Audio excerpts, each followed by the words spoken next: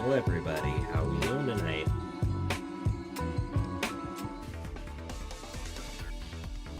Good evening, everybody. How are we doing? We're going to be doing tonight's Sketch Academy tournament.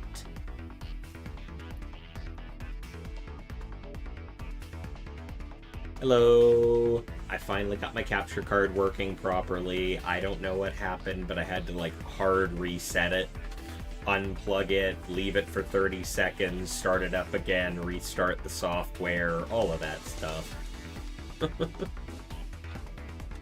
Just would not work for some reason. Yeah, nah. Overkill, you told me yours broke earlier in the week, and then I went and used mine for the first time since you said it, and I got really fucking scared when it didn't work. Hey Dialga, how you doing? I see the talk about somebody who defeated one of the regional champs in the tournament. Are we talking about Mario, or...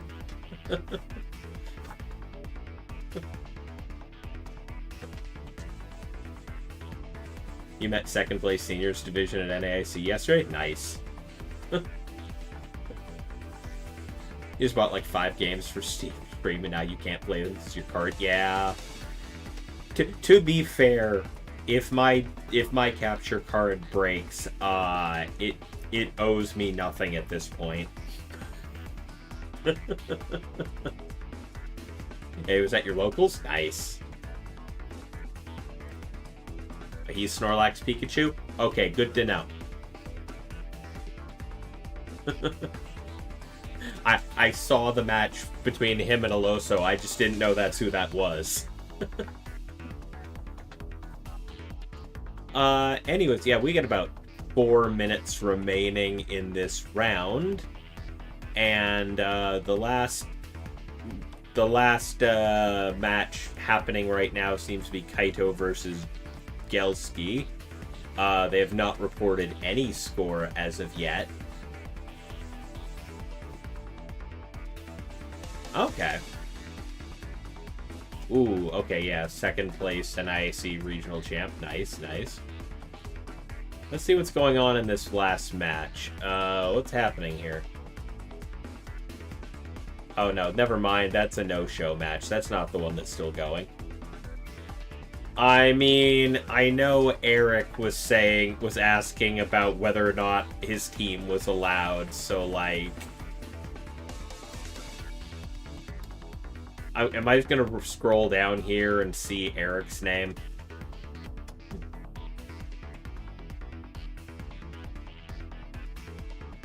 If you disappear, you're playing God of War and have to mute? Alright, understandable.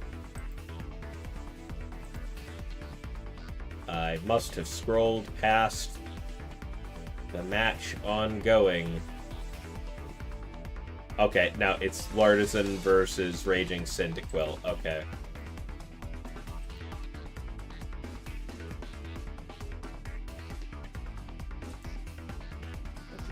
Fix that little thing. Oh, that's not what I wanted to look at.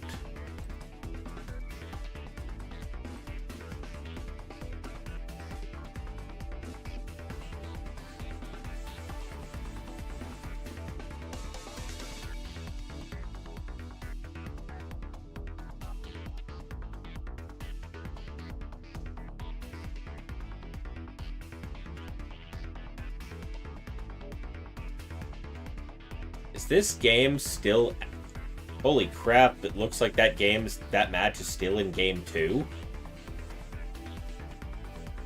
No, at very least, nobody said anything since the end of game 1 in that chat. What are we talking about? Oh yeah, Dialga, we're gonna be doing some gambling this stream. As long as I have a mod awake and around to set it up, we're gonna be doing gambling. Okay, at Lartisan looks like they've got a pretty standard team. Mega Gardevoir. Oh, they verified. Okay. They actually put in the games. Raging Cyndaquil has won the match. They just had not reported game 2 or 3 yet. Okay, so that's good. That's the last match there. We're gonna move on to round 2 now.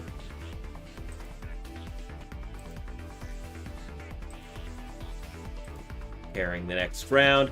Okay, round 2 matchups are live on Limitless for anybody playing. I'm gonna go ahead and announce that in the Discord.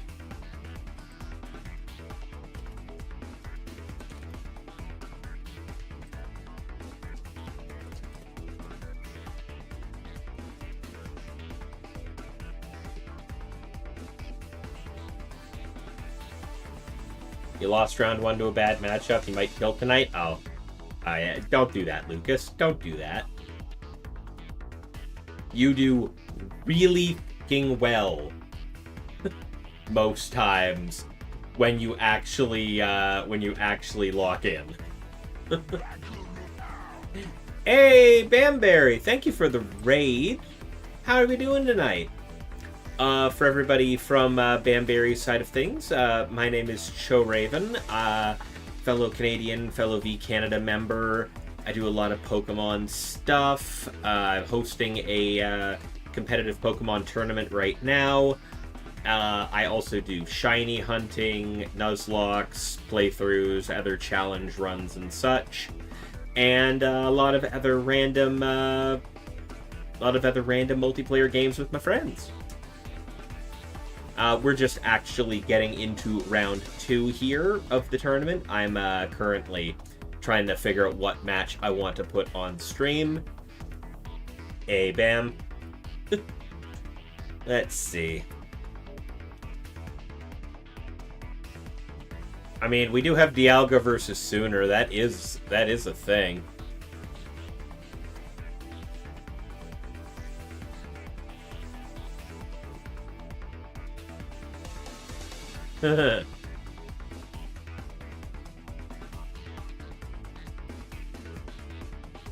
Oh yeah, you weren't in the tournament tonight, were you?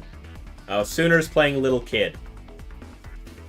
Nah, Dialga isn't actually in the tournament, he's just trolling.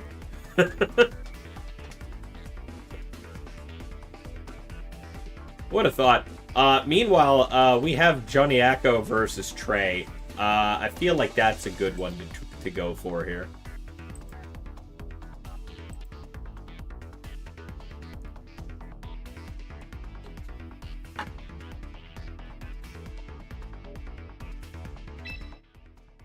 Hey, Dragdoon, how you doing? You're doing good. Worked on some Palia and Genshin. Nice, nice. I'm doing okay, Bam. I had a little bit of a rough week, but I'm doing okay right now. I'm not gonna bother covering this up right now. We're just gonna...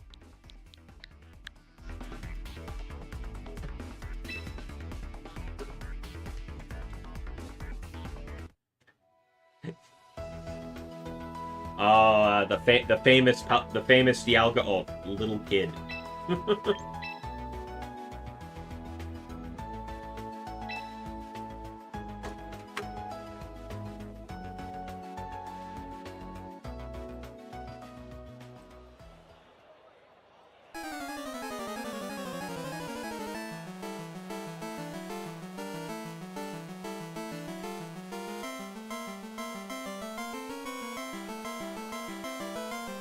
Which part are you asking about, Dialga? The alt joke or the rough week?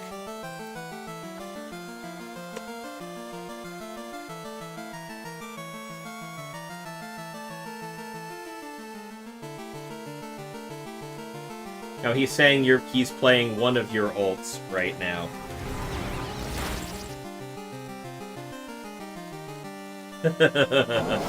Oh, just oh, yeah, nice.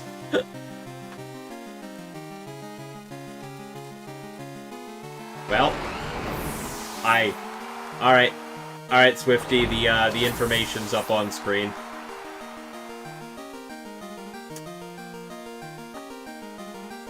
Johnny Acco obviously just rolled up on stream as hard as he could, just blasting Trey's team to pieces right there. Oh, you're Master Ball this season? Nice. Excellent, excellent.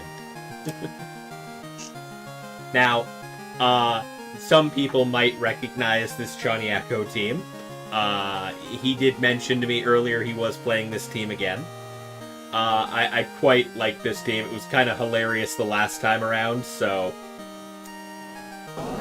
This team will make you believe that a Charizard can get hit by Fisher.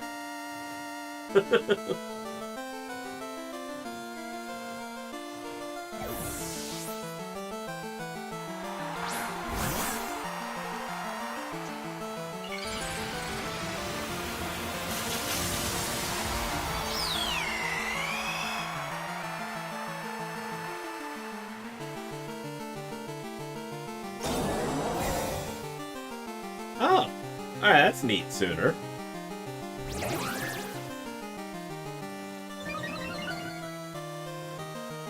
Staraptor gets that boost, goes for the close combat. Doesn't get it.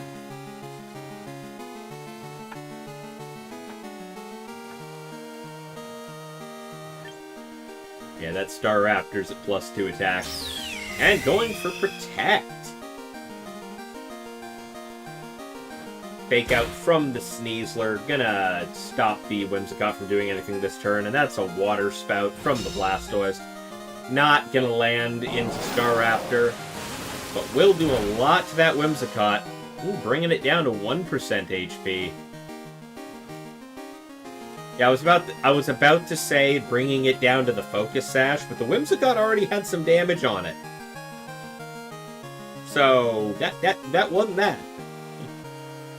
I still had to wait for the pop-up, just to make sure it was that close to it. Alright, Blastoise going for the Protect this time. Charm going into the Staraptor again, bringing it up to +4 attack. That Poison Jab directed into the Whimsicott, finishing it off for good. Staraptor going for close combat, but it's into the Sneasler, which will get dropped down to what I believe is a Focus Sash. Yep, sure is. I don't know, it's a +4 Staraptor. I mean, it can only hit one target at a time, sure, but that's pretty, yeah, going for Protect.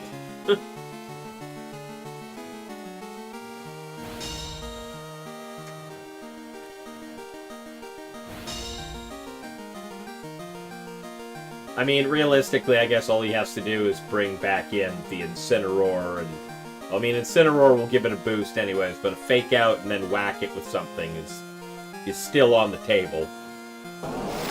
Water Spout going into that Staraptor, bringing it down to 9%. Those defensive buffs saving it from no HKO, but they will not save it from that.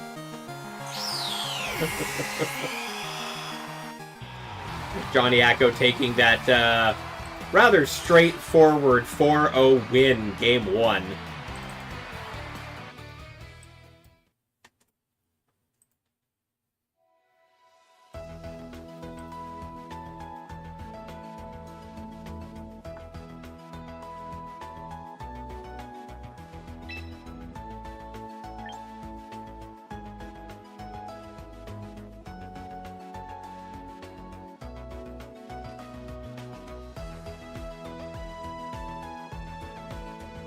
I mean, that title does go pretty hard, honest to God. Oh, so the other guy also has made champion tier at some point.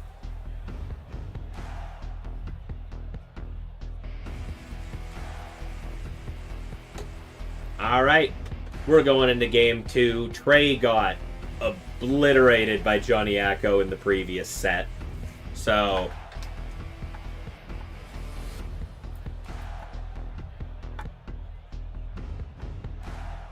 I mean, I guess people have had a couple months to get into champion tier at this point. So yeah, a bunch of people have probably managed. Especially people that play regularly in Limitless tournaments. Alright, Johnny Acko kicking it off. The Blastoise and the Incineroar again. Trey moving in this time with Farigiraf and Garchomp.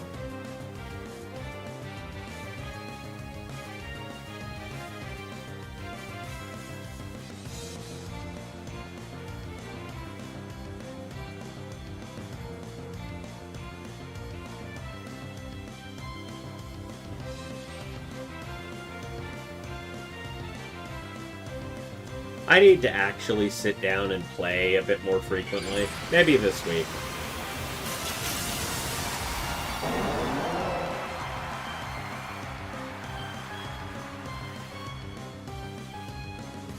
Garchomp protecting. So that's Dark Pulse into the Farigiraf. Not gonna finish the job. Bringing Farigiraf to its Citrus Berry. And a parting shot from the Incineroar attempted into the Garchomp. Not going to get it. And that is Trick Room. Not 100% sure what Trey gets out of Trick Room here.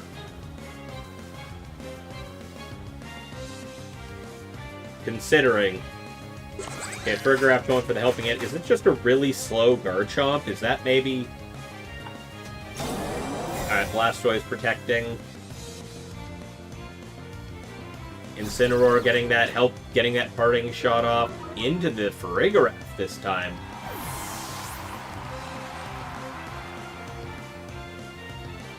Swapping in the Sinistcha.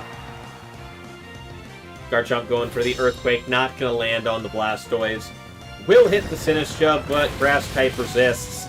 Frigoraph almost getting demolished by its own Garchomp there.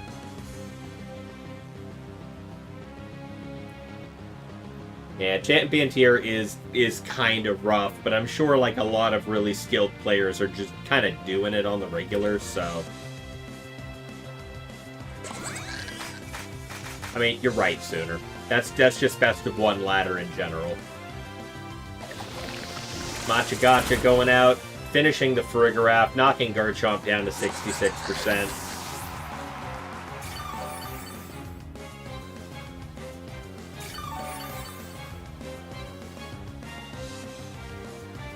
And a Water Spout, single target into the Garchomp, will wreck it.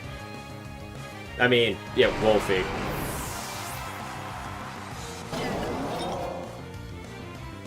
I mean, the difference, Leafeon, is Wolfie is good at best of 1 and best of 3. He's kind of proven that. Like,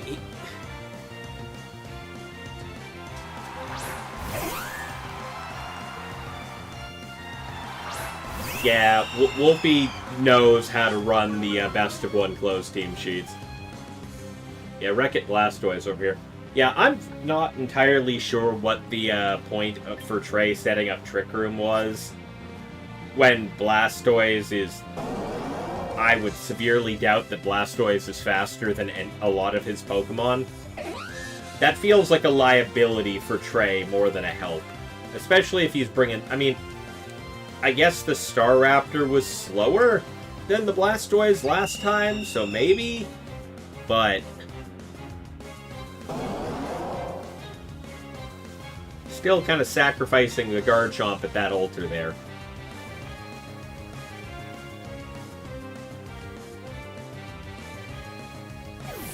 Sinistcha getting pulled back.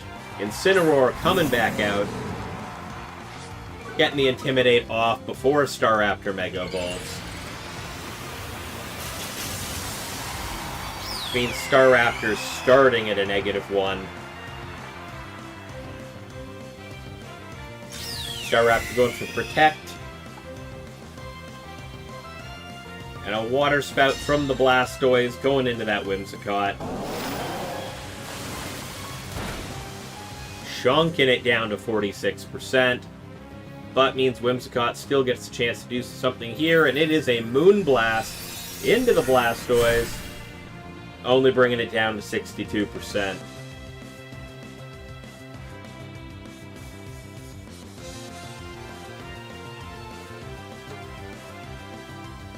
Hey, Choco, how are you doing?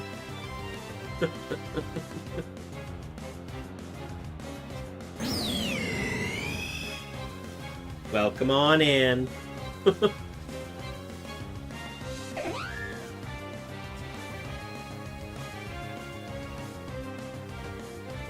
Fake out of the Incineroar, gonna chunk that 10% off of the Staraptor. Whimsicott giving it the Charm, putting it up to +1. But Blastoise going for the Shell Smash. Kinda scary too. Staraptor not able to do anything. Ooh. You forgot to Mega in Game 1? Jeez, Jar. You're sleepy? Yeah, a little bit. Little bit also, but I got way too much sleep last night, so I'm kind of surprised I'm sleepy in the slightest. Incineroar getting pulled back. Sneasler coming out. And that is a Protect from the Blastoise as well right there. Whimsicott going for Encore. Won't land through the Protect. Staraptor going for the Close Combat. Will not hit.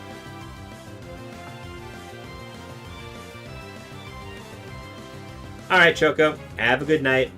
It's okay, Aerodactyl got wave crashed on that turn anyway. Oh. Yeah, that wasn't going well anyway at that point. Staraptor going for the Protect. That's a fake out into the Whimsicott. Not going to let that thing Encore Blastoise into Protect. And that's another Water Spout. Not going to hit the bird, but it will finish the Whimsicott off, preventing it from locking Blastoise into a Protect.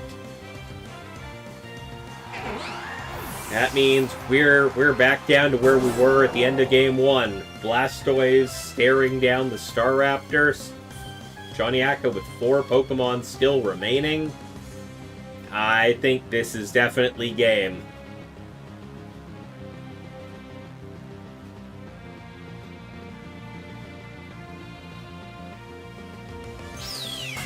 You played good this round sooner? Good. Excellent. Oh. We have the Sinistcha coming back out. Just healing up that Blastoise, making sure this is going to go well for it. And that Water Spout going into the bird, just obliterating it.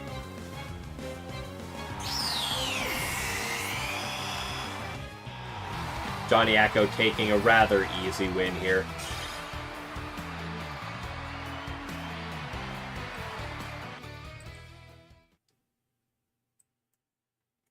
That's going to be Johnnyaka taking that round 2-0.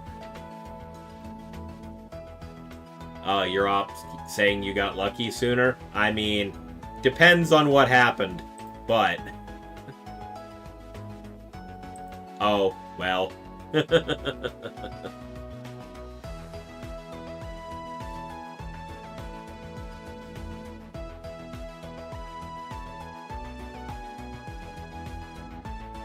Yep, Johnnyaka won, Swifty. Oh, you got 2-0 in your game there, Glitter? Nice. Yeah, the shell be smashing. It do indeed. Anyway, since we obviously have a little bit of time here, we're going to... Standings, where... Okay, pairings. Where did it go?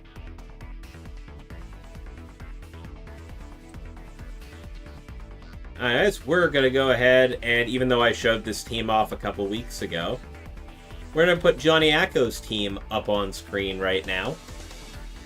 Now, this is the Mega Howlucha team we saw a couple weeks ago. Let's see how he's updated it. Yeah, Johnnyaka was using this team, but he just kind of brought the Blastoise that round. Yeah, you saw that in Citrus. Yeah, it's a good team. It's actually pretty solid. Your op is... Yeah, sooner. It happens. For some reason, people who play this game can get way too heated.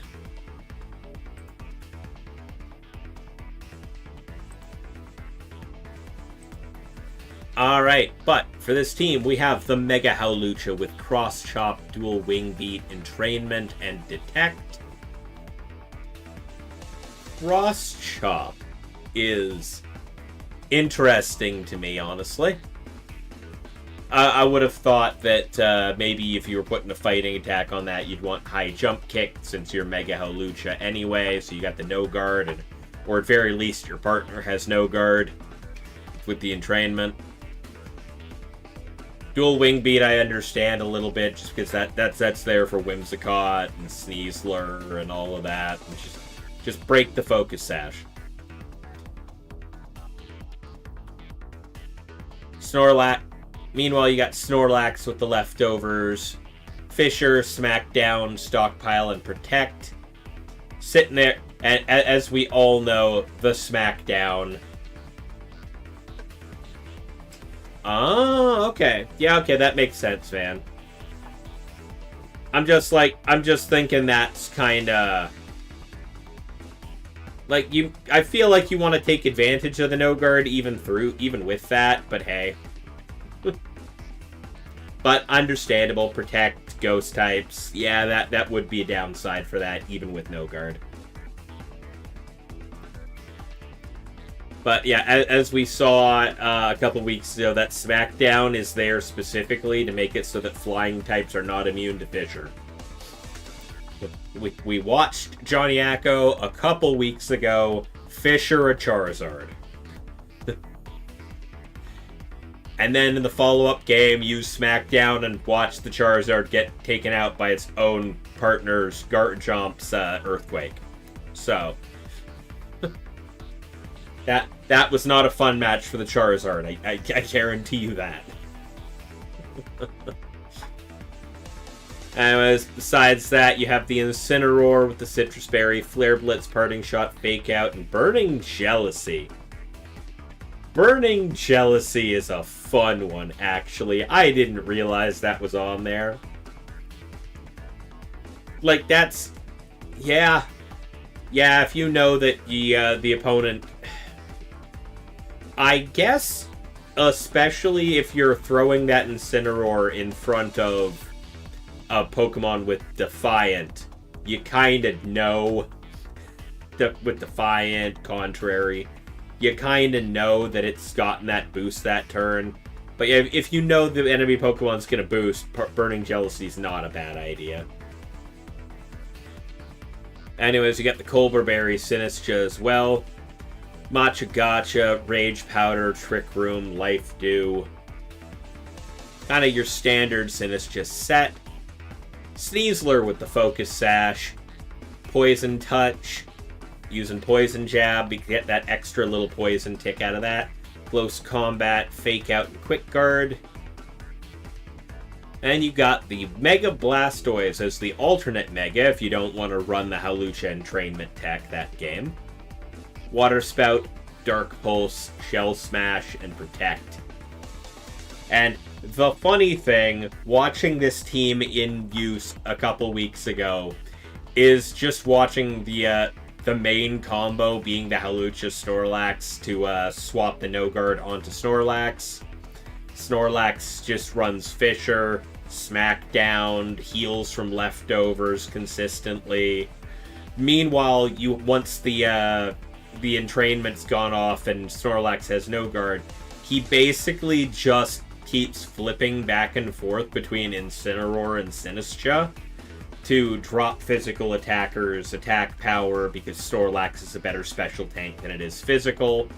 So you keep using Intimidate to nerf the physical attackers, you bring in Sinistcha for the Hospitality heal, just to keep the Snorlax going so that it can just keep wrecking the opponent's Pokemon over and over and over again. It's just a really oppressive combo that if you're not prepared for it, you're not doing very well.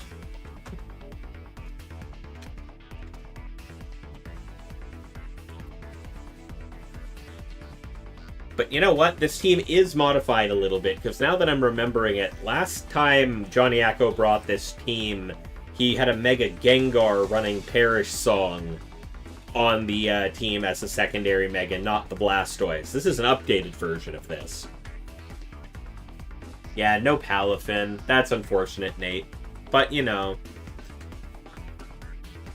with Worlds coming closer and closer, a lot of people are trying to perfect what they do. I don't know for sure that Johnny Acko is going to Worlds or not, but...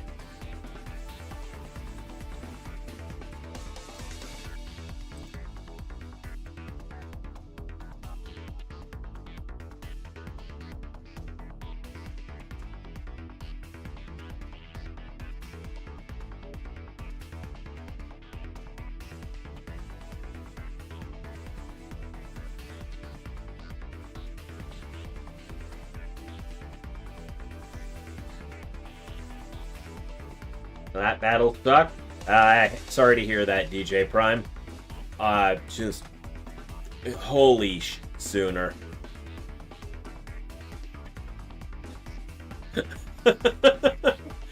I finished talking about the team, saw a judge request, popped over to see what was going on. Holy shit, Sooner. You were not kidding earlier.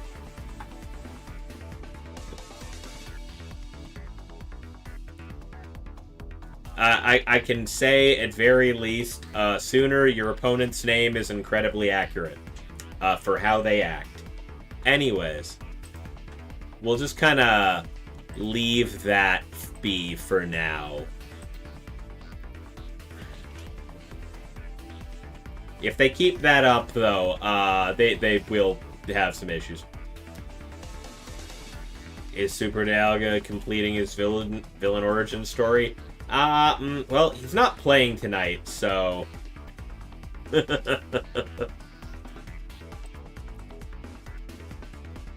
Yeah, no, you called for a judge, I looked at it, and I'm just like... Man... You're lightheaded from laughing? Oh. Alright, well, we got 5 matches. We got 5 matches remaining being played. We have A Side of Toast versus Violent Panda. In Game 3, we got Jinhao versus Joblo. Sorta. Not like Sooner wasn't poking a little bit from the look of it, but no, that their opponent was kind of like reporting, unreporting, telling the Sooner they suck.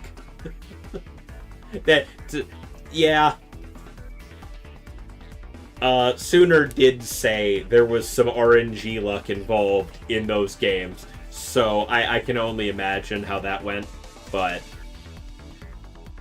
to be fair, the opponent didn't really say anything too bad, but they were obviously crashing out. Yeah.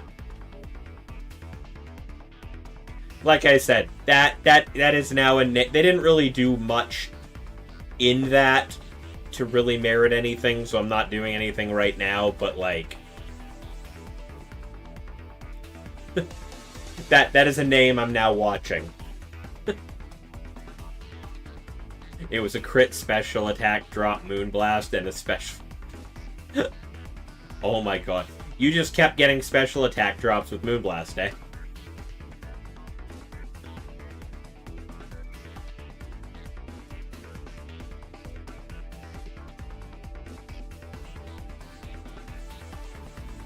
Oh. Curious as to why there's no request last game. They probably weren't. I don't know. Last game they probably weren't doing anything. They were probably just tilted from all the drops. And by the way, it was Sooner who reported things, and then proceeded to unreport it because he didn't actually care. He was joking.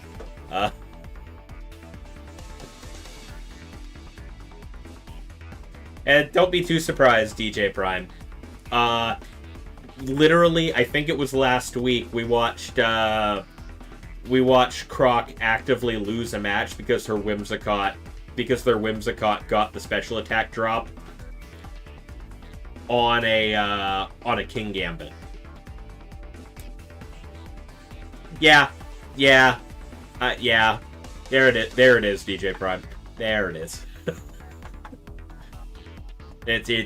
We watched, like last week, we watched Croc lose a game in like top 4 or I forget whether it was top 4 or finals. Lost a game because the Whimsicott got the special attack drop on the King Gambit, and that gave the King Gambit like just enough attack power to actually be able to KO it.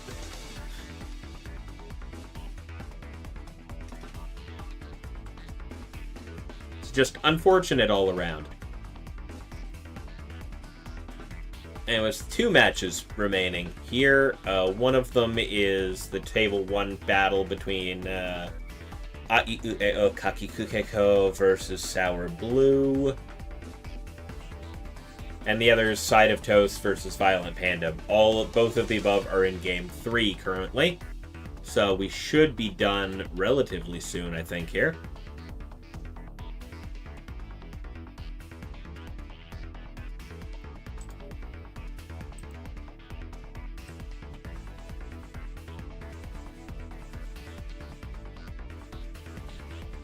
Alright, on that note, since we're just sitting here waiting, I might as well...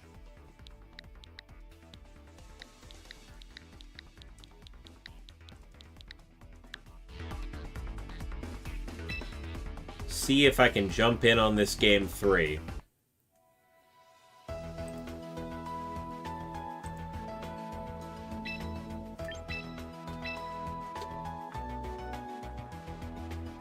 You really hope you don't run into this no-card Halucha team? Yeah.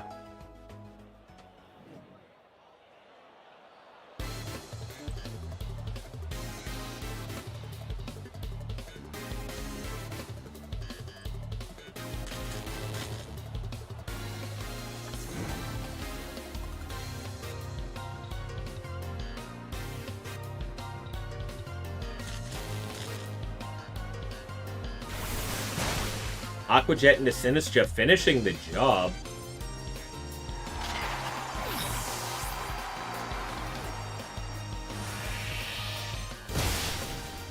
Oof. That was a big hit into Basket Legion too. There we go. Gambit setting off the Choppleberry as the close combat goes into it. Dang! Alright, that was a lot less damage than I'm used to seeing. Man, that Sneasler must not have much very high attack, or that's a really tanky Gambit. What? Hold up. What's the... Yeah, what? Even Choppleberry Gambit? Oh, it's also a burned Sneasler. Okay, there it is. That's the thing. How am I doing, Dragdoon? I'm okay. I've been a lot better. You know. I know you're aware of what happened, so I just, I'm doing okay. It's been a week. That's what I'll say.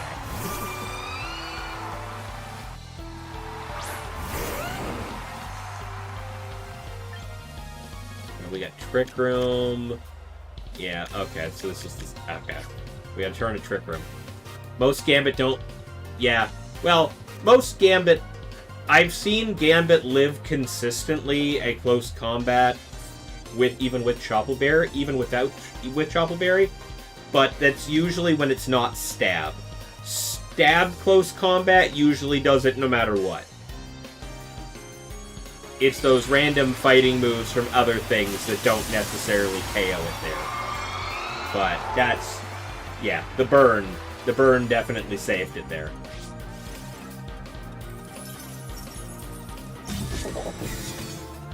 Gambit going for Protect.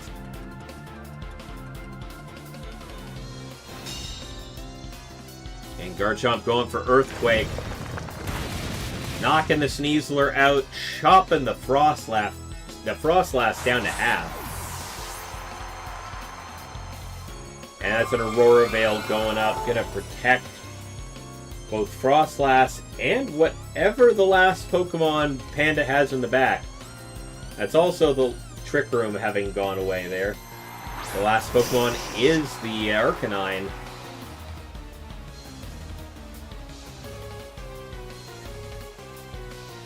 I don't think I've ever seen close combat not KO.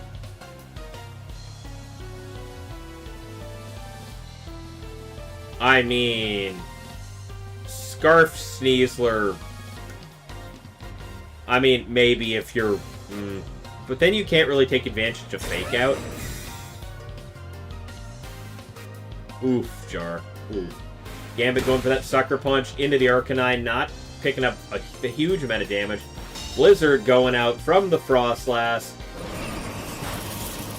Dealing a decent amount of damage to the Gambit. What the dog doing? Arcanine going for Flare Blitz into that King Gambit, taking it off the field entirely. Which means both players are now down to their last Pokemon. Well, the last two, but, you know.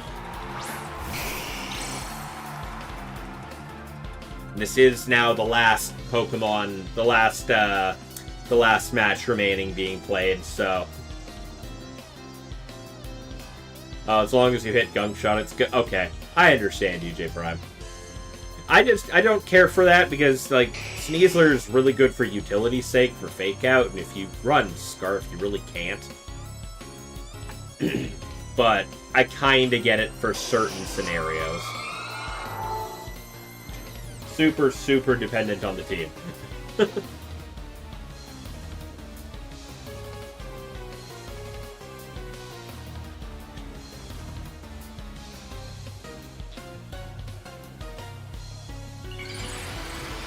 Alright, Sidetoes bringing out their Mega Charizard.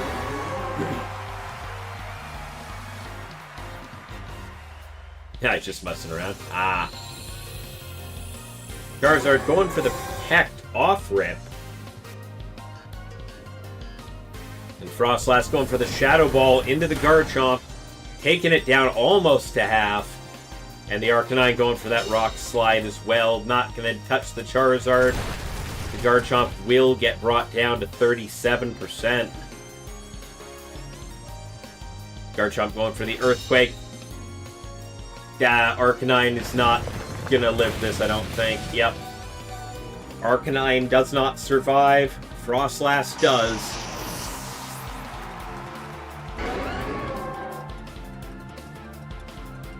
Unfortunately, I think that right there's game. I don't think Panda can bring it back from that position. Like, Blizzard 100% KOs the Garchomp here. Maybe even, yeah. Oh, you gotta land it. Garchomp gets knocked out by the Blizzard. I guess we're just hoping for a Heat Wave miss here at this point. But it is Weather Ball.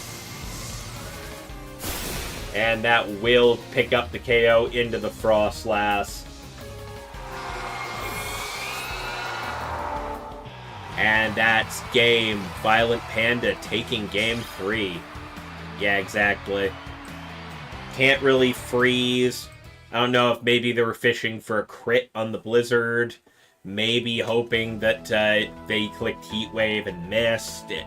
Yeah, play to your outs, but I don't think there was a whole lot that Frostlass could do in that position, unfortunately.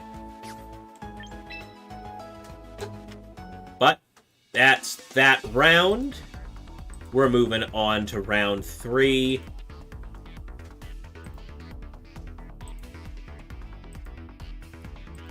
Alright, round 3 pairings are live for anybody playing. You can find them on the Limitless page.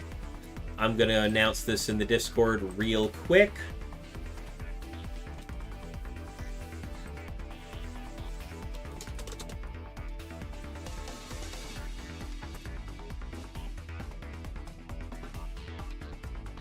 And we're going to find a match to watch.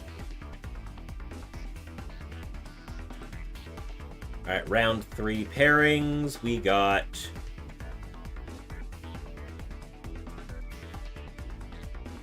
Oh, Sooner pulled... Ooh, Sooner and Johnny Acco. Oh, we just watched Johnny Acco though, so I can't. I'm not gonna. But ooh, Sooner, you get to play that this round. Let's see, who do we got aside from that? Blitzky versus Gibble, Lucky Strike versus Joblo, Paparot versus Spicy Peppers, Jar versus Super Shadow. Yeah, let's just go to table 1 and do Joblo versus Lucky Strike. I can't say I've ever like streamed a match from either of these players. Yeah, I understand, man. Gonna toss his team up back on the screen just because we can. And I'm gonna go back to I've never really shown a match from either of these players. I don't think. Maybe Lucky Strike. His name sounds familiar.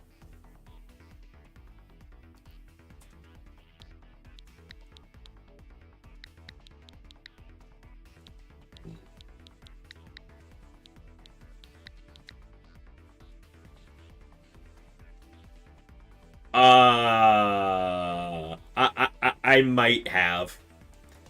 John might have told me ahead of time that that's what he was doing.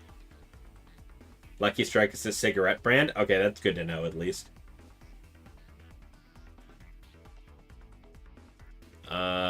Kinda. Your opponent's team is interesting, Jar? Well, good luck.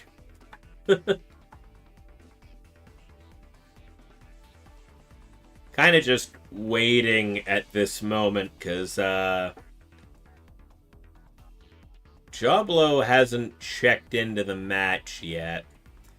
Hold up a sec, Swifty. I'm just kinda waiting to make a second to make sure this match is actually happening, because the opponent hasn't checked in yet.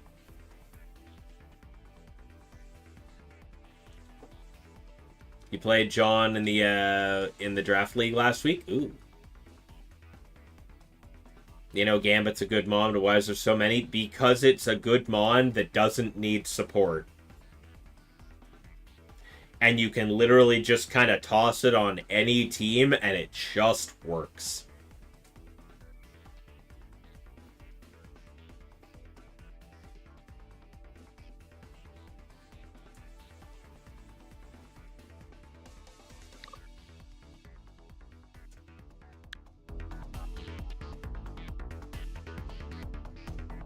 There we go. They checked in.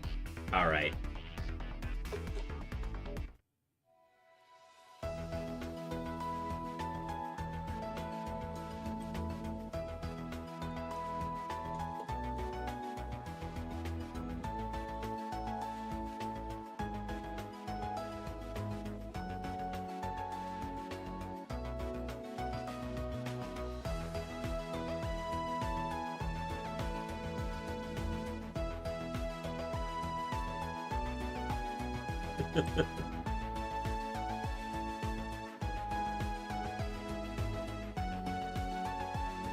I was like, hey, this is going to be the stream match this round. They're like, what are Joblo's? Just, damn.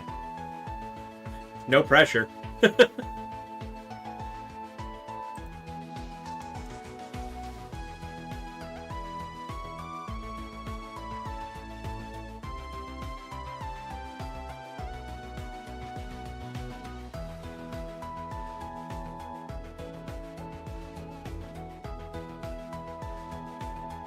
Alrighty. So, I'm gonna just go ahead and get that. There's Joblo now. Alrighty, so we're just getting set up here. I'll get the scoreboard set up here.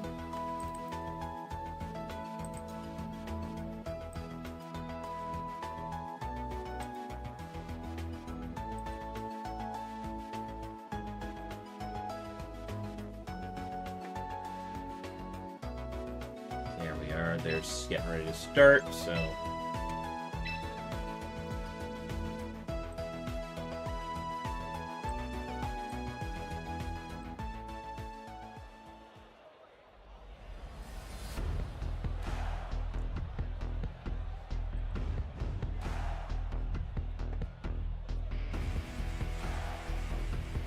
There we go. Here to support both? Excellent. Also, hey Talon, how you doing tonight? Welcome on in.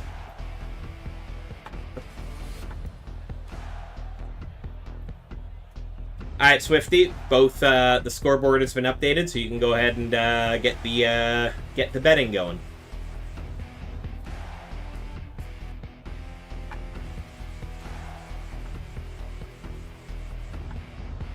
Alright, Joblo with a Raichu and Staraptor team going. And meanwhile, we've got another Raichu team. The Dragonite. Wonder, is Lucky Strike's, is Lucky Strike have the Mega Dragonite as a secondary Mega, or is that just a regular Dragonite? Then again, the only people I know who are running regular Dragonite is just Croc. It's Croc and Dialga would be the people I've seen do it. Ooh. Alright, Talon. Be nice to have you.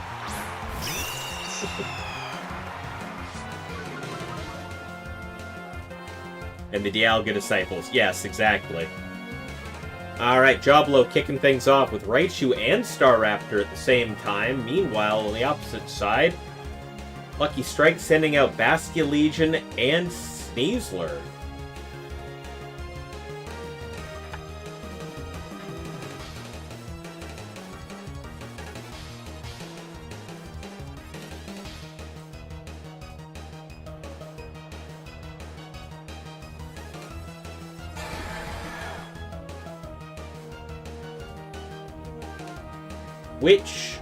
Which one do you figure Joblo's going to be Mega Evolving here? Okay. Lucky Strike sending out their own Raichu and hitting Protect on Sneasler. Raichu hits Protect as well. As does Staraptor, but hey, nothing happening here this turn. Everybody just kind of feeling each other out on this one. Neither player wanting to Mega Evolve the Raichu, just to not do away with the, not to do away with the ability. This Lightning Rod against another Raichu team is kind of big. Joblo probably trying to decide which Mega to evolve here, based on what happened this turn. Now that the other Raichu's on the field, Mega Raichu does not seem like the best of plans. Sure enough, Joblo going for the Mega Staraptor.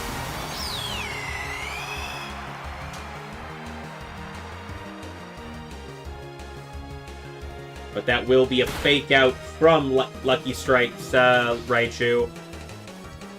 And a close combat into Joblo's, chunking it down to 40%. Staraptor unable to do anything. That is a Focus Blast. That won't be able to be used.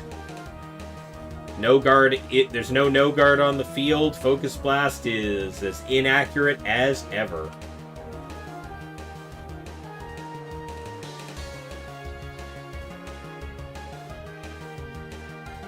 Okay.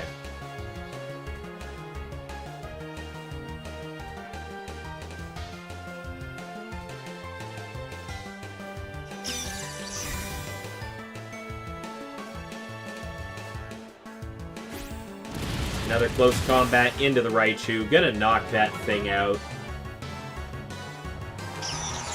Don't want the Lightning Rod on the field here. Wants to be able to use the Mega Raichu. But Staraptor gets the Tailwind going.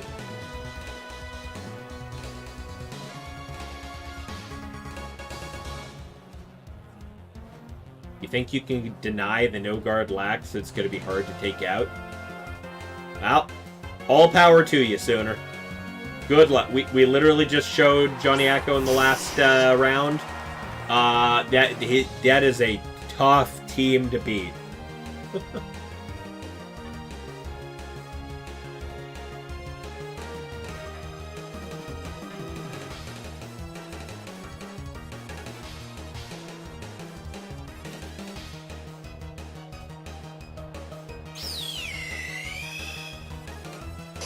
One miss. Oh.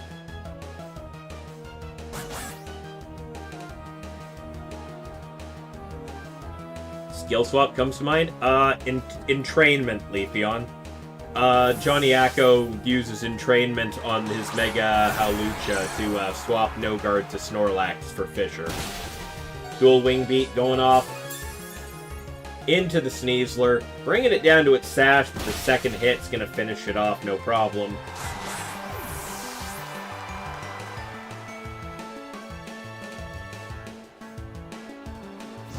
And Arcanine will Flare Blitz the fish, bringing it down to 66%.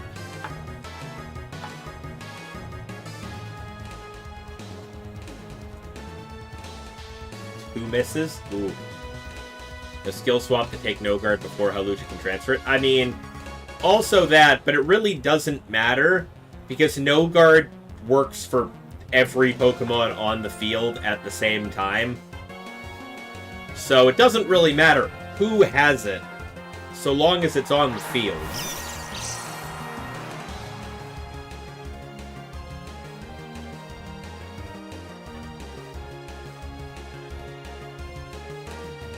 It is kind of a double-edged sword like that. You make all your attacks 100%, but you make all your opponent's attacks 100%.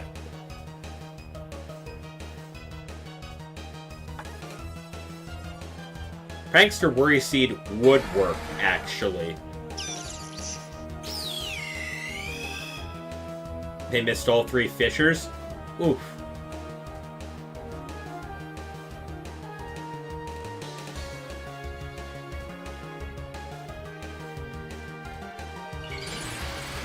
And that is going to be the Mega Raichu Y from Lucky Strike. Nothing protecting the Staraptor from it this time.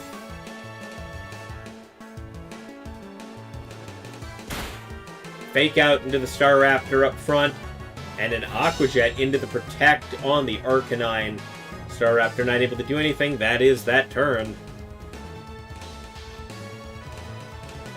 Will we see the Staraptor get swapped out here?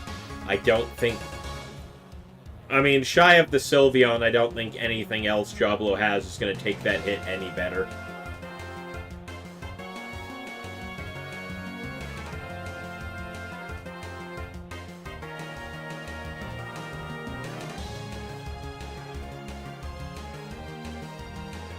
The Raichu is getting swapped back in favor of the Sylveon.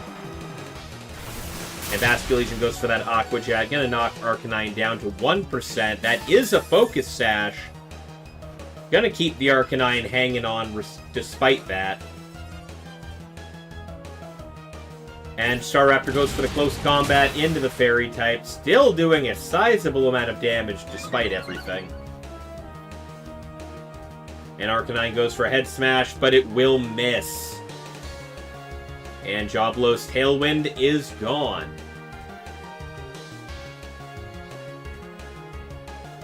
Lucky Strike taking care to preserve that Mega Raichu for the perfect moment.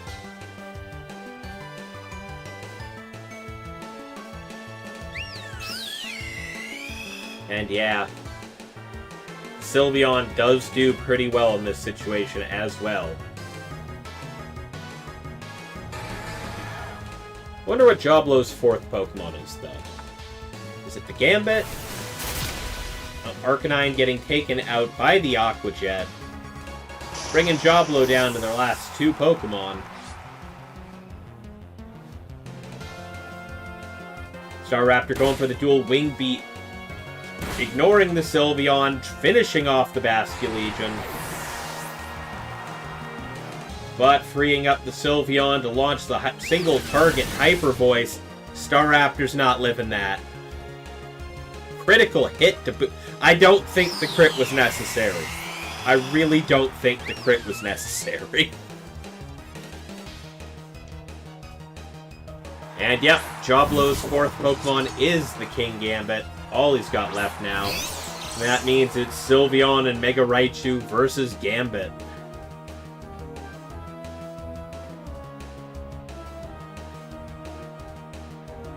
Gambit going for the Protect this turn.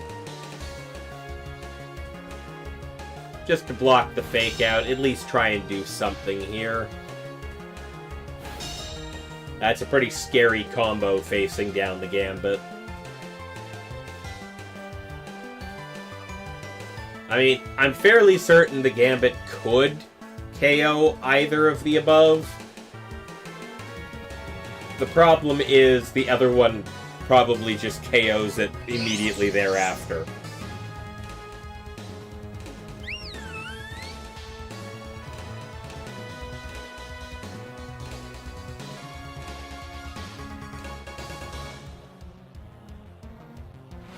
Sucker Punch into the Mega Raichu, not picking up quite enough damage. And that is a Focus Blast. Gambit getting shredded by that.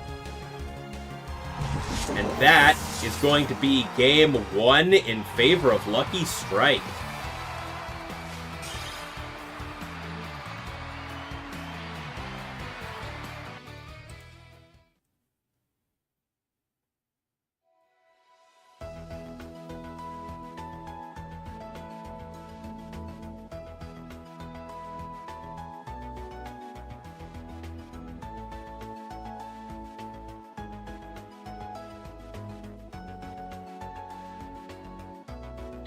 Alright, let's get game 2 queued up.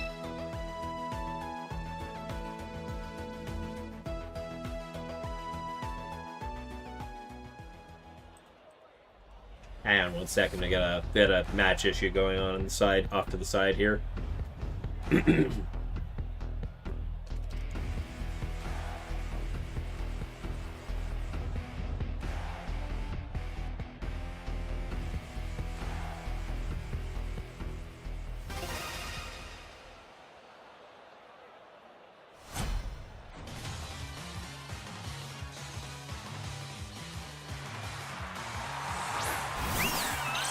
Alright, Lucky Strike kicking things off with Sylveon and Sneasler. Meanwhile, Jablo starting with the same leads, the Raichu and Staraptor.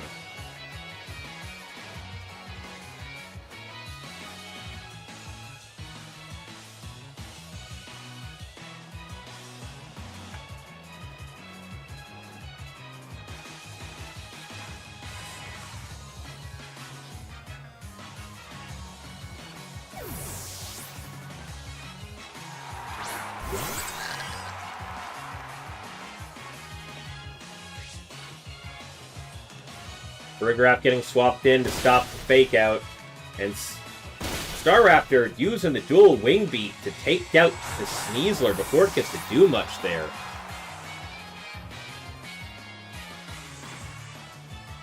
And that will be a Hyper Voice from the Sylveon. Not doing enough damage to the Staraptor since it didn't Mega Evolve and is not a fighting type right now. And that will be Lucky Strike bringing in the Basculegion after the Sneasler goes down.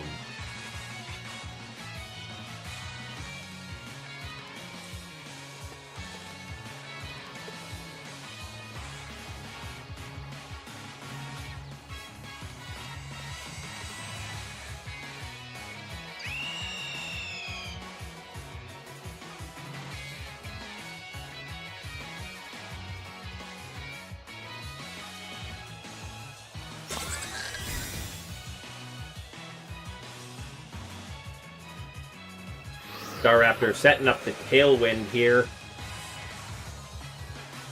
And Basculegion going for the Wave Crash into the Protect on the Farigiraf. Another Hyper Voice coming in from the Sylveon. Not going to touch the Farigiraf, but that will finish off the Staraptor right there.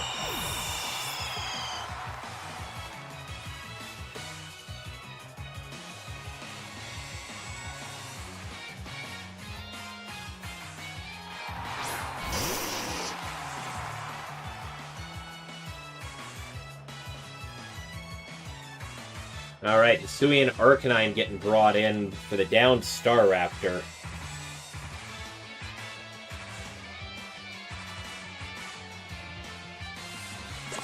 Farigiraf going for the Helping Hand, gonna boost the damage on the Arcanine's next move. Sylveon will protect.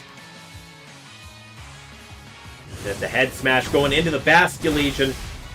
Gonna knock that fish out hard.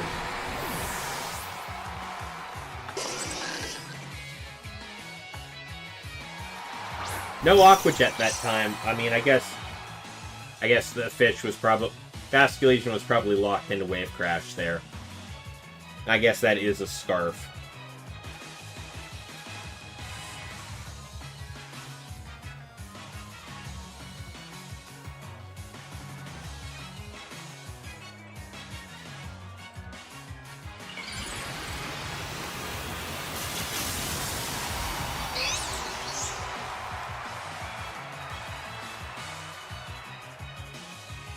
Alright, Mega Raichu coming on out. Another Helping Hand into the Arcanine. And that's a Flare Blitz into the Sylveon. Just taking that out right away. And a Focus Blast into the Arcanine. Will bring it down to its Focus Sash, but the Arcanine lives to see another turn. But just like that, Jablo has spun this around on Lucky Strike. Lucky Strike's down to just their Mega Raichu, which... Yep, Lucky Strike's going for calling a forfeit on that one. Joblo took a commanding lead that game. And now we're at 1-1.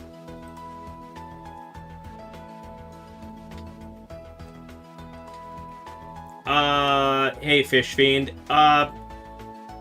It's not either at the moment. The way that most VGC tournaments work is it starts with a Swiss bracket, and then the top 8 is single elimination afterwards. In this case tonight we have 6 rounds of Swiss, and then the top 8 will be a single elimination bracket. But all of those are best of 3 matches, so... Anyways, we're going to Game 3.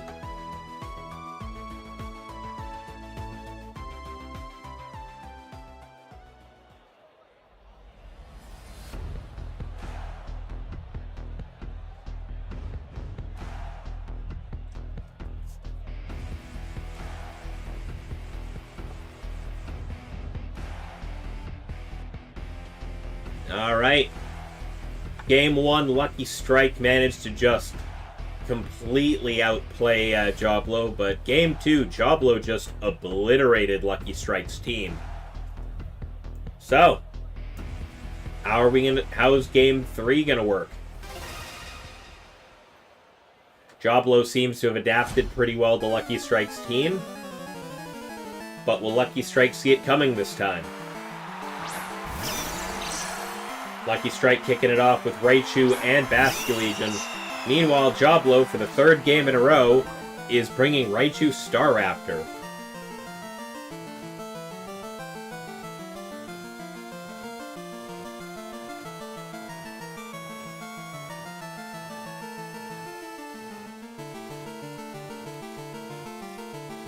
I mean, the Raichu Staraptor lead's probably pretty good. It allows them to take a moment to judge which of their megas is probably the most important.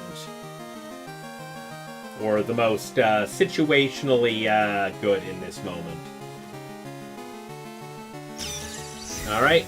The Raichu on Lucky Strike's side is hit and protect. Both of them are hit and protect.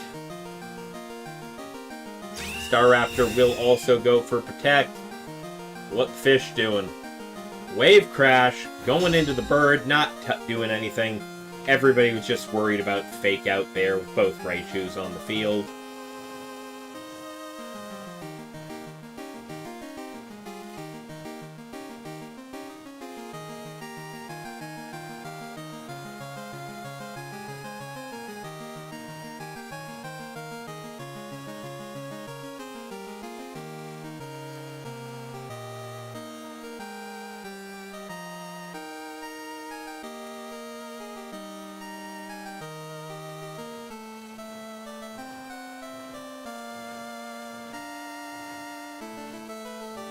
Both players taking a moment to just figure out what the best course of action here is.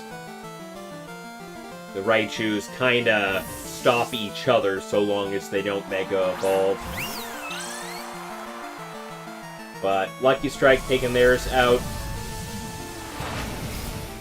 in favor of the Sylveon, which immediately gets hit by the low accuracy Focus Strike.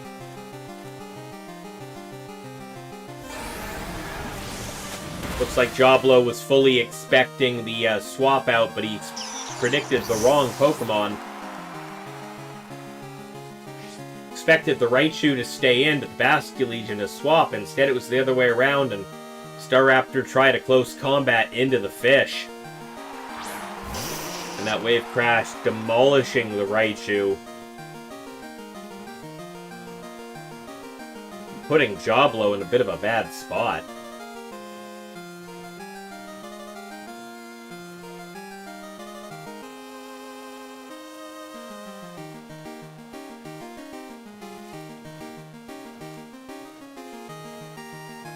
Staraptor setting Tailwind, trying to get the speed advantage going at very least. Arcanine going for Head Smash, but it misses.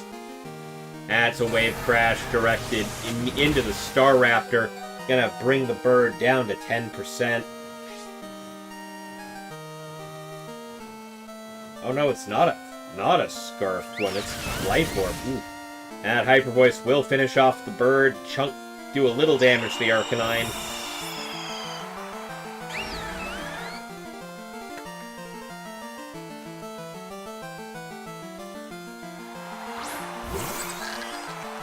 And the last Pokemon on Joblo's side is the Farigiraf. And I think Joblo's just in a bad spot now. Basculegion going for the Protect. Sylveon going for the Detect. Arcanine going for the Flare Blitz into the Sylveon. Farigiraf going for Psychic into the Basculegion. Neither attack landing through the Protects. Lucky Strike just trying to get a heads up of what the plan was here. The Arcanine previously eliminated the Sylveon with a Helping Hand Flare Blitz, but it can't safely do that with the Basculegion sitting there right now. Because since it is Life Orb, and it can just Aqua Jet. Oh, bad matchup, Jar. Arcanine going for the Flare Blitz into the Sylveon, not picking up the KO without the Helping Hand. And Farigiraf goes for the Psychic into the Basculegion, picking up that KO. Little surprised that Lucky Strike didn't just take the information from before and go for the Aqua Jet, but... Oh, so you're just running 50-50. Yeah, Nate, we got the Giraffe on the field. Oh, right, Aqua Jet. Yep, nope, that makes... Yep, alright, makes sense. I wasn't... I use Farigiraf on a team. I should know this offhand. I wasn't thinking. 2-1 DJ Prime? Nice. Oh, you lost the 50-50 twice, Char.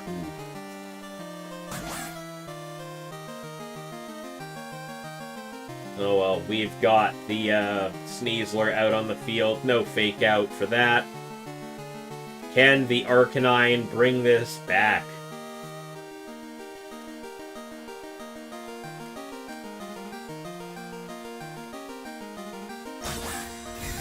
Sneasler going for the Protect. So's the Sylveon. They're trying to stall out Tailwind at this point. Farigiraf goes for the Trick Room. I'm guessing the Tailwind runs out this turn. Sure does. Tailwind ran out, but Joblo's got Trick Room. Unfortunately, I'm fairly certain Sylveon is quite slow.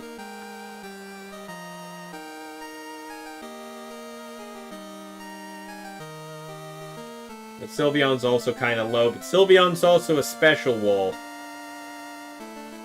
Farigiraf might go first. Nope, Extreme Speed into the Sneasler. And a Psychic to finish it off as well.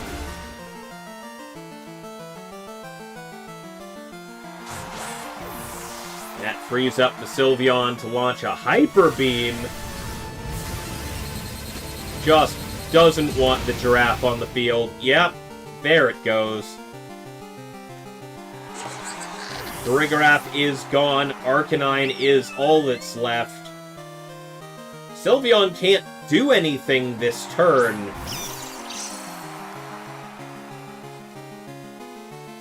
So it's Arcanine versus Raichu for one turn. And then, do we figure Extreme Speed takes out the Sylveon, maybe?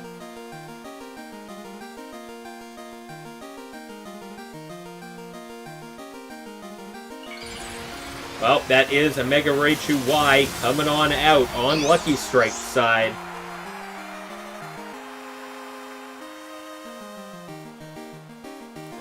There will be a fake out, though. Yeah, the fake out kind of puts a damper on that concept.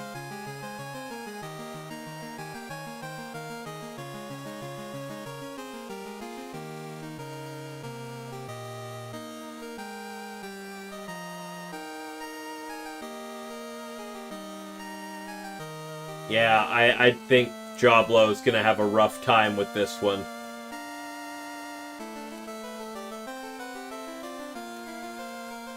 Yeah, Sylveon is the slowest Pokemon on the field in Trick Room.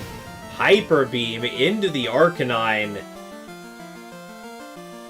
And that's going to be game. Lucky Strike taking game 3.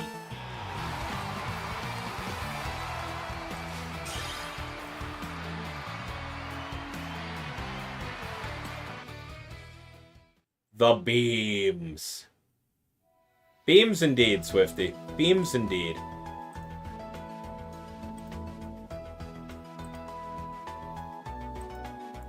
That was a well-played match from both players. We're going to pull up Lucky Strike's team. Show it off on stream here. I mean, a Hyper Beam miss would have been funny. But nah. No, that's just game. Lucky Strike takes that. Alright. We're going to take a look at Lucky Strike's team. We got the Fairy Feather Sylveon, Detect, Hyper Voice, Hyper Beam, and Quick Attack. Life Orb Basculegion with Protect, Wave Crash, Aqua Jet, and Last Respects. The Focus Sash Sneasler, Protect, Fake Out, Dire Claw, and Close Combat. King Gambit with the Black Glasses, Protect, Swords Dance, Sucker Punch, and Kowtow Cleave. No Iron Head, makes me sad. But you got the Dragonite. It is in fact a Mega Dragonite on the team. They didn't bring it, so I wasn't sure. Protect, Tailwind, Heat Wave, and Dragon Pulse. And the Mega Raichu Y with Protect, Fake Out, Zap Cannon, and Focus Blast.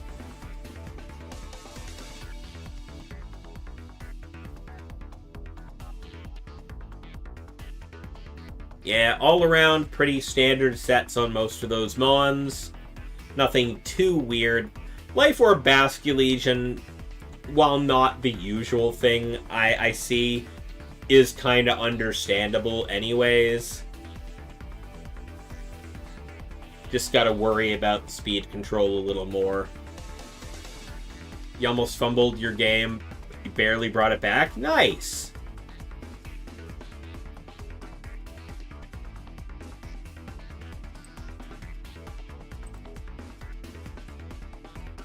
Say, ooh, you too, you do too, DJ Prime? Nice. Alright, well, we got 3 matches remaining being played. They are Sooner and Johnnyacko in Game 3, but that sounds like they're almost done.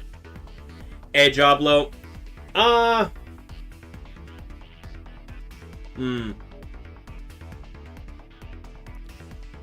Feedback for that match. You just reported it? Yeah, I see it. Feedback on what we just saw. I don't know that I saw much. Like, obviously there was that, there was the bad prediction where you obviously figured that the Basculegion was going to get swapped out, but the Raichu did instead. That was just kind of a 50-50. I don't think there's much different you could have done there. Honestly, I don't think I saw any glaring issues with the way you played that. Lucky Strike just kind of out-predicted you in a couple of spots. I feel like in a lot of cases it was more just a team issue than it was a play issue.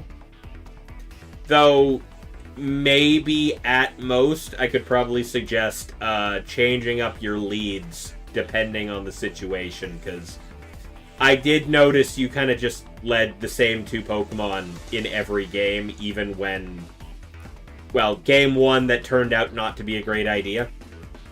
Game 2, it worked out for you. But, games 1 and 3, you just kind of couldn't do much off rip, and Lucky Strike got all the momentum going. Ooh, pizza would be good right now, Swifty. It really would.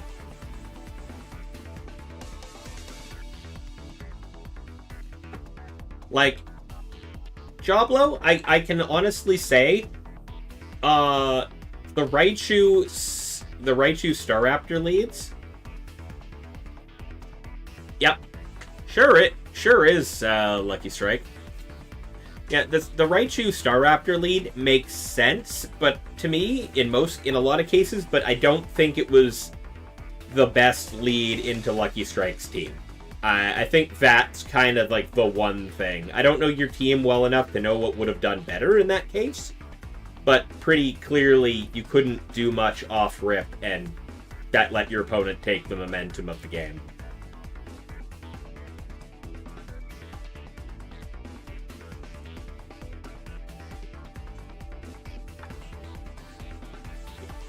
You're so hungry, well, it makes me hungry. Yeah, I feel that sooner. I will say, whenever I've been to a regional, the tighter my matches are, the more frequently I'm stopping for snacks between matches. So, no problem, Joblo. Always good to ask for advice on what you did good, what you did wrong. Just always improving. Always improving. Losses are a good way to figure out how to improve.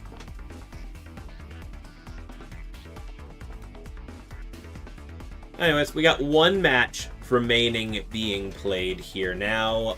So we're basically down. It is... Okay, it's David versus Nambu. I know they had an issue with a team sheet error right at the beginning of the round.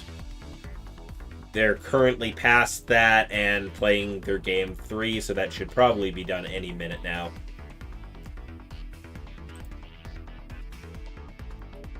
Yeah, playing chess is considered an exercise because it makes you so nervous and burns calories. I mean, a little bit, yeah. Yeah, I will say that's probably a better comparison than you might think sooner. The number of high-level VGC players I know that also are chess grandmasters is not a small number.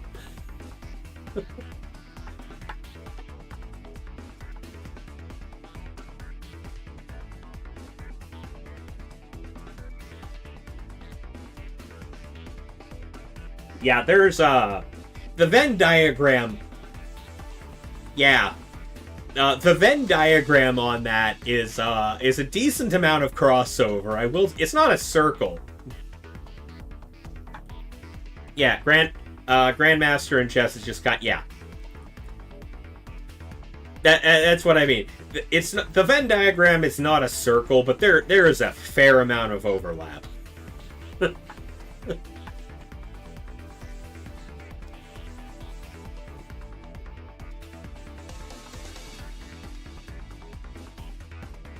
I think both games kind of make you think about how to position things in a similar way. So one of these games is actually half decent practice for another.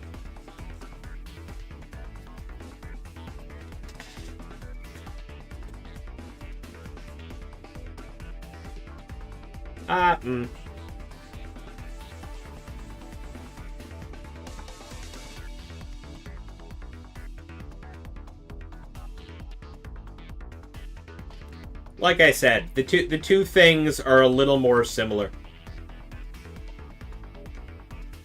Yeah, you know, Anna Kremling did the video with Wolfie, and there might be a few others. Yeah, no, I've kind of heard mention that a handful of others are. Yeah, exactly. I mean, let's be honest here. I don't know that there's. I don't know specifically what difference there would be between the men's and the women's for chess. Not like physical differences really play a matter there. like those two sports being separated don't make a whole lot of sense to me. But they are. I get it.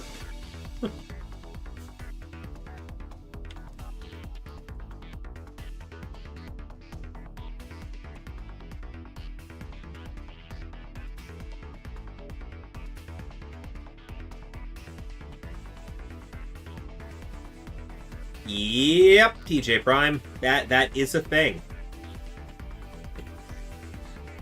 Yeah, separating the two only makes the one side grow slower because they have less people to play against that are at the same skill level, yeah.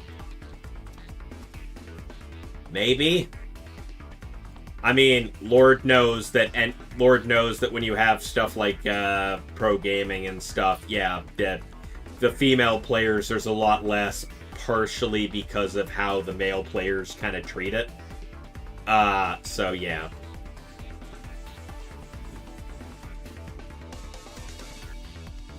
Kadshu Toros feels a bit strong. It's won your last couple of matches.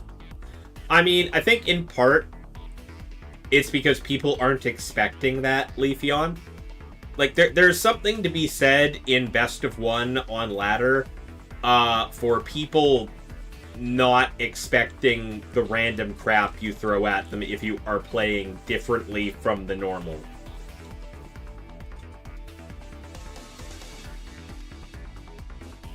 Oh. I didn't know that, Ryuzaki. If so, that's cool. Okay. Yeah. I feel like that's just men in competitive games, period, DJ Prime. That's just my experience with any competitive game of any kind is kind of that.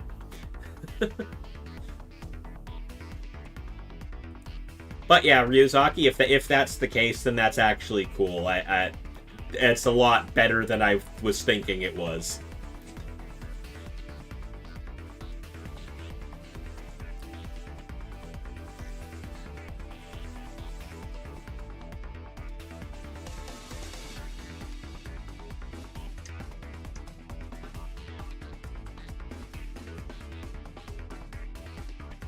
Yeah, that.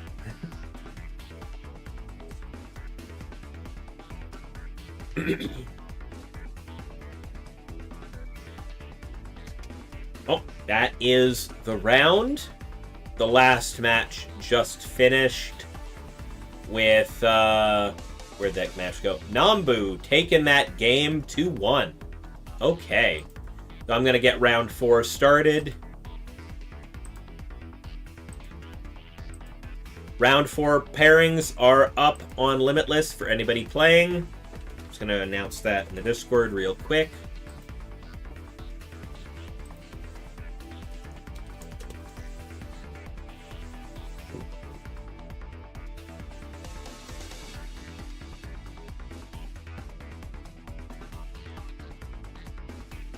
All right, let's find a match to watch. Oh, Ryuzaki versus DJ Prime? Ooh, okay. That's a thing. Alright, Sooner gets to face off against Lucky Strike. Man, Sooner, what is your luck today? You keep getting paired against the people who just won on stream. That's just your night. We have 4 Blaze versus Aloso. Lucas, you have not been on stream yet, actually. Kind of hate this matchup. Well, you just got a chance to see him on stream, so, you know. I think we're gonna watch Eloso's match. I think that sounds like the best one.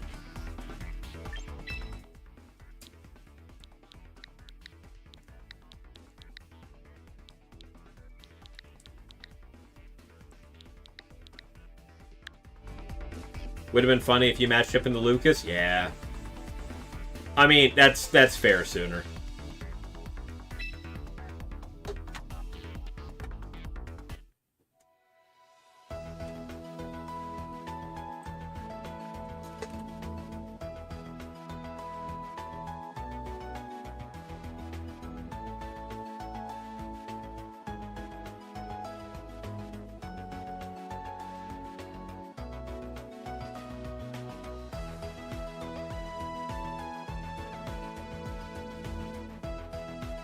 Alright, I'm gonna...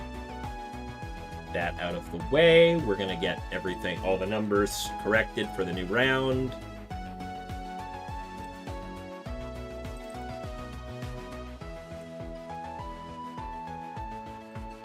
I so badly need to fix my, fix up my, setup for the tournament. I have stuff that I have purchased that will make this a little easier. I just need to change up my overlay a little bit and set up some deck. I just have not had the time to do it.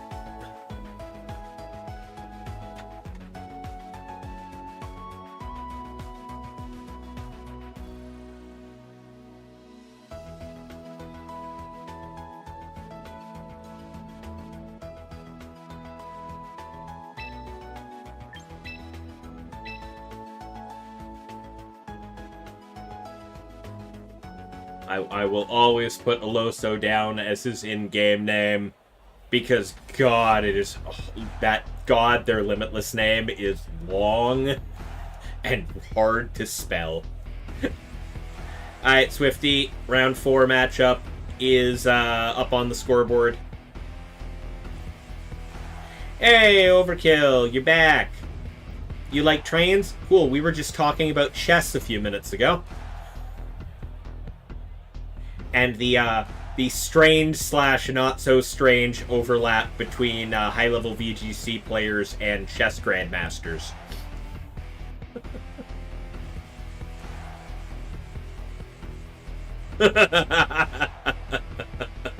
Who wants to be taken out in chess?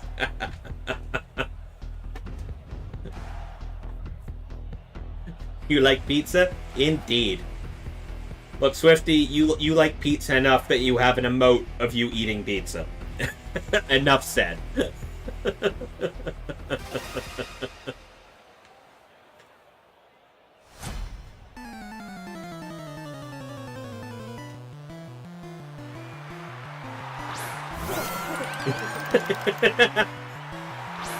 You say and she has posted the emote of her eating pizza. And don't worry, Swifty. I will give pizza next time we hang out. that will happen.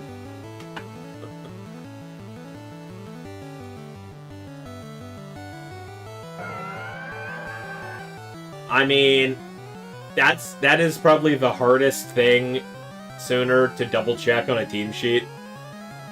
Unless you really, really know the calculations for stuff.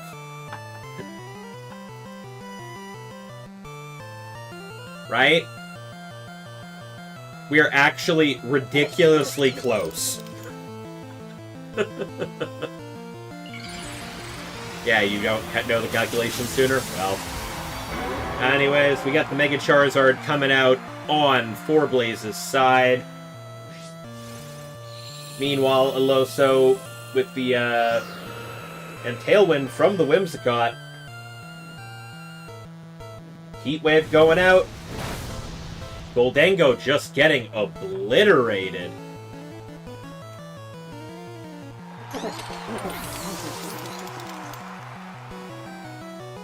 Melodic going for that Icy Wind. Gonna slow the Charizard and the Whimsicott down a little bit. But that Goldango just didn't get to exist. But the T-Tar's coming on out instead. Setting up the Sandstorm, taking away Charizard's Sun.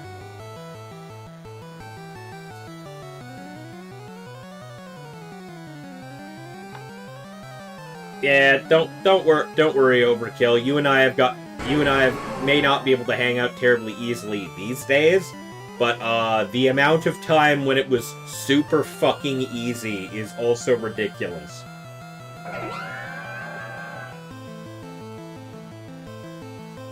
For anybody who doesn't know, Overkill quite literally used to live 10 houses down the street from me.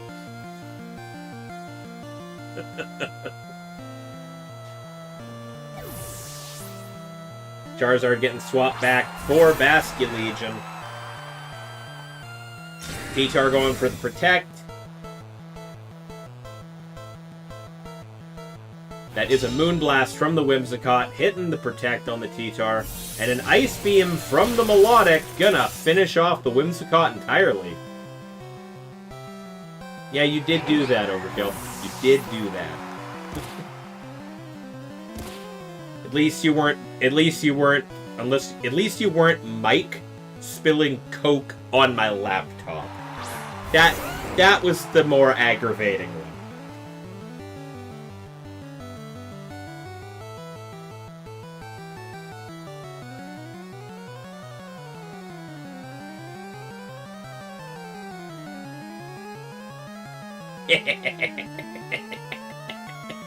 Oh yeah, I forgot I showed that to you.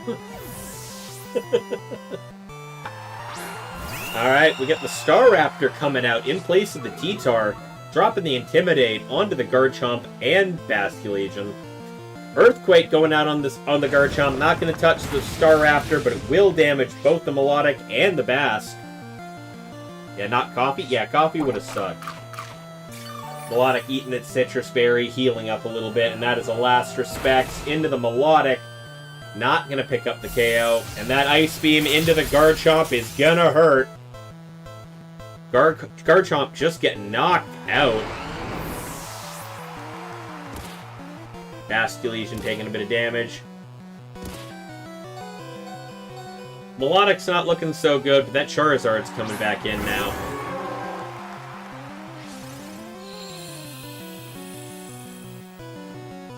Sun coming back out. Melodic hurting for health. Staraptor doing okay, but...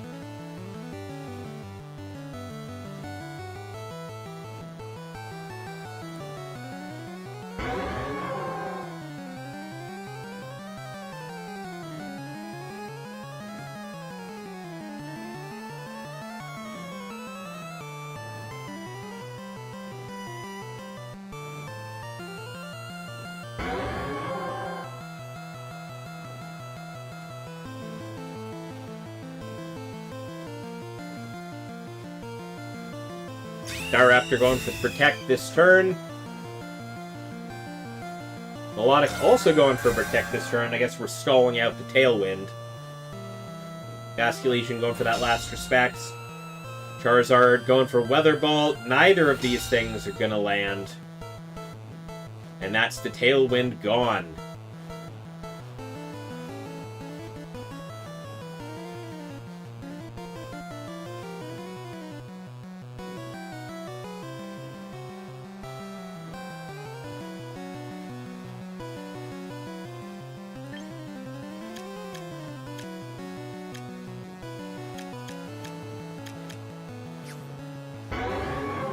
Basculegion is still down a little bit of attack power, so it's not going full power right now.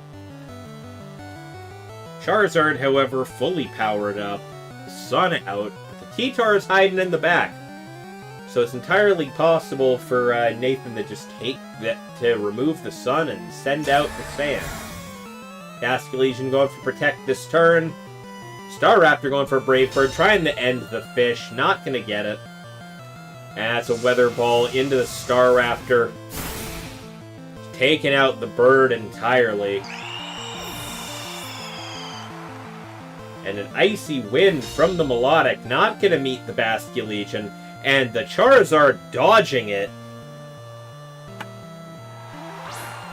Trying to make sure that both Pokemon were a little slower than the Tyranitar, but was not to be. T-Tar rolling back in, setting the sand. Is this a Mega Tyranitar, or was that the Staraptor's job?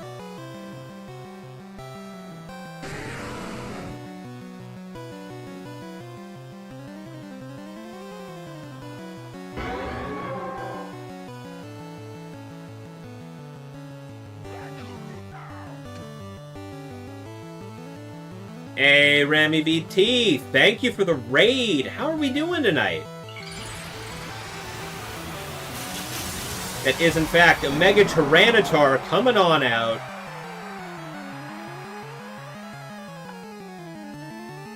And Basculesian going for that wave crash, trying to take out the T-Tar. T-Tar lives with 18% of its health left. Basculesian chipping away at itself with that life orb. Oh, with that, yeah. And T-Tar goes for the Rock Slide. Rock Slide KOing both enemy Pokemon, meaning Game 1 goes to Nathan.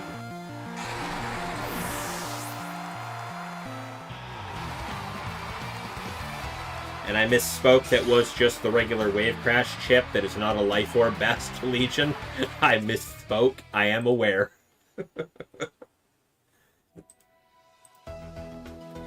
You're doing good, Rami? Excellent. For anybody coming in from Rami's side of things, my name is ChouRaven. I know the channel name says IXI Studios. That is a group name. I share this channel with my friend Ichi, who streams Mondays and some Saturdays as well. I myself, obviously VTuber. I play a lot of Pokemon. I'm currently hosting a Pokemon tournament with live with commentary here. We're going into Game 2 of Round 4 between Forblaze and Nathan VGC. I also just play a lot of Pokemon in general, shiny hunting, Nuzlocke, regular playthroughs, other challenge runs and competitions. I play VGC myself. Just haven't done that on stream in a while. Hopefully this week. I definitely want to do this week. And aside from that, I also play a lot of multiplayer games with my friends. If any of that sounds interesting to you guys, feel free to drop a follow, hang out in the stream, and chat.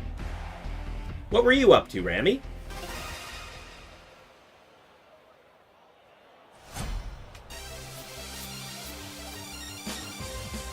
Game hates you, your opponent survived on 1 HP twice? Wow. Wow. Alright, Blaze is starting it off with Charizard and Whimsicott this time. I think that's what he led with the last time. Meanwhile, Nathan kicking off with the Goldango and the Staraptor. Now, previously, the Goldango didn't get to do anything.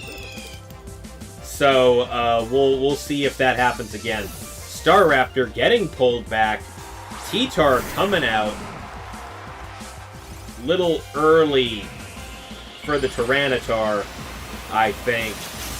Because now the Charizard's going to Mega Evolve, setting the sun over top of the Sandstorm.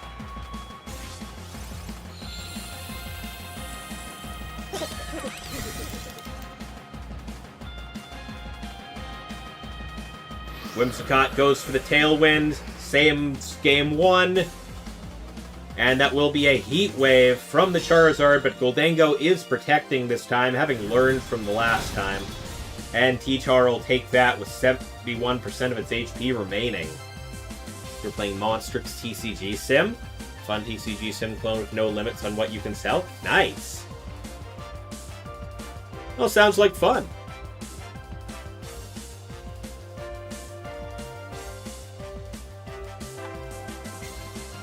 Definitely enjoy me some TCG games. Haven't played any terribly seriously in a long time. I think the most recent TCG game I've played is Pokemon TCG Pocket. I haven't touched much else, but I have played Yu-Gi-Oh! Quite a bit in the past. I mean, I know my channel partner Ichi plays Magic the Gathering with people occasionally. He does a lot of Commander. Sometimes on stream. Charizard getting swapped for the King Gambit. Goldango getting swapped for Melodic. Moonblast going into the T-Tar. Not Mega Evolving this time. Moonblast chunking it down to 10%. And that is a Rock Slide going into both targets. Not doing a huge amount to either.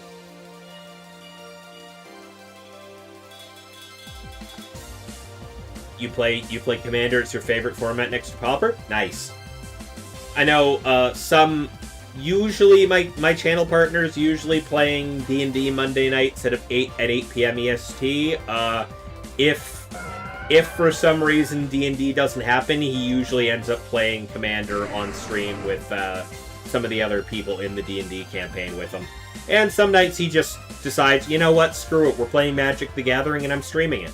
So it just happens occasionally. Commander seems fun. I've just not been in the headspace or the financial space to pick up a TCG in a long time. T-Tar going for the Protect this turn. That is a kowtow from the King Gambit. Not going to touch through that. Scald from the Melodic. Doing a little bit of damage. Not a huge amount there. I understand, Swifty. I'm about the same with most TCGs at this point. It's online or nothing. I'm not buying cardboard right now. You're 4-0 right now, Sooner? Excellent. Good to hear.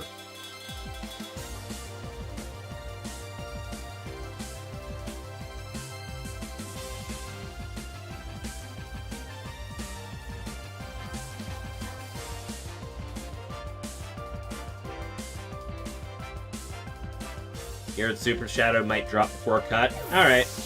Well, I'll keep an eye out on that. Hopefully, if they do, they actually drop. You have a room full of gunpla? I mean... I said I don't buy cardboard. I didn't say I don't buy plastic. Melodic's encored into the Scald now. Kowtow going into the Star Raptor. Nearly chunking that to... Nearly picking up an OHKO. Gunpla is the Gundam model kits, Sooner.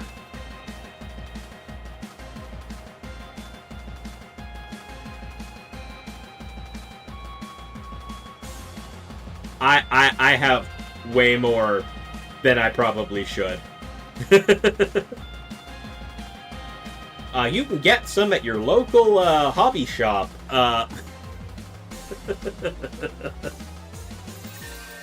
That's a Moonblast from the Whimsicott, going into the Star Raptor. Gonna pick up that KO rather easily after the Kowtow brought it almost down entirely. And Melodic going for that Scald once again. Fishing for the burn, I believe. There it is. And a Kowtow into the Melodic. Not doing much through that burn right now. Sunlight has faded. And the burn is chipping the King Gambit. Both players being kind of careful with their Pokemon here. Nothing been KO'd as of yet. Goldango coming out in place of the Star Raptor. Not really that good into the Gambit. Though the Whimsicott's definitely going to get taken out by it.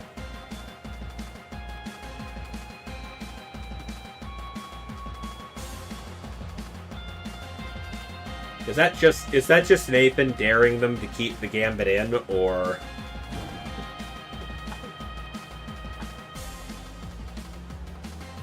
Because honestly, a Sucker Punch into Goldango probably still hurts.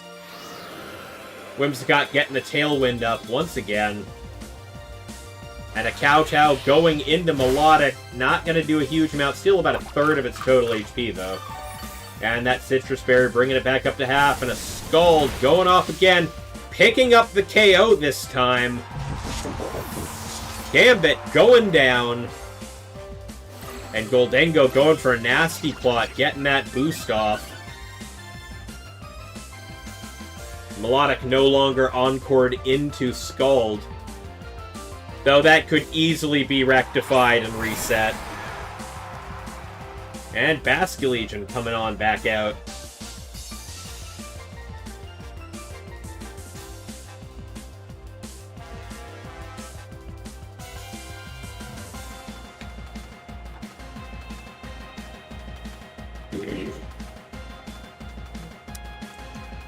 Here we go.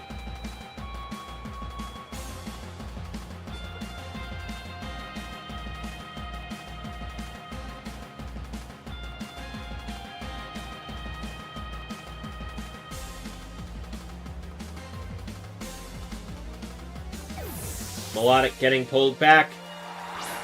T-Tar coming right back out, setting up that sand once again. Encore attempting to reset the Melodic into Scald, not going to do anything this turn, but Last Respects will just end the Goldango. Once again, not able to do anything before it just gets taken out. And that is a forfeit from Nathan. The Goldango going down, not part of the plan. And Blaze takes game 2, which means we're going to game 3 here.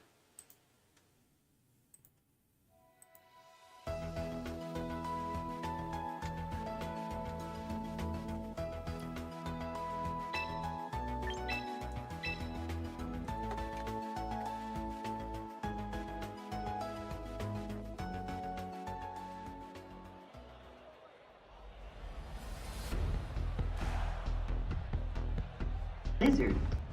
Lizard indeed. Couple of them, especially on Blaze's side. Both the Garchomp and the Charizard.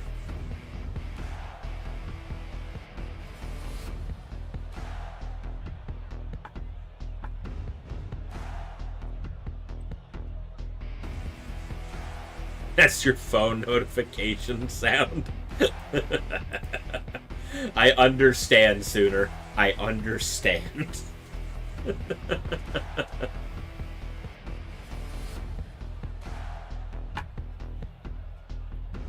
You're so confused when you heard that. Yeah, no, I've got a bunch of that. I've got a bunch of sound alerts you can use in the stream for channel points. Speaking of phone notifications.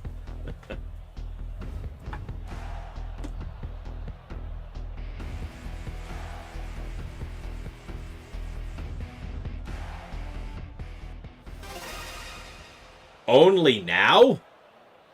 Dang.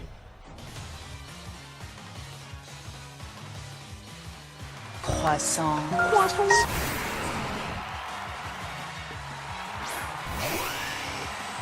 Twitch being a little slow on that one. Alright. Blaze kicking it off once again with Whimsicott Charizard. Meanwhile, Nathan's starting it off with Excadrill and T-Tar. Lizard. Lizard.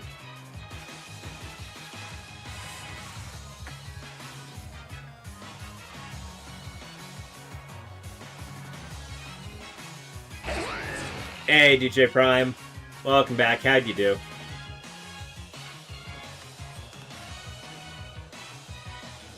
You flinched when you heard the lizard. Look, man.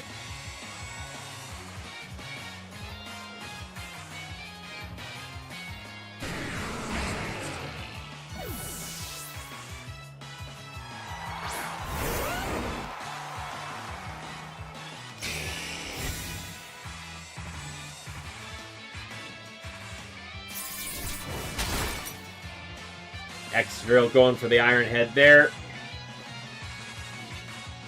T-Tar going for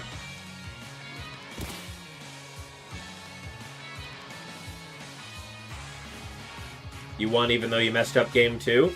Ooh, alright. I'm just staring at the high horsepower that just was attempted at the Charizard, thinking to myself, was Nathan expecting a,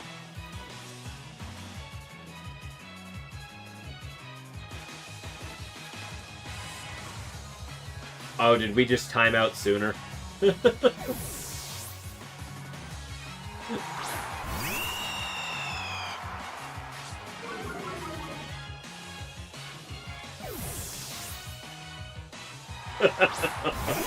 Oh. Don't worry, Sooner. You'll be back in a second.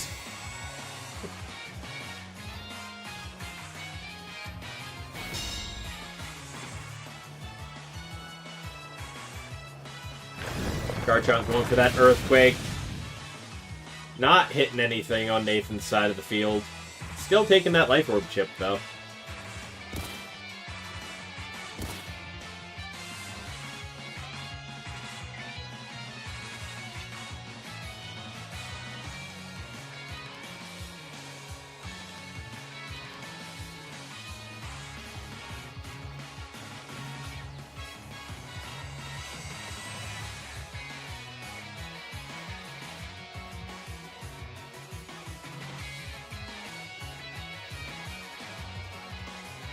I mean, they are nice, I will say. I kinda get it.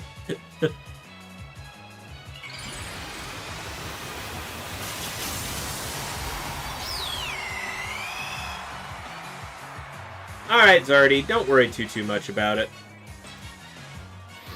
It's been pretty calm so far tonight. Earthquake from the Garchomp, damaging the T-Tar and their own Whimsicott. Not gonna do much to the Mega Staraptor on the field. And that's a close combat into the Garchomp. Gonna pick up that KO rather easily while boosting its own defenses.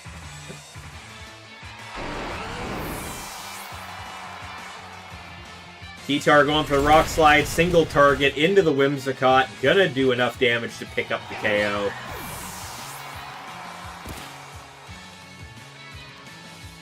And just like that, Nathan's up 4-2 in Game 3.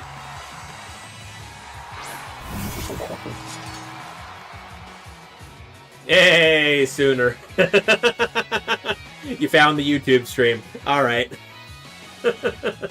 Took a sec. I mean, the link's right next to the Twitch link in the Discord, so...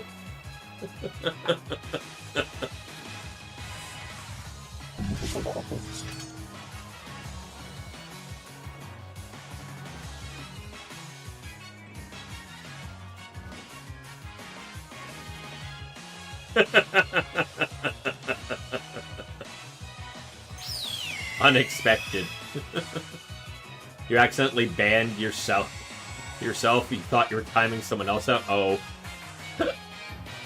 Oh. Well, you didn't get banned. You just got timed out. There is... I think that's like... The timeout is for like 300 seconds.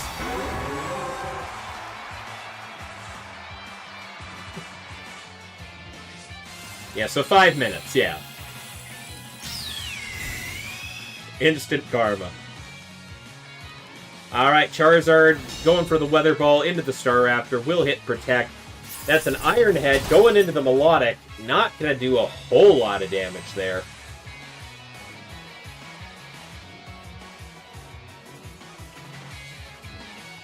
Yeah, no, it doesn't work that way, unfortunately, Leafeon. Still got 2 turns of Tailwind. Yeah, if you time out a mod, it removes them as a mod, and it becomes a massive headache for the next little bit. So we just kind of took that that option away.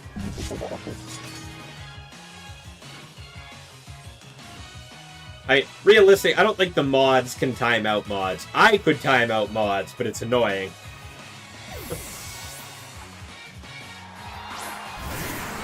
Alright, Nathan bringing back in the T-Tar. Taking away Charizard's Sun. That is a Weather Ball, which is now a Rock-type move. And oddly doesn't do a whole lot to the Staraptor. I mean, I guess the defense buff is what it is. Close combat going off into the King Gambit. Choppleberry barely saving it.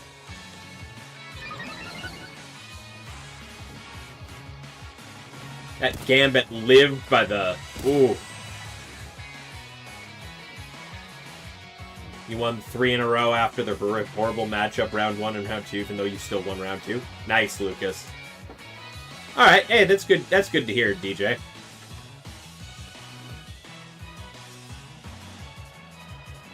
Staraptor going for the Protect. Yeah, that happens sooner. Heat Wave going out into the Staraptor and the T-Tar. Not doing much. Yeah, lived by the tip of its head blade. That's a good way to put it, Leafeon. And that's the Tailwind gone for Blaze's side of things.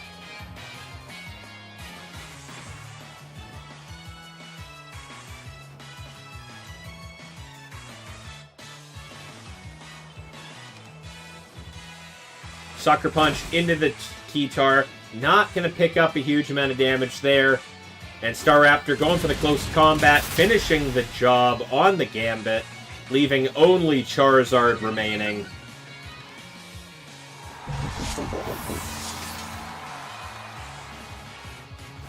And a Heat Wave going out, not going to pick up the KO into either target. Does it get a burn? Nope. Rock Slide from the T-Tar, single target, going down. Charizard is not surviving that. That's game 3, going to Nathan.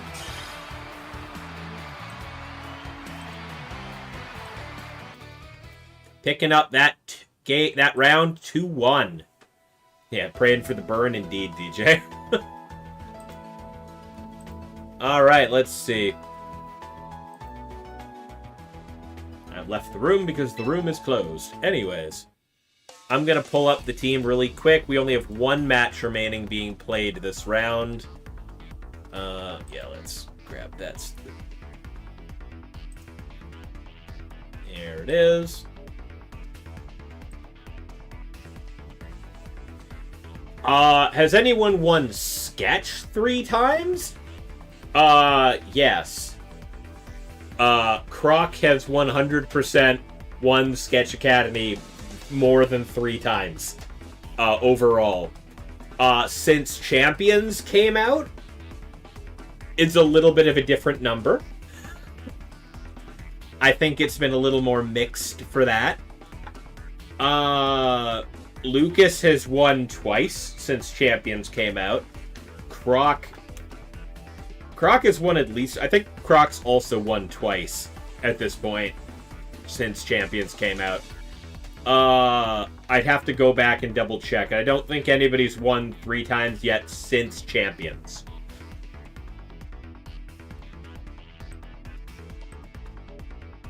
Oh, round's over.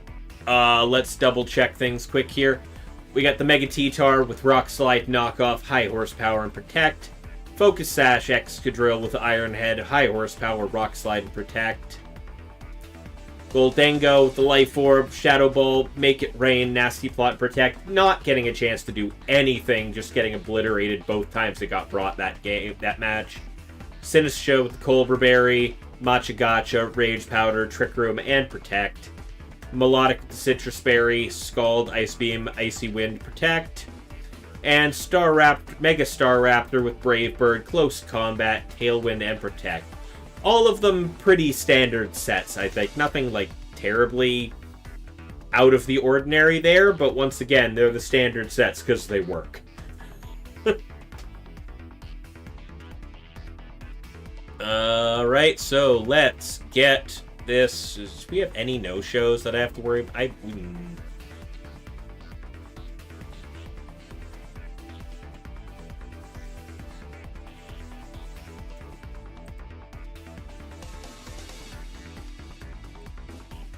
I have to double check that next round. We're just going to start round 5. Okay, round 5 pairings are up on the Limitless page for anybody playing. Good luck to all of you. I'm going to go ahead and announce it in the Discord real quick. Democracy prevails once more. Hell yeah. Round 5 has started. You're free of the curse sooner. Who'd you get? Oh, you're free of... Okay. So about that thing I just said sooner. You're free of the timeout, but, what... This is what? 3... That... I cannot believe this.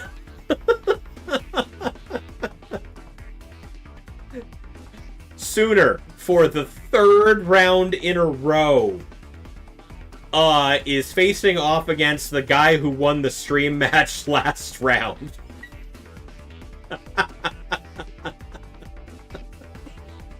I cannot believe this. I would put Sooner on stream if he wasn't consistently facing off against people who have already been on stream.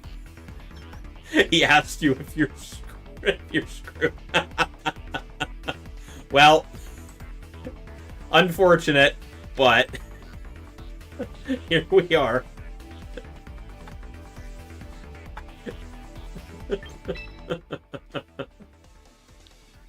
Oh, good luck, Sooner.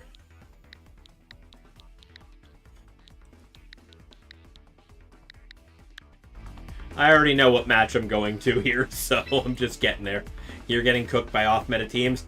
I mean, that's the play, right?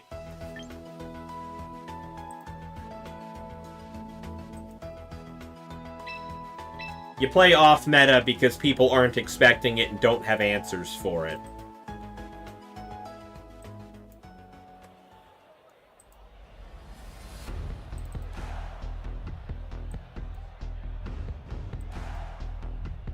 You're also running off meta. I mean, that doesn't mean that same thing doesn't apply to you, right?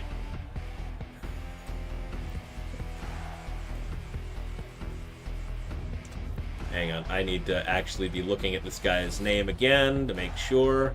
Yep, that is exactly what it is. Okay.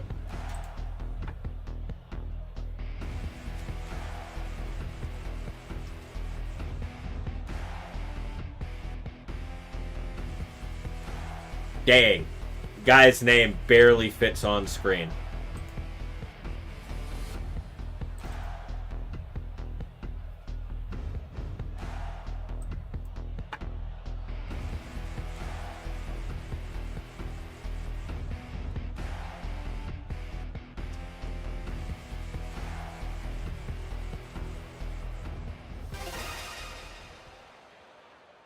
Yep, that name is...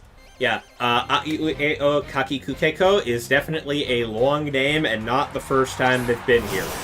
Or been on stream, for that matter. I will just say, this is the Table 1 match. Which means both of these guys are currently 4-0. Yeah, both too long, right? You actually have to, like, type out stuff now. But the names are up on screen, so that's who's playing. Dialga's playing on 6 alts just to torment Sooner. Exactly. Everyone that Sooner's facing tonight is a Dialga ult. Just low-key.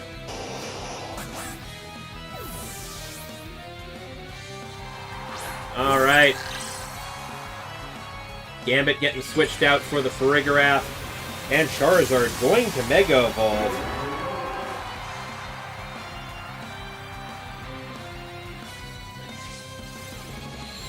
You're undefeated versus... Yeah.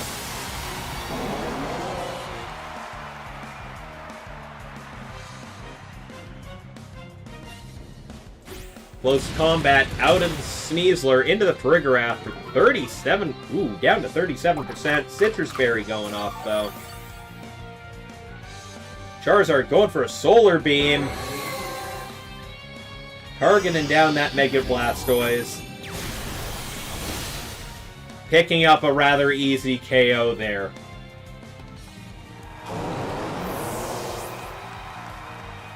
Conseco correctly predicting that the Farigiraf was going to get swapped in to stop the fake-outs, but the close combat couldn't do its job enough. Charizard still got its attack off. Blastoise went down real fast.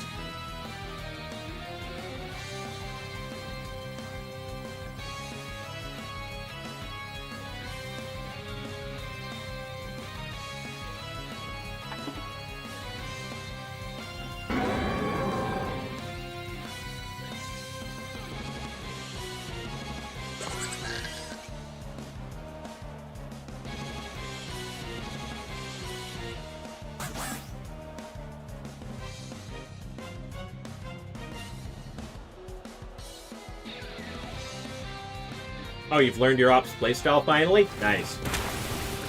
Poison Jab into the Charizard. Poison Touch going off, getting that poison into the Charizard. Could be big. Heat Wave going out. Sneasler getting dropped to 1... Ooh, critical hit. Dropped to 1%, which is the focus sash, I believe. No burn. I was wondering if that was going to burn. Flare Blitz into Farigiraf, leaving it with 2%.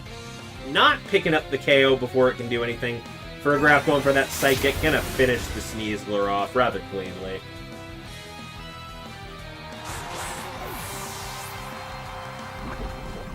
Charizard taking that Poison Chip. The Conseco is down now to their last 2 Pokemon.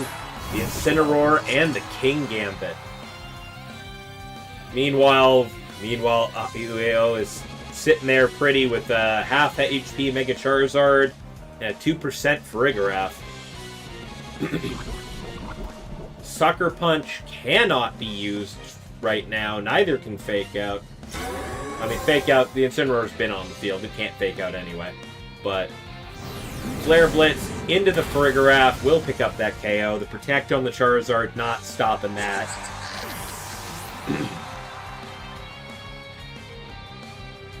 And the Kowtow into the Charizard's Protect, not doing much there, but the Poison Chip continues. But with the Farigiraf gone, Sucker Punch is an option. And Aileo brings in the King Gambit.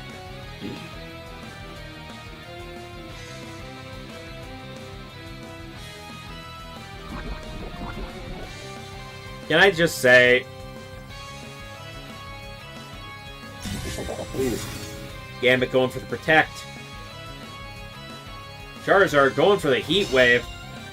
Not going to land onto the Gambit. Missing the Incineroar, which hits the Flare Blitz into the King Gambit, leaving it down to 1%. That is a Focus Sash Gambit. Damn, okay.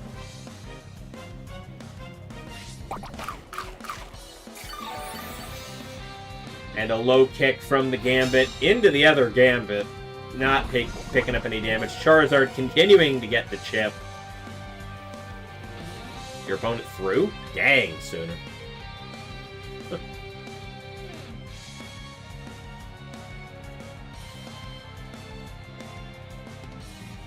I'm gonna say Aiueo's name makes it really hard to announce what's going on in this game, because stopping and saying that in the middle of a sentence it's not fun.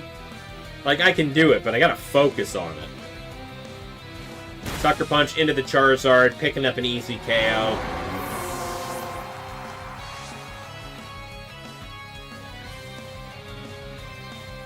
And that Flare Blitz into the Gambit. Gonna take that out as well. Paparat, your opponent's not answering right now. Let me just take a look.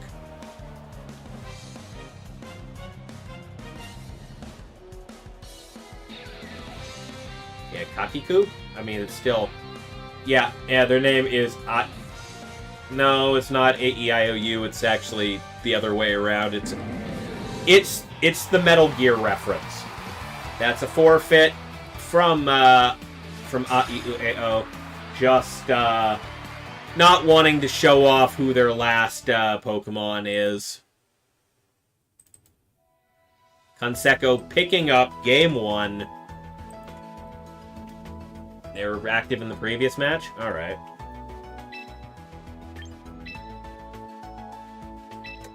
Why would people start this late into the round? I mean, we're in round 5. Sometimes they run off to the bathroom.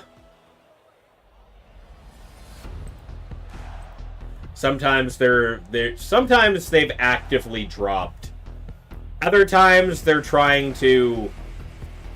I mean, that too, a little bit, but like the full thing and not just that one part of the quote. Let me see. Where are you, Paparat? There you are. Your opponent is... Okay. Yep, your opponent didn't show up at all. They no-showed. Alright. Sucks, but it happens.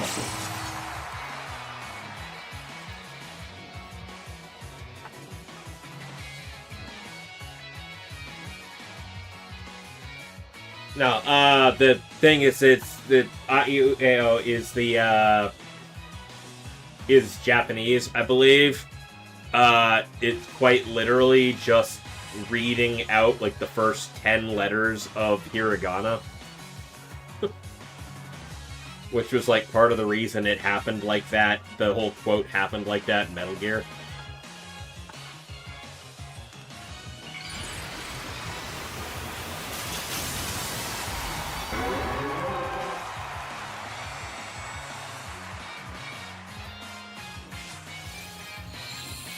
Alright. Yeah, it's just the way you say it. I know. Because I'm trying to say it quickly. If I actually slowed it down, it would sound better, but... Sneasler going for the fake out into the Mega Charizard. Gonna stop it from doing anything this turn. Blastoise getting that water spout off in the sun. Still not picking up the KO into the Charizard, unfortunately. And Gambit has the turn to use Iron Head on Sneasler, chunking it down to 21% as well.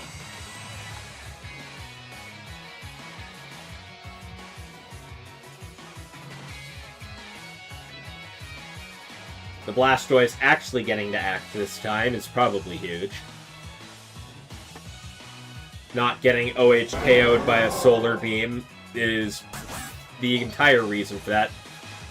I guess just predicting that they weren't going to swap in the Frigoraph this time, and things were going to be different.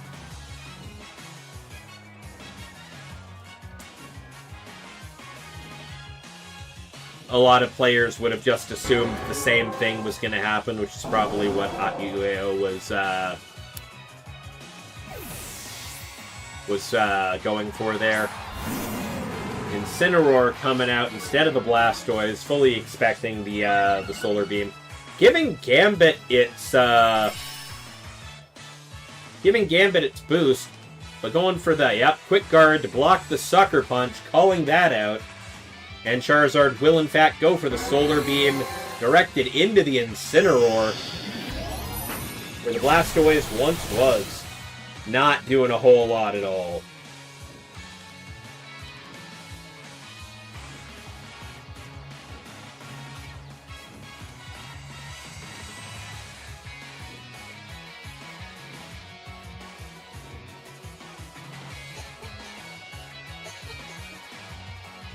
Now that Gambit is at +1 now, so...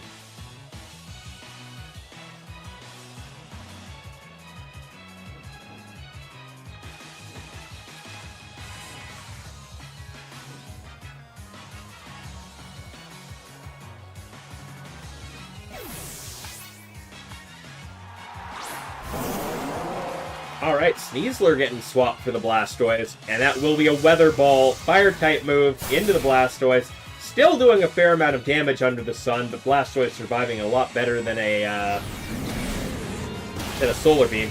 Flare Blitz into the Gambit, just going to eradicate it. Wasn't willing to try the Sucker Punch again, just in case of the Quick Guard.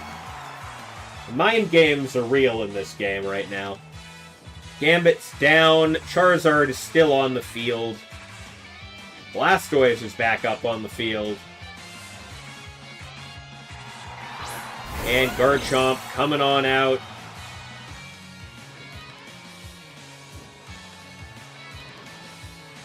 Charizard fully capable of wiping out the Blastoise. Blastoise fully capable of wiping out the Charizard and the Garchomp. And Incineroar just there to cause chaos.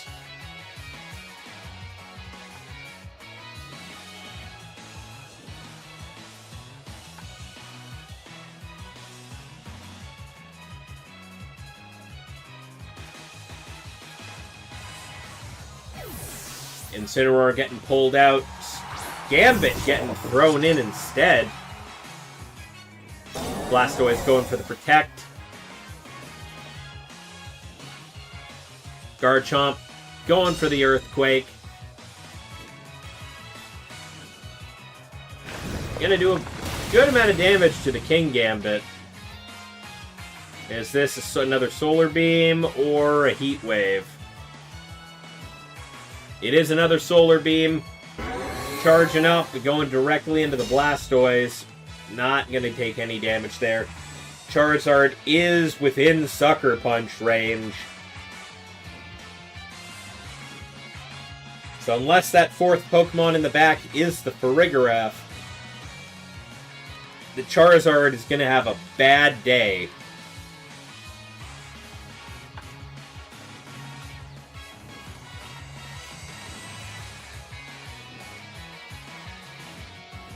Garchomp going for the Protect, not wanting to get hit by whatever Blastoise is about to do. Gambit is in fact going for the Sucker Punch into the Charizard, picking up the KO.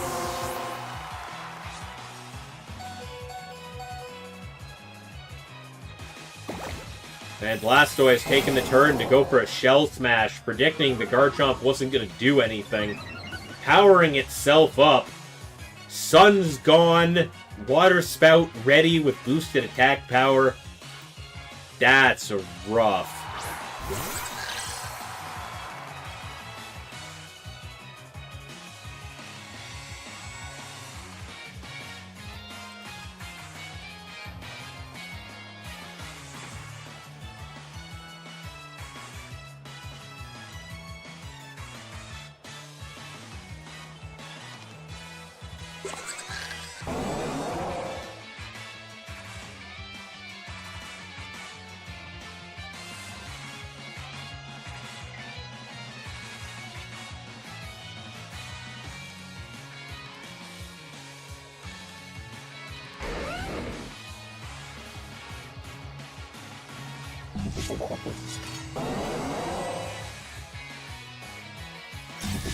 Gambit going for the Protect.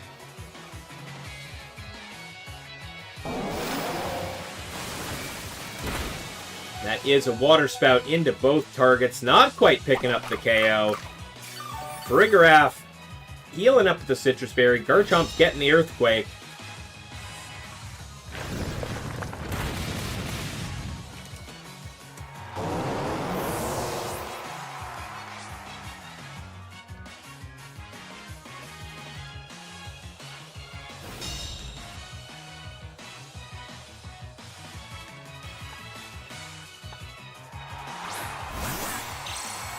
Blastoise down, Sneasler coming in. But that Garchomp is looking rough, and that Farigiraf doesn't have much left in the tank either.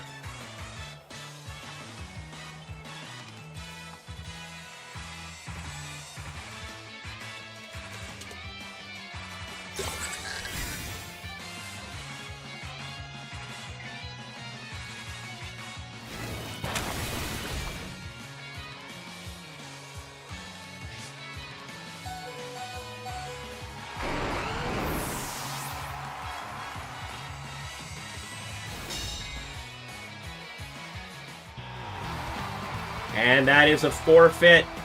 Canseco taking the win.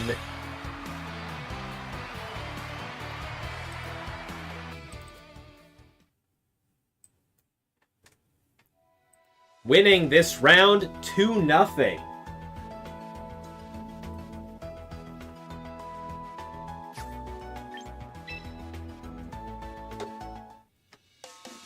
Hey Eric, how we doing? I mean, there's definitely some winning happening on stream.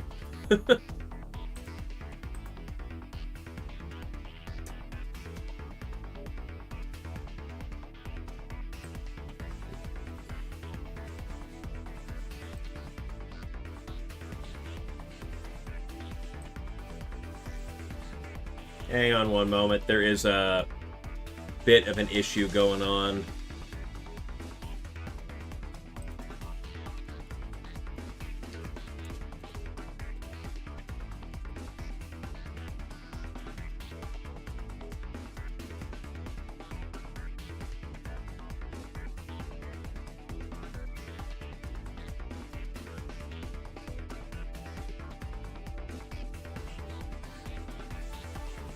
A little bit of an issue going on in the back. I gotta try and resolve it real quick.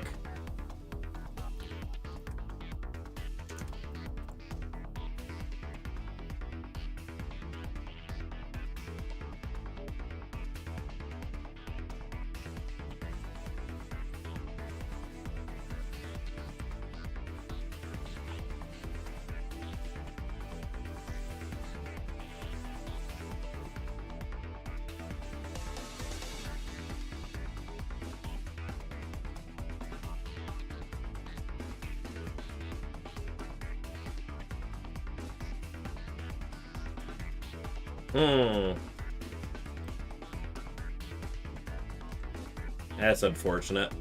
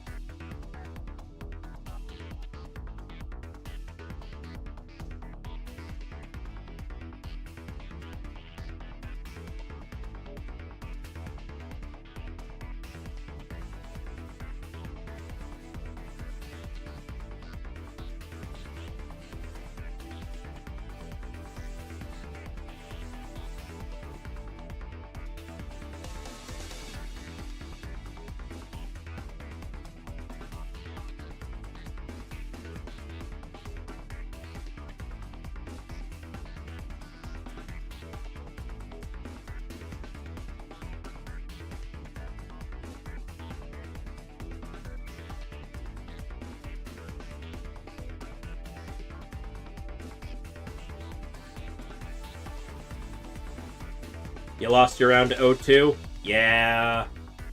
That's okay. Last round of Swiss coming up. We'll find out.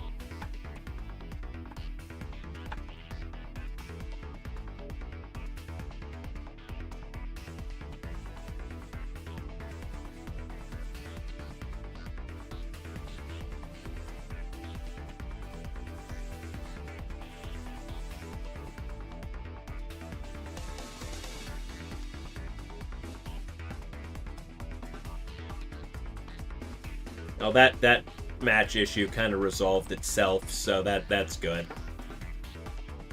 We might be here for the long haul, it would seem. One of the remaining 5 matches being played literally just started. So, depending on how long that goes for, we might be a bit. Anyways, I'm gonna get Conseco's team up on stream.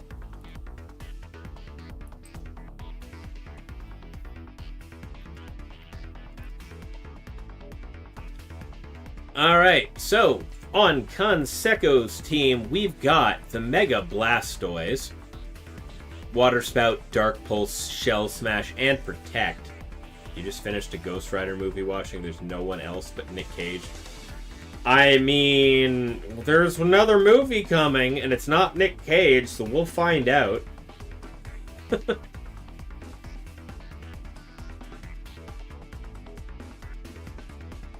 Anyways, we got Sinistro with the Cobra Berry, Matcha Gotcha, Rage Powder, Trick Room, and Protect.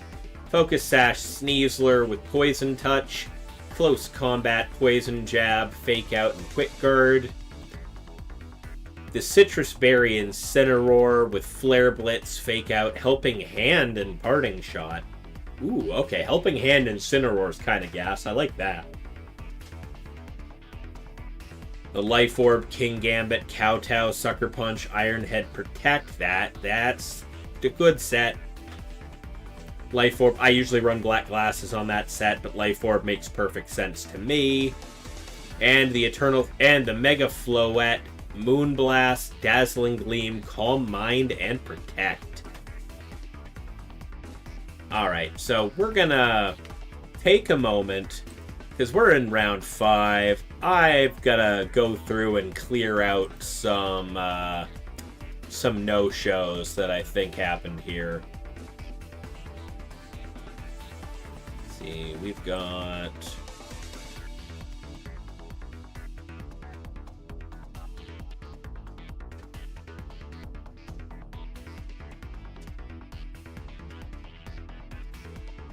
You're scared to see the damage of a Helping Hand, Life Orb, Sucker Punch, right?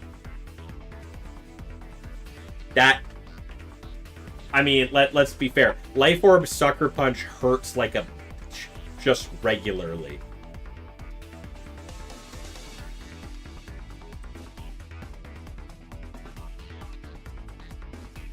As for you, you're gonna pass out. Alright, Overkill, have a good night. See here, that match, I'm not gonna bother. I know he's technically around. Your opponent didn't show up. Paparot. Oh, it definitely does. 100%. There's definitely some Pokemon that don't get run with that much bulk on them that just get ended by that. That it's almost certainly the reason it's there. But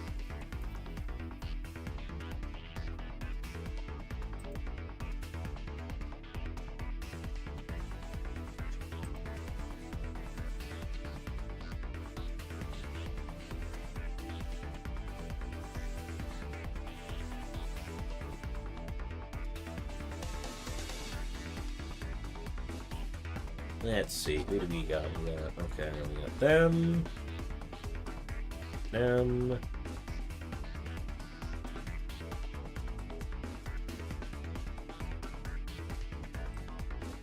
How many of those people no-showed the previous round?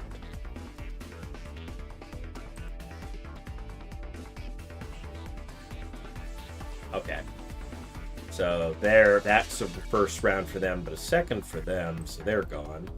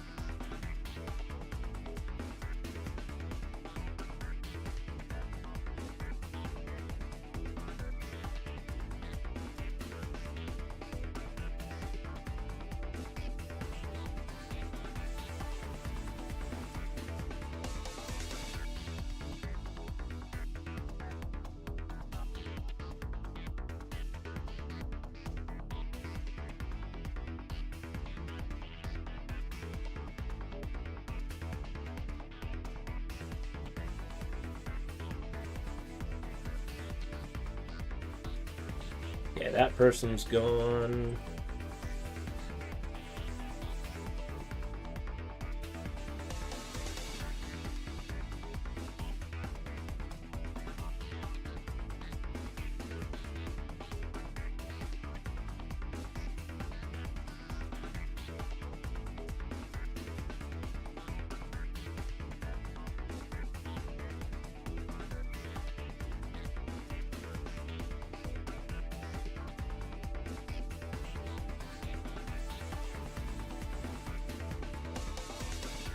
Yeah, I got a list of targets to get rid of now.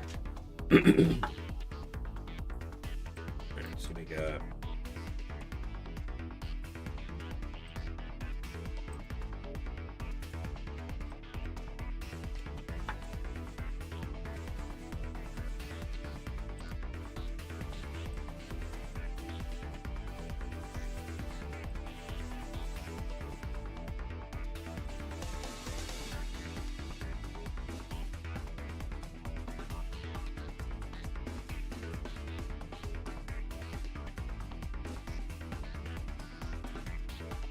Alright, those three for sure gone.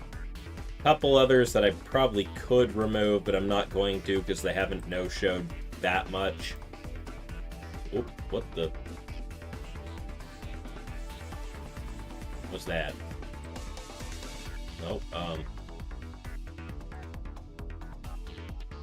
okay.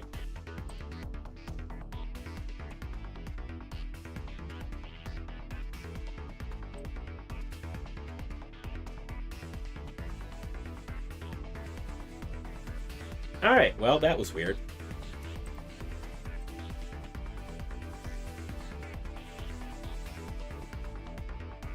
Alright, they're gone, that person... Okay, them I know they've only been gone one round. They are not actually missing, they just accidentally no-showed. Okay, so...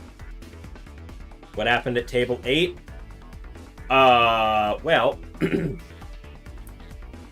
Table 8 had a bit of an issue. They didn't start until about 10 minutes ago. I've already told them that if that match goes to timer, I'm ruling in favor of Shadow because of long story short, Elamunzi was late. Not especially their fault. Their previous opponent was being kind of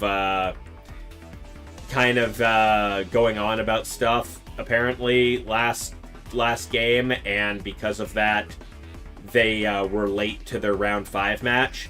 Shadow told them they'd play it anyways, but because Elamunzi was kind of late to start the match, because of all of that, I did tell him that if the game goes to timer, Shadow's taking the win, just because he was late and didn't say anything for a solid 10 minutes. So, but the match is being played. That is what is happening there. Let me see. There's one other thing. Where is the... Did they play last round, or am I just not seeing it? Well, they did play that round. Okay.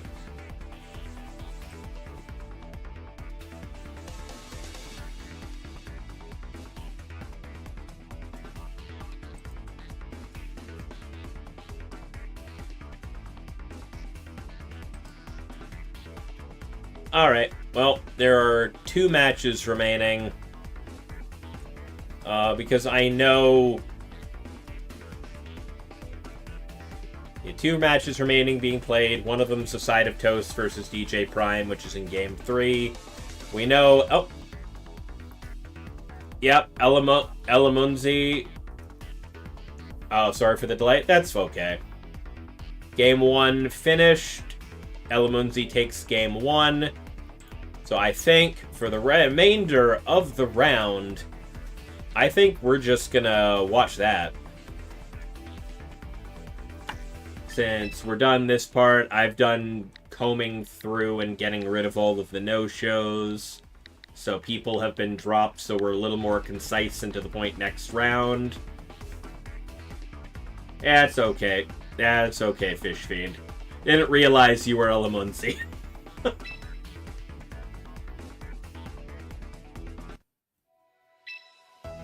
Alright, we're gonna go watch Game 2.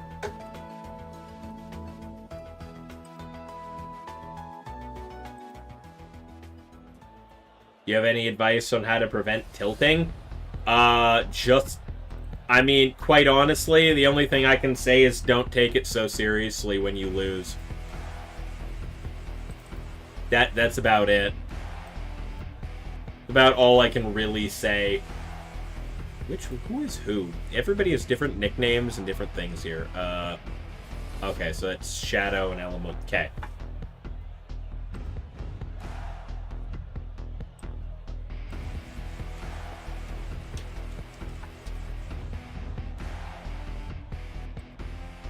I'll get more into that in a second sooner.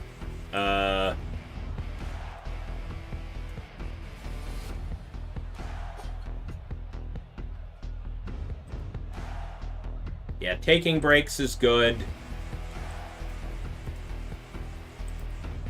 Yeah, ultimately, it's kind of what Fish Fiend said. It's, ultimately, don't take it so seriously when you lose, especially if it's RNG. You had a friend who stopped playing games because they couldn't control their anger issues? Yeah. Unfortunately, it's all in the way you're looking at the game.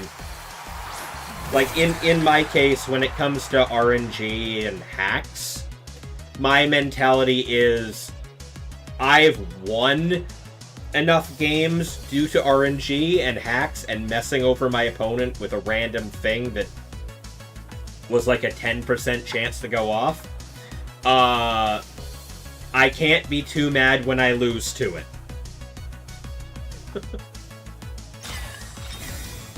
Yeah, Sinistra going for Protect this turn. Basket Legion aiming the Wave Crash into the King Gambit instead, knocking it down to 24% of its HP.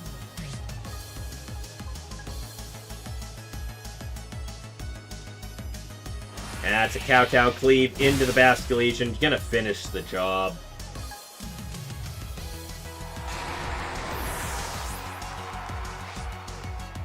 Gambit taking a little bit of chip damage there from the Life Orb. And Photograph getting the Trick Room off.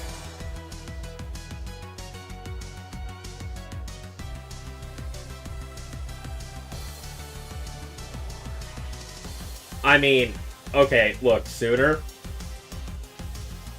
Your opponent this round is a really good player, though. Like, you can't... Don't get tilted over that. That's like getting paired up against, like, a regional champ. And then getting aggravated that you lost. Or that they outplayed you. Yeah. Like, Aloso is... Yeah, you're very aware of that. Yeah, I know. But, like...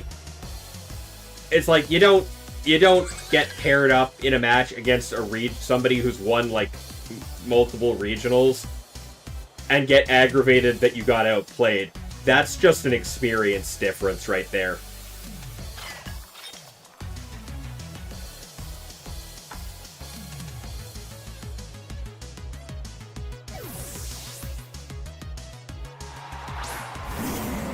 Alright, Sinistcha getting swapped for Incineroar. Intimidate going off, but that is a Hyper Cutter Mawile, not taking the Intimidate right now. And Mawile does... Yeah, pushing yourself really hard is a bit of an issue. I am the opposite. I don't practice anywhere near as much as I do, so when I lose to weird stuff, it makes sense to me, right?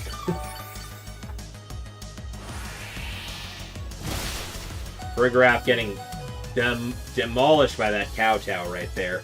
Gambit almost chipping itself down with that.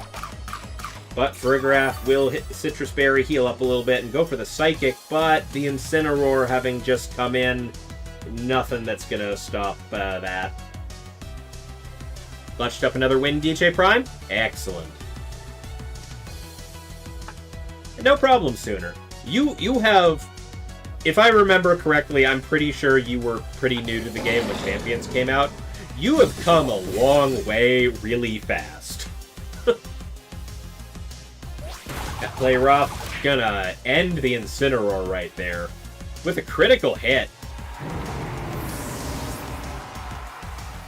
Burgraph going for the Psychic. I mean, do you have any other options there? You got two Dark types on the field. You were kind of hoping somebody would switch there, but...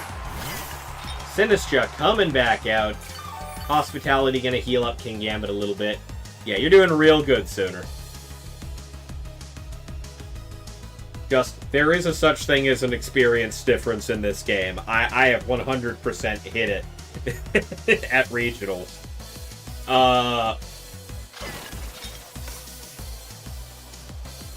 Some players have just been around the game for so long that they just do things. And it's things you just wouldn't think of until you see them happen and you go, oh. Oh, that was really good.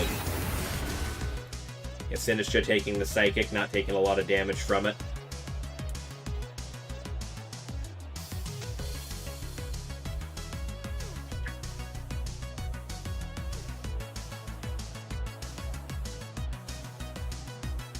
I mean, I've had it before too. Frigoraph going for the Protect.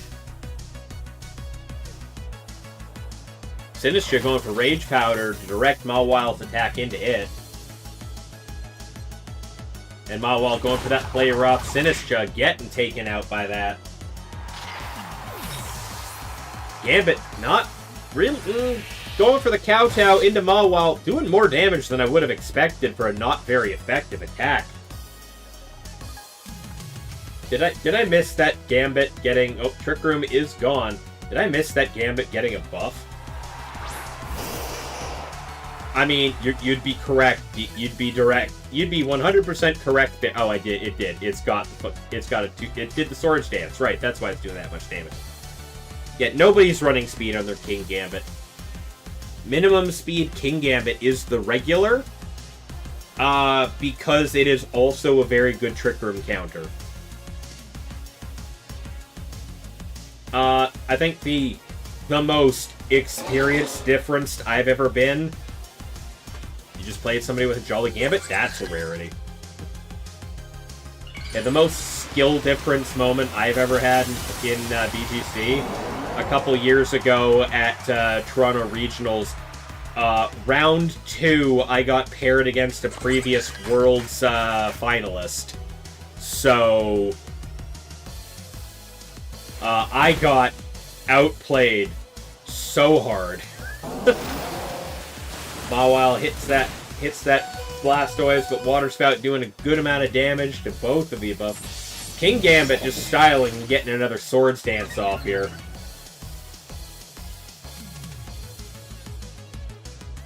Wish you could fight someone using Turbo Gambit. You're tired of them using your Trick Room, right? Right? I feel that. As a Trick Room player, I feel that. I have to be real careful against Gambit, because I'm never sure if it outspeeds something, my other mons or not. I mean, that's why I run Iron Ball Gallade. I like being sure my Gallade is slower, but you know, Sucker Punch, I'm spec to live a Sucker Punch, but Kowtow's a whole different problem. Gambit going for Protect this turn. Mawile looking for that Sucker Punch into the Gambit, not gonna get it. And that's a Dark Pulse into the Mawile, gonna finish the job.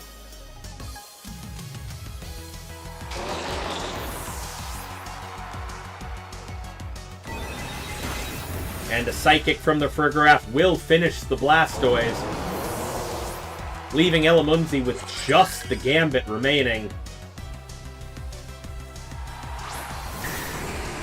And Shadow gets to bring in the Dragonite.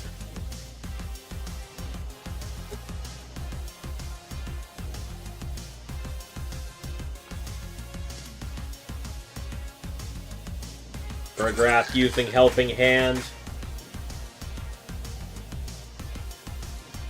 Dragonite going for Stomping Tantrum, finishing the job, evening this match out 1-1. We're going to Game 3 with 7 minutes remaining in the round. Well, we better put a hurry on this. 7 minutes remaining in the round overall. We got one more game to play.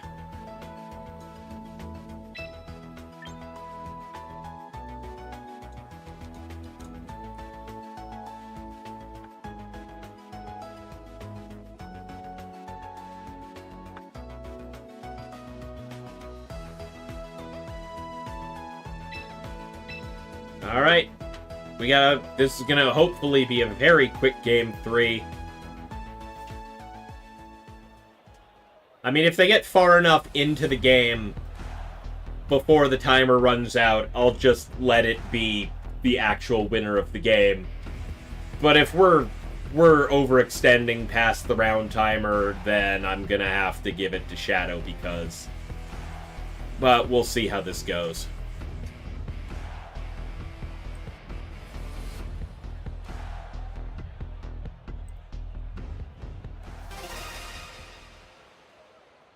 I just really want to see this match actually just finish up. I don't want to have to rule on that. I want the players to actually finish the game.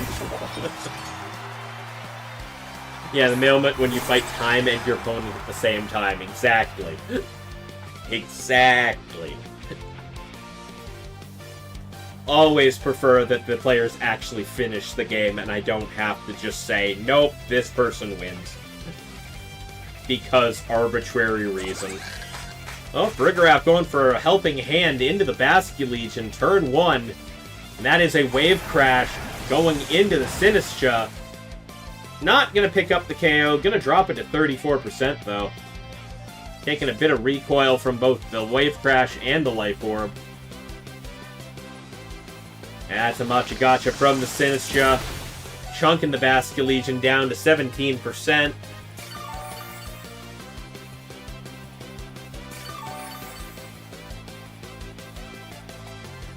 And a Swords Dance from the King Gambit.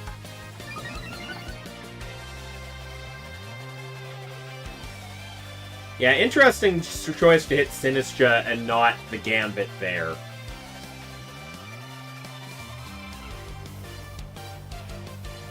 Like, don't know if maybe if maybe Shadow was just assuming that it was going to Rage Powder and clicked into it anyways, or if that was just a misclick even. I feel like you just want to kill the Gambit there. And if you were going to Helping Hand something, why not Last Respects if you were aiming for the Sinistcha? Sinistcha getting swapped back for the Incineroar, getting the Intimidate off into the Bast Legion. Last Respect's not going to do much there. Yeah, I think that would have KO'd as well. I'm not sure why they didn't. Kowtow, +2 Kowtow into Farigiraf, gonna pick up that KO.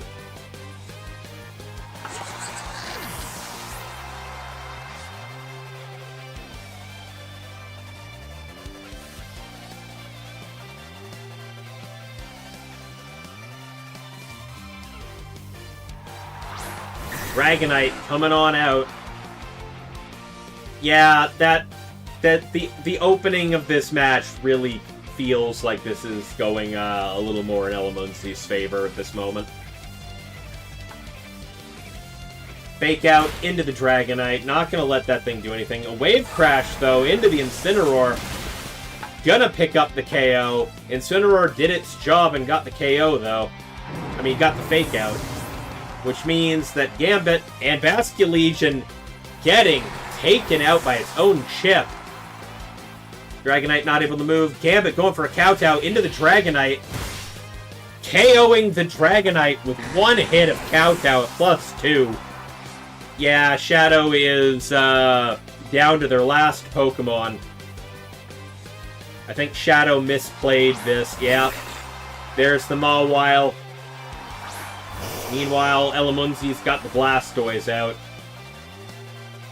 I think Shadow misplayed this game quite a bit, unfortunately. Blastoise getting swapped out. Sinistcha coming back in for the Hospitality heal on Gambit. Mega Mawile coming on out.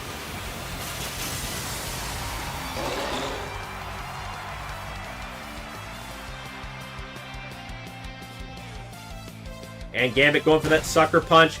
Chunking Mawile down half.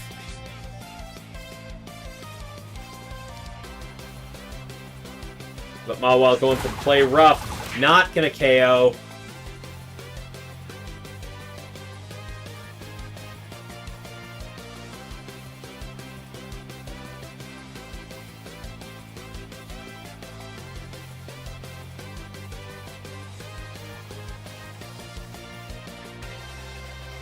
Sinistcha going for the Rage Powder. And that's a Sucker Punch from the Mawile, failing because of the Rage Powder. And Gambit going for the Kowtow into Mawile, finishing the job. Elemunzi picking up Game 3 with 40 seconds left on the clock.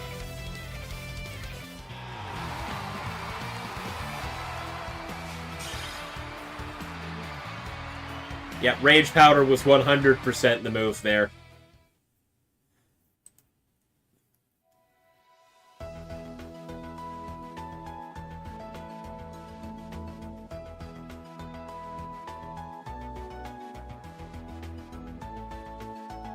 Alright, that's that round over and done. We're going to start up round 6. This is going to be... Round 6 is the last round of Swiss.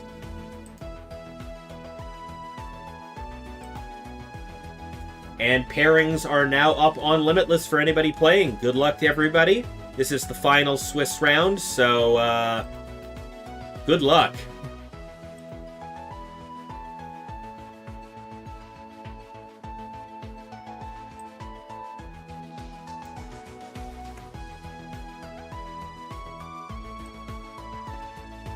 Going to go ahead and announce this in the Discord real quick.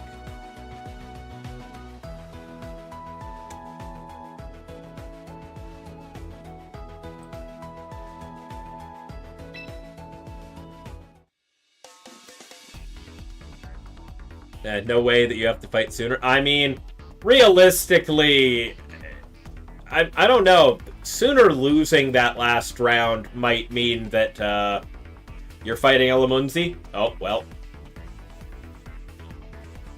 Well, there you go. Sooners fighting Lucas. Well. Hey, you know what? That's the match. That's the match. Right there. I've been saying repeatedly, I'd love to put Sooner on stream. Finally, he's playing somebody I didn't just have on stream.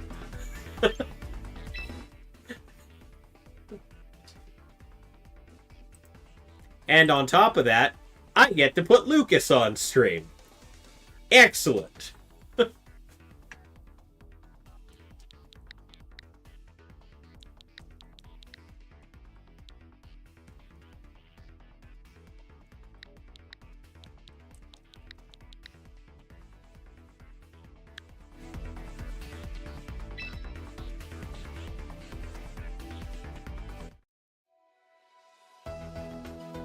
Alrighty. Round 6.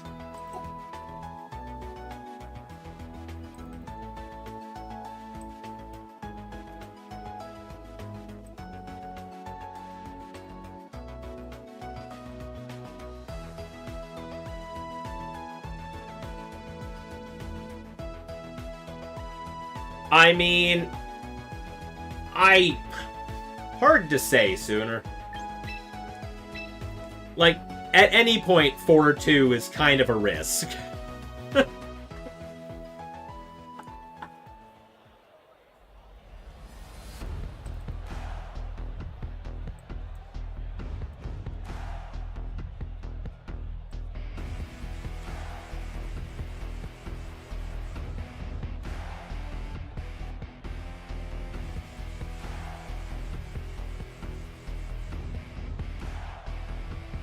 I mean, you might. Like, you both have the possibility of being able to make it despite a loss here. I'm not 100% on what your resistances would stack up to here. Because, once again, that's not updated. I don't know. It's going to depend on how this round shakes out overall.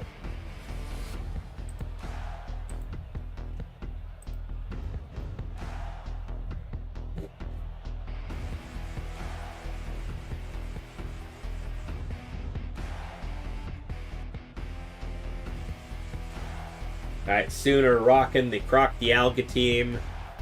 Lucas coming with the Aerodactyl Charizard team once again.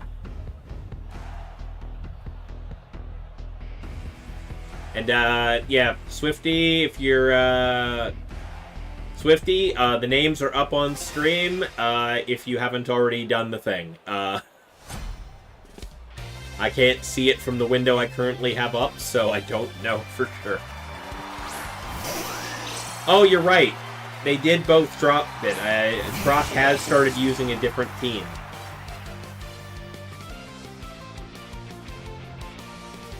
But Sooner still believes. Alright, Lucas kicking it off with Charizard, King Gambit. Sooner with Whimsicott and Arcanine.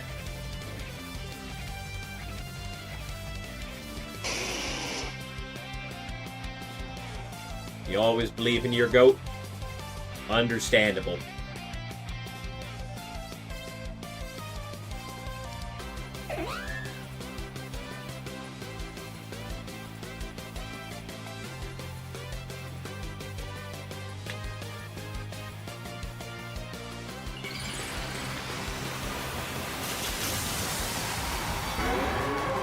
Alright.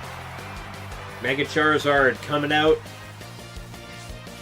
Even in the face of the Hisuian Arcanine. Whimsicott going for Tailwind. Gambit going for that Sucker Punch, trying to take out the Arcanine, doing a good chunk of damage. And that is a Flare Blitz into the Gambit, wiping the Gambit off the field.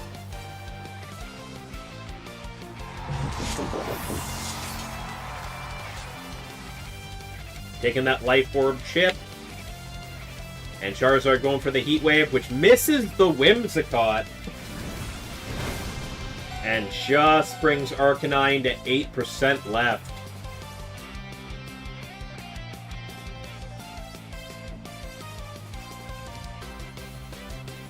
Yeah, unlucky miss.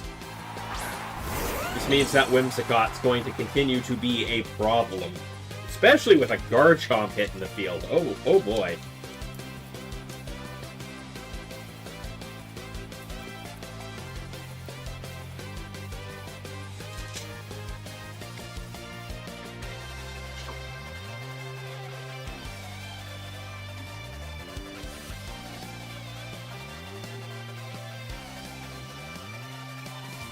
Whimsicott hitting that Moonblast into the Garchomp, bringing it down to 26%. And that's a head smash into the Charizard, just obliterating the Drake. I was just half expecting Lucas, the Heat Wave missed the Whimsicott, maybe the head smash misses the Charizard. Nope. Charizard's down, Arcanine's down, because of the chip on that from the Life Orb. And that's an Earthquake into the Whimsicott, knocking it down to half of its health. Garchomp taking further chip from the Life Orb. Yeah, it would have been fair if you missed. Yeah, a little bit. I was waiting for it to comment on it, but no, you got the hit.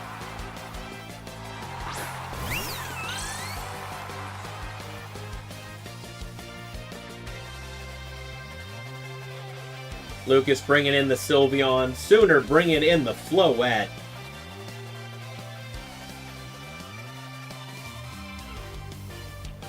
Garchomp protecting, not liking being across the field from two different fairies.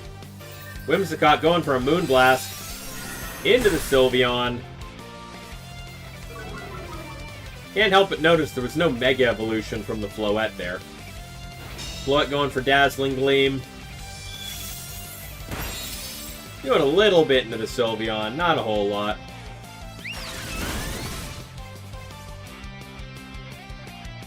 Whimsicott taking a critical hit from that Hyper Voice. Okay. And Sooner bringing in the Basculegion.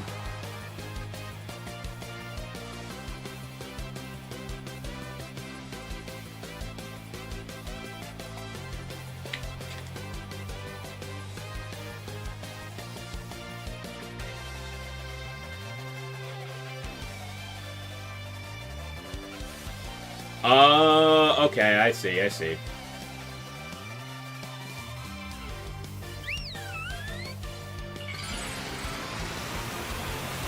But there's the Mega Floette next to Basculegion is going to be quite the problem here.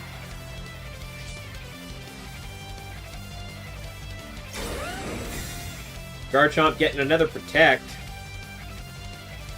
But Basculegion going for that last respects into Sylveon. Gonna pick up that easy KO. And Floette single target Dazzling Gleam, not doing a whole lot. But the Tailwind is now gone. Though Lucas is sitting there with a 16% HP Garchomp and a Dream.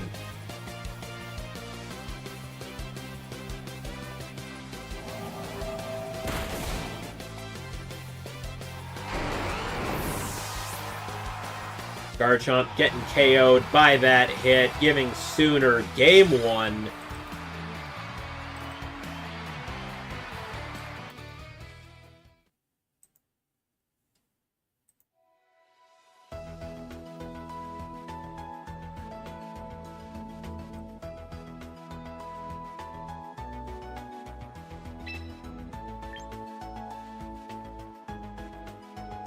We're going to game two.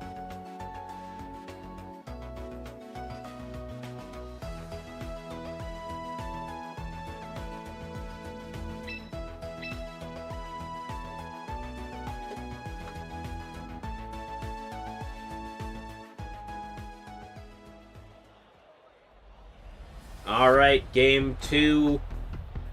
Sooner pulled a rather commanding victory on that one. Let's see how Lucas adapts.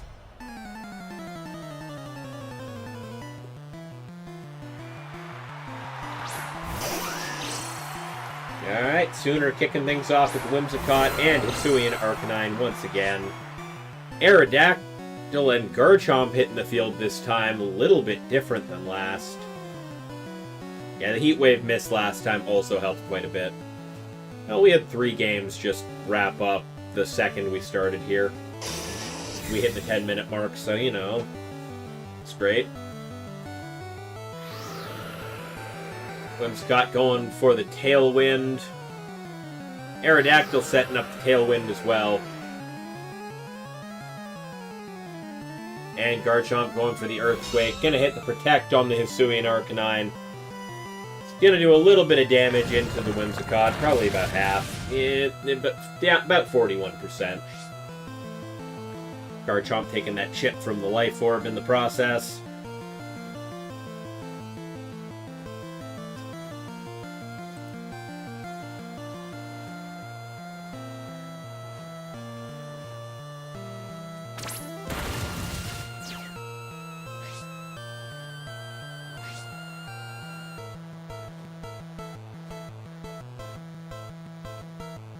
Aerodactyl going for the Rock Slide. Whimsicott dodging it. Arcanine still taking a fair amount, but not quite KO'd yet. Whimsicott hitting the Moonblast into Garchomp. Picking up that KO.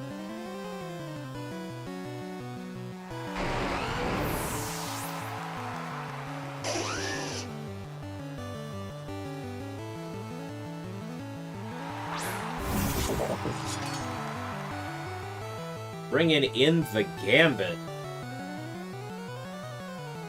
Alright, well, Garchomp is down. Gambit is hitting the field in place of it. Aerodactyl still max HP. Arcanine, little worse for wear here. Whimsicott also in a rough spot.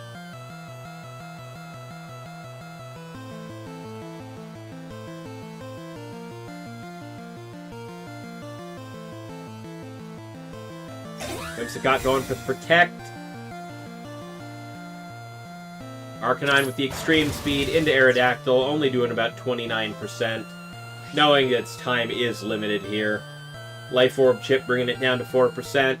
Gambit going for a Sucker Punch. It will fail. And Aerodactyl goes for that Rock Slide. Managing to pick up the KO into the Arcanine. Yeah, the Sucker Punch not going to land on either target between the Protect and the Extreme Speed outspeeding it.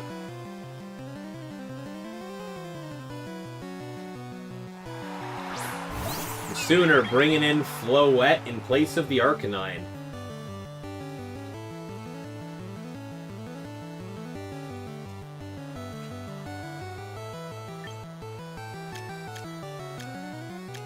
Both players have one turn of Tailwind remaining. Both still have their setters on the field.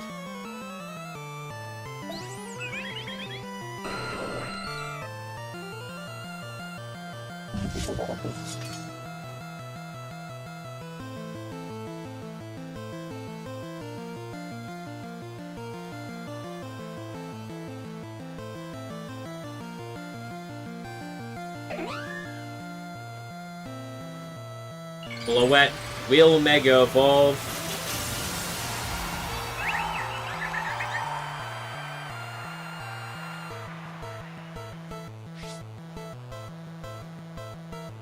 Aerodactyl getting the Rock Slide off, hitting both targets. Just missing a KO into Whimsicott. Uses Moonblast into the Gambit. Bringing that down almost to half. And Floette also will drop the Moonblast into the Aerodactyl. Picking up the KO, getting rid of the Tailwind setter on Lucas's side. But what's the Gambit doing? The Gambit is looking to... Ooh. Gambit going after the Floette, picking up that KO with an Iron Head. Both players down to their last 2 Pokemon, but Lucas is minus their Tailwind setter. The Sooner still has his. But that is Lucas's Charizard. Sooner's got the Basculegion.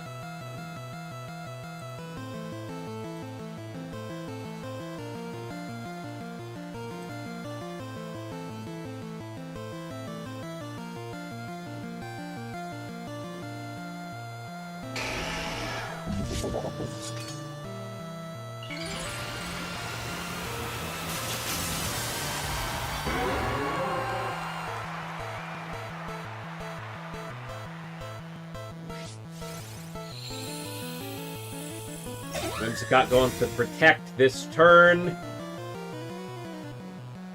Gambit going for the Sucker Punch into the Basculegion, though. Nah, Basculegion going down. Whimsicott's all that Sooner has left. I think that's going to be game right there.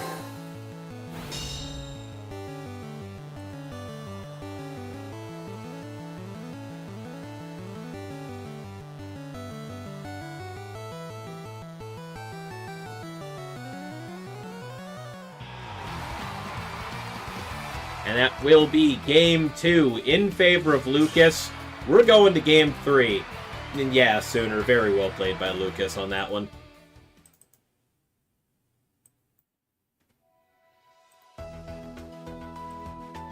We're going to Game 3.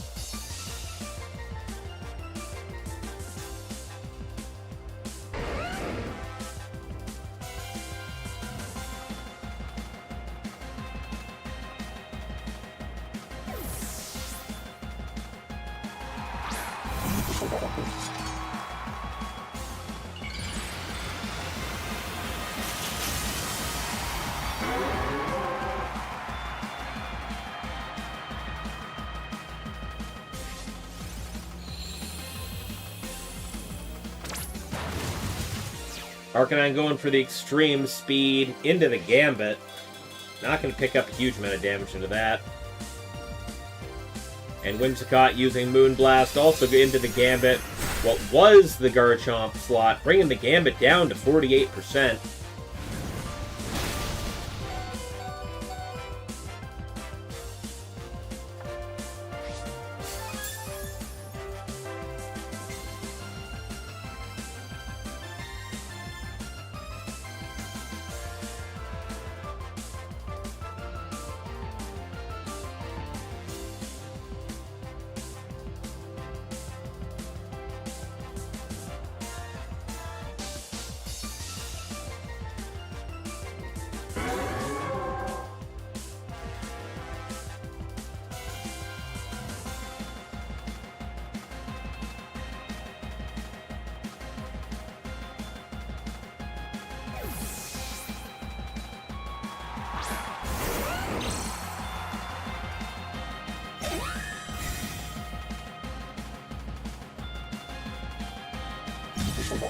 Gambit going for Protect.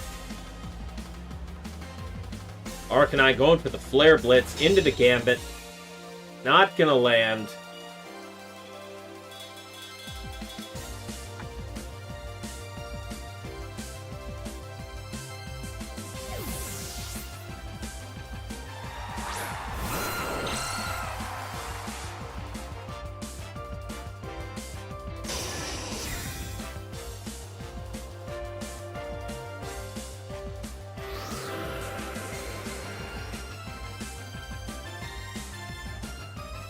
Garchomp going for the Earthquake, hitting the Protect on Arcanine, not touching the Aerodactyl, will damage the Whimsicott though.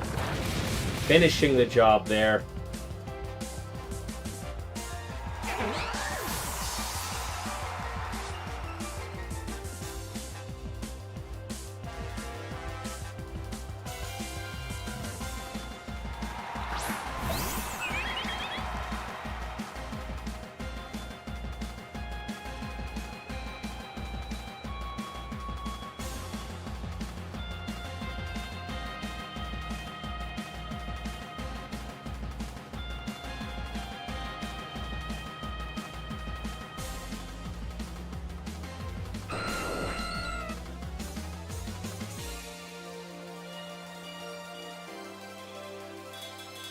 Sorry, I'm being semi-distracted by an issue. We have a disconnect problem going on in another table at the moment. One player's internet is kind of died, and they're trying to fix it. So I'm kind of walking them through some tips to see if they can fix their stuff.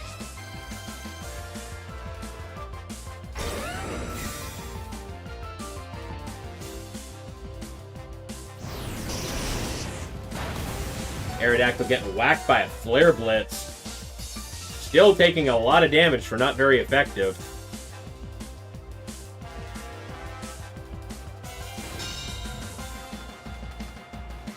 Aerodactyl getting the Tailwind up.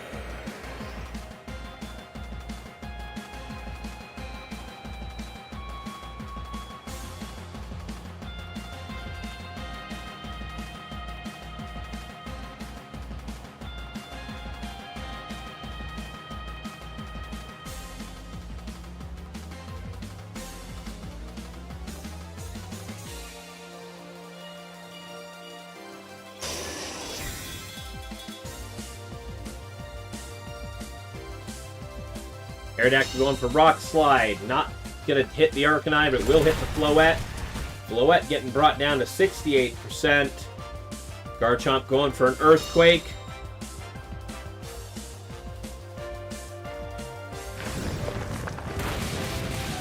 Floette getting brought down to 8%. And using Dazzling Gleam, finishing off the Aerodactyl and the Garchomp. Floette just barely living all that.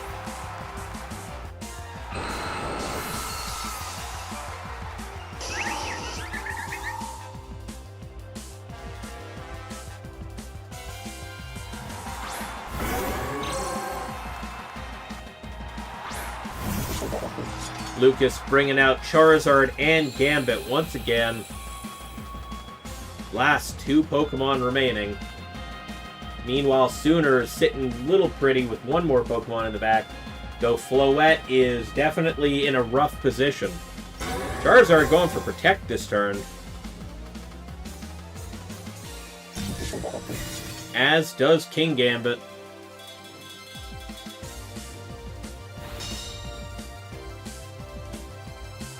Floette going for a Moonblast. Not going to hit anything through the Protect. Sooner's Tailwind is gone.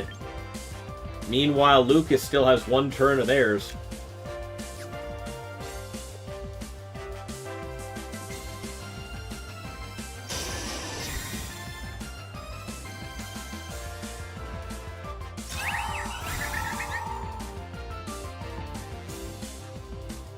Protect on the Floette. Gambit trying the Sucker Punch, not landing on Floette. Heat Wave hitting Protect on both sides. And Lucas's Tailwind is gone now too.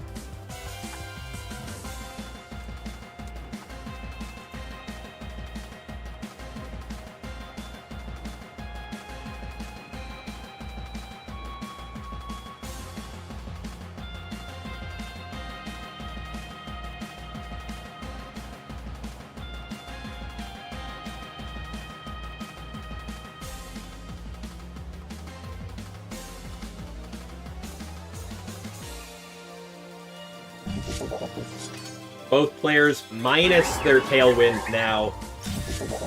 Gambit going for Protect. Arcanine going for Head Smash, but it misses.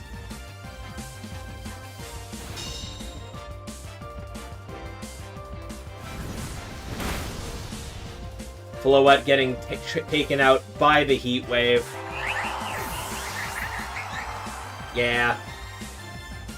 Unfortunately.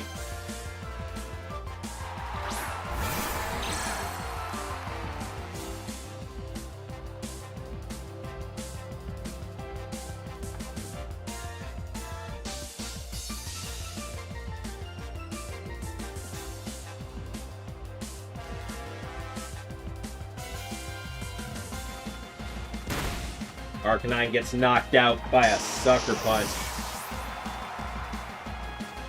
And that's a last respects into the Charizard, just obliterating it. But it's Basculegion versus Gambit. And we all know how that probably...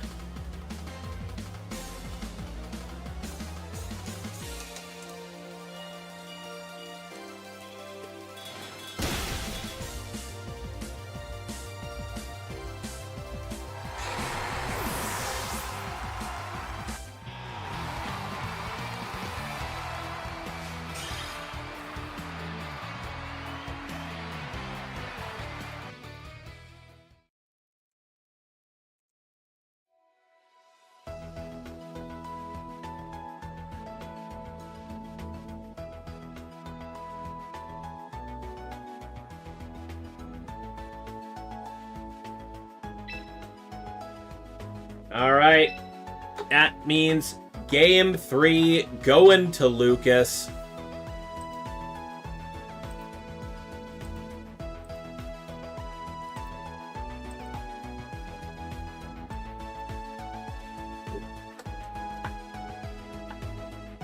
Excuse me.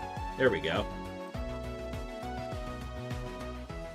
You might auto-concede if you play a Loso in round 1 of Cut. Yeah, I understand. After all the misses, you got a miss on his side that was really important. You really did, Lucas. You really did. So, middle of Game 3, the game shut down. 1-2 opponent's advantage. I don't know how you want to rule that.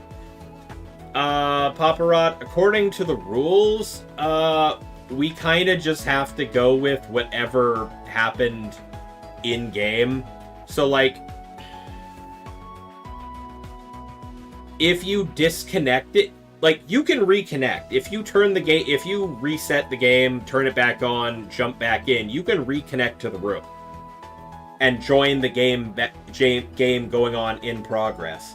Unfortunately, the longer you take, the more turns that the AI just plays for you. But realistically, we just kind of have to rule it by how the game happened, because your opponent doesn't know you disconnected. They just keep playing, because the game keeps playing for you with, taking the full length of every turn. If you jump back in, you try and finish the game. If you lose a game because of that, unfortunately, that's just kind of how the rules have it. You just kind of have to accept it and move on. That's why it's just super important to make sure your internet connection is good. Because if you have no issues with your internet connection, realistically, the game shuts off. You can just turn it back on, reconnect, and barely anything's happened.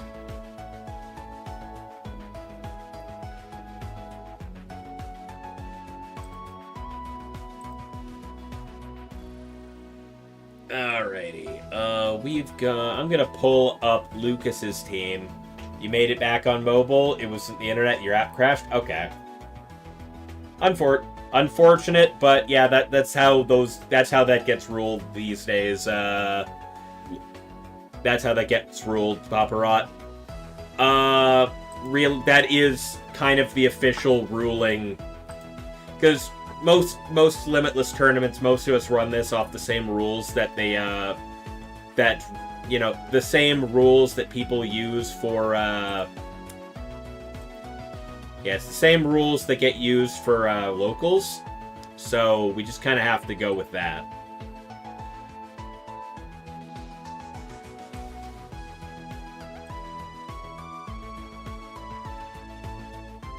You think you missed Top Cut? 4-2. I mean, we'll find out. Yes, the same team as always since the Invitational. I'm aware, Lucas. I'm aware. That doesn't mean I'm not gonna mention it again. We're at very least gonna go over it quickly. Maybe some people who are watching haven't been seeing any of the other tournaments. Yeah, we're just gonna do this anyways for the content end of it. You were 8th last round when you were 4-1? Yeah. Yeah, a bunch of those other 4-1s are now in the same spot you are. Some of the... You don't think getting 4-2 in Top Cut is likely? I mean, 4-2s are almost... There's almost guaranteed to be a couple of 4-2s in Top Cut. Like, let's see specifically. Let me just take a look. Alright, well... Yeah, the 3-2 going to 4-2, yeah. We have... You're 4-2 and unsure if you make it. If you do, it's probably Periloso. Oof. Yeah, it's now going to be on to Top Cut once the last match finishes up, which is Canseco versus Aloso. Anyways, we got, for sure, Canseco and Aloso are 100% guaranteed. 4Blaze is guaranteed. Ileo is guaranteed. Lucas is guaranteed. DJ Prime is guaranteed. So there are going to be there's going to be 2 4-2s making it into... There's 2 4-2s are going to make it into Top Cut tonight. Yeah, we could probably watch the rest of the Aloso Canseco game. Let's see. We've shown both of them on stream tonight. That's why I wasn't gonna show that match right now. Anyways. But very quickly, Black Glasses King Gambit, Kowtow Cleave, Sucker Punch, Iron Head Protect, Focus Sash Aerodactyl with Rock Slide, Tailwind, Wide Guard, and Protect, Sylveon with Fairy Feather, Hyper Beam, Hyper Voice, Quick Attack, Detect, Life Orb, Garchomp, Rock Tomb, Dragon Claw, Earthquake, Protect, Charizard, Mega Stone, Heat Wave, Weather Ball, Solar Beam, and Protect, and Citrus Berry, Incineroar, Fake Out, Flare Blitz, Throat Chop, and Parting Shot.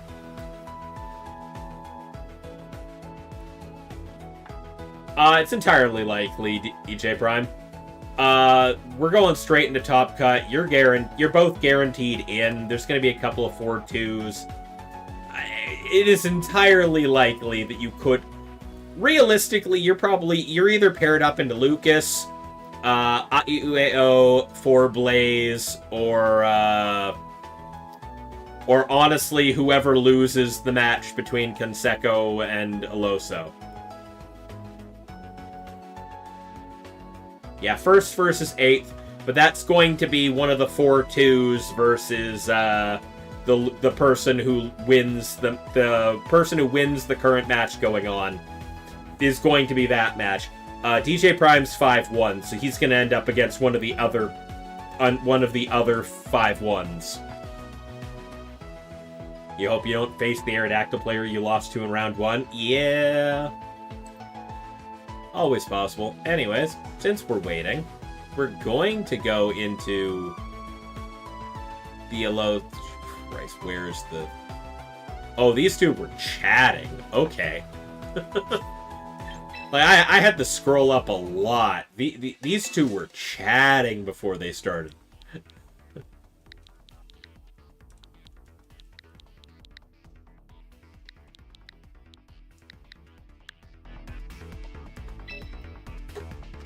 I don't know. It's in Spanish.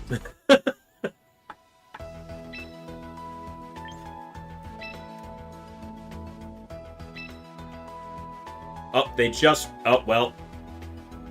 battle has already ended. Canseco won the game 2. What? Oh, there we go. Right? So yeah, Canseco won the game. So Canseco is our undefeated winner here. Anyways, leaving the room, I came to check in. They finished the match. You took 2 years of Spanish and forgot it. Understandable. Understandable. As a Canadian, I took French for 5 years. Well, more than 5 years. 6 years in school. And I don't remember a damn thing.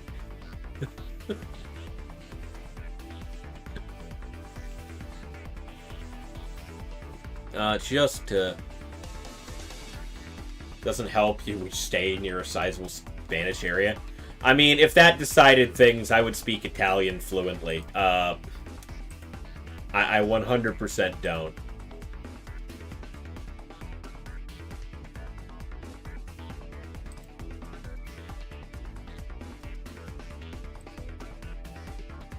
Let me just double check. Yep, that's a setting. Okay, cool. Just making sure I had something.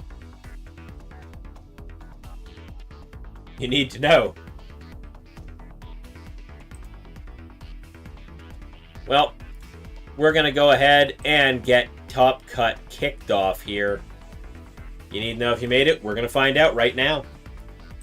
I'm just setting up the next phase. Start bracket. All right. Top 8 cut has been paired. Your 9th. Oh.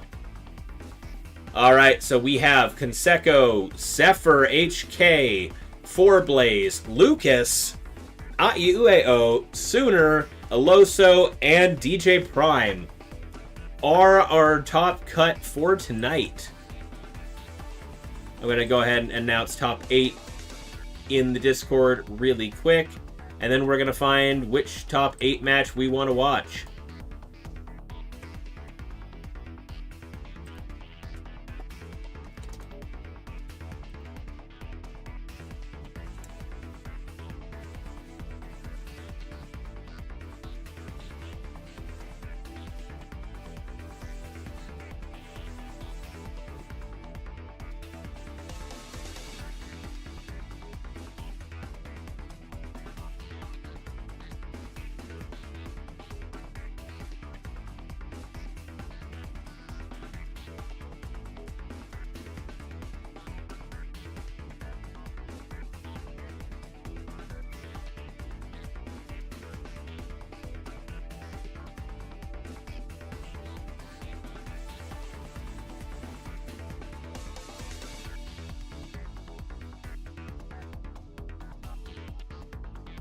All right. At least you didn't get a Loso round 1. Yeah. Oh, DJ got a Loso round 1. Unfortunately. On that note, I have shown basically everybody. I have shown everybody on stream tonight except for DJ Prime and Zephyr. So,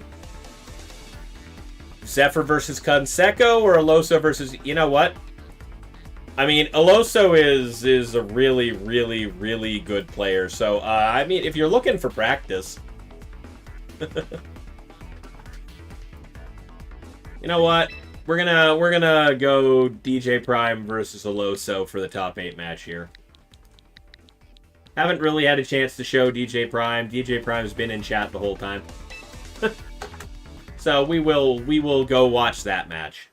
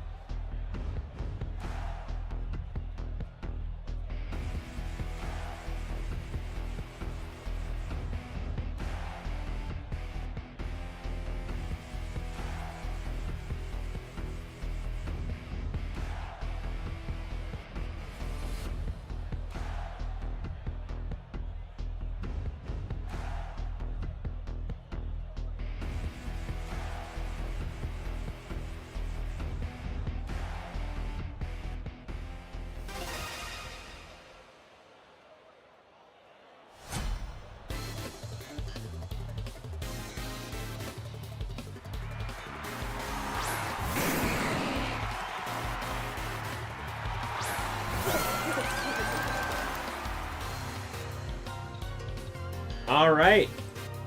We got game 1 kicking off between Aloso and DJ Prime.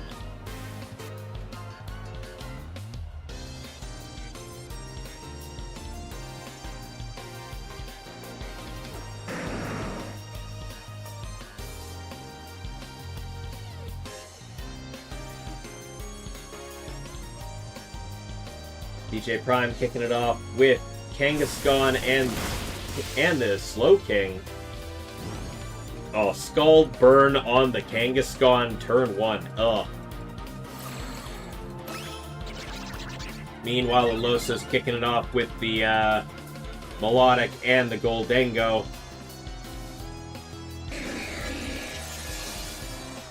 Fake Out, not doing anything. Was it Fake Out or...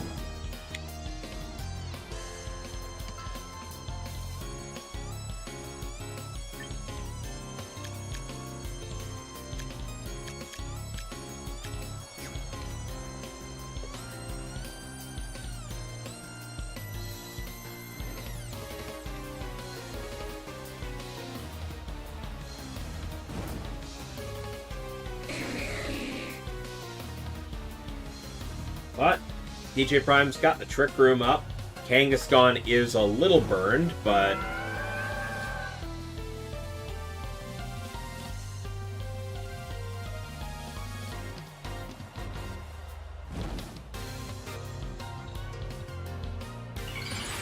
it is a Mega Kangaskhan coming out.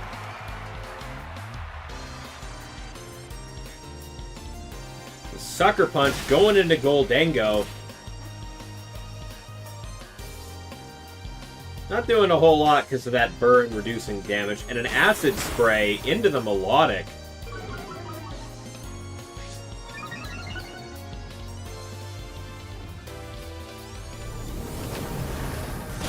Dropping that special defense, giving it a massive boost to its special attack though.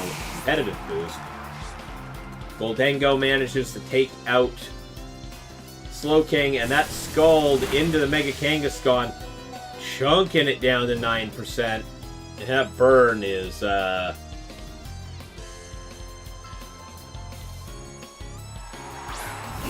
great. But the Torkoal coming out. Torkoal in Trick Room is a scary thing. Especially with that special defense drop Melodic just ended up with.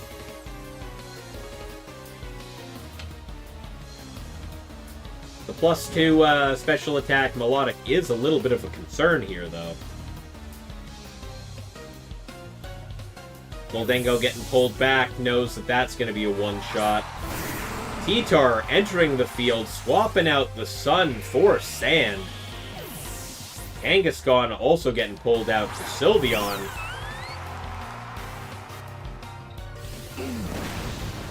And an Eruption... not doing enough to the Melodic with the resist and lack of Sun. Citrus Berry going off and healing it back up. T-Tar not taking a lot. And that's a big Scald going into the Torkoal.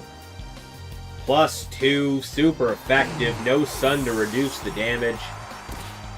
And Sylveon taking a bit of chip from the Sand.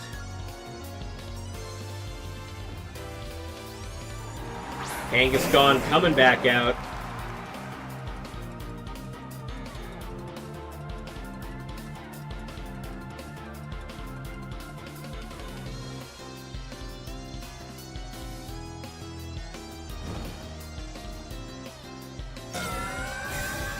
Melodic hitting the Protect this turn, fully expecting a Fake Out. Same with T-Tar. Sylveon going for the Hyper Voice.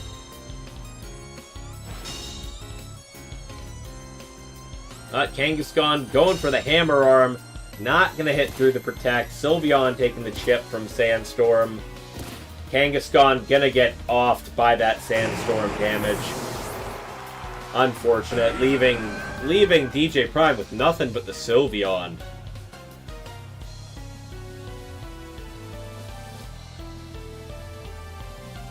And Mega Evolution from the Tyranitar just to add to it. Sylveon going for Hyper Voice. Taking out the Melodic. The T-Tar remains alive. And goes for a knockoff into the Sylveon, taking away its Fairy Feather. Meaning Sylveon's going to be slightly reduced in damage for the next couple turns. And the Trick Room's gone. Goldango returning to the field. I mean, I know they nerfed Make It Rain, but yeah, I was about to say, Make It Rain into Sylveon is still going to hurt. Aloso, Nathan VGC taking game 1.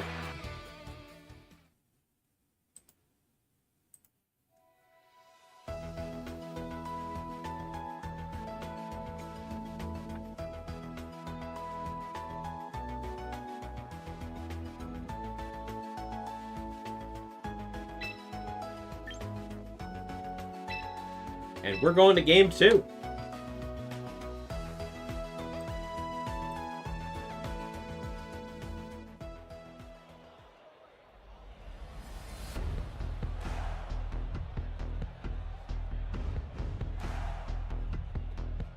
Alright. Unfortunately, just kind of felt like Aloso had a major advantage in there against DJ Prime's team. How will DJ Prime adapt?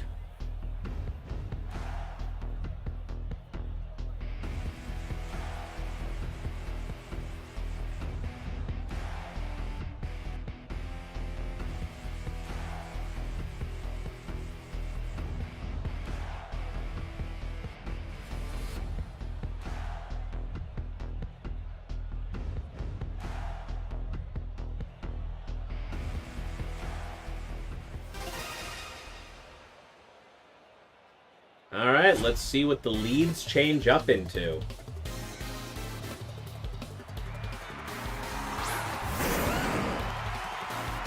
DJ Prime sending in Garchomp and Kangaskhan. Meanwhile, on Aloso's side, we get the Melodic and the Goldango.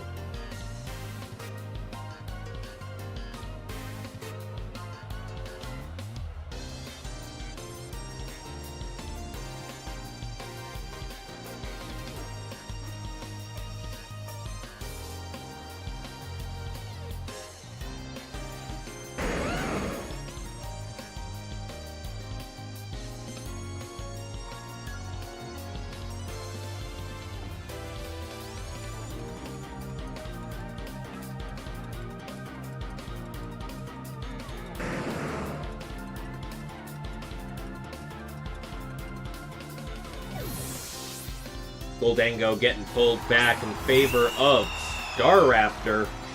Getting the Intimidate off. Not gonna go through Kangaskhan's Inner Focus, though. Melodic hitting the Protect button. That's a fake out. Yep, Melodic shielding itself from that. And Garchomp going for the Scale Shot and a Melodic as well. Also, Scale Shot Garchomp. Okay. Okay.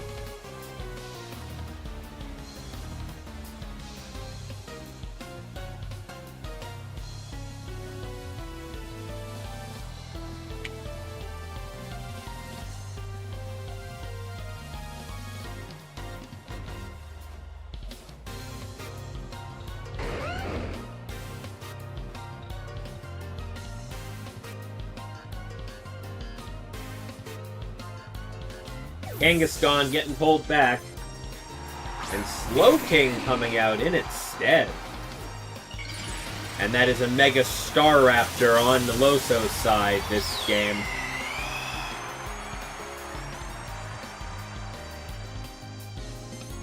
Garchomp going for the Protect.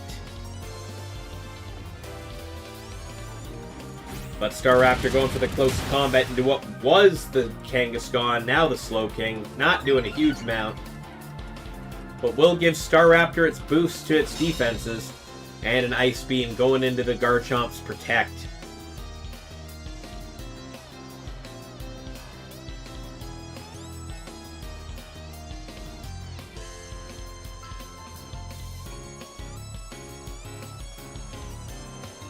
Gunseco versus Zephyr is still in game 1 for Blaze and Lucas. Lucas taken game 1 in that match. And IEUAO versus Sooner is currently in game 3, with them going for the tiebreaker. Alright, Garchomp getting swapped for Sylveon, taking that close combat on the chin for only 28% of its HP. Melodic going for that Ice Beam into what was the Garchomp as well, bringing Sylveon down to 53%. And Slowking will bring in the Trick Room, trying to take an advantage there.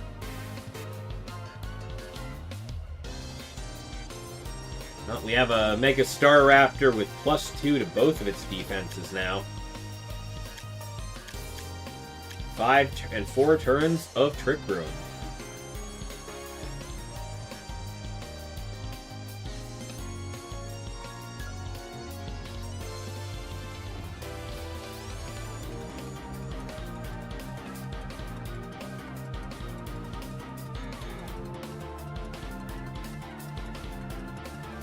Melodic getting pulled back.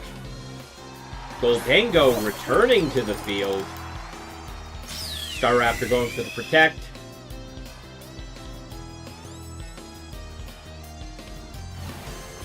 That Slowking goes for Chilly Reception.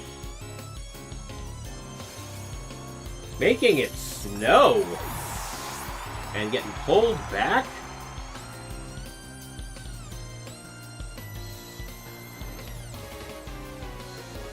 I mean, it's got to be the Kangaskhan or the Garchomp, right? It is the Garchomp returning to the field here. And Sylveon going for Hyper Voice. Going to hit the Protect on that one side. And not doing a huge amount to the Goldango. Only about 21% of its HP. Staraptor not liking the look of that Sylveon.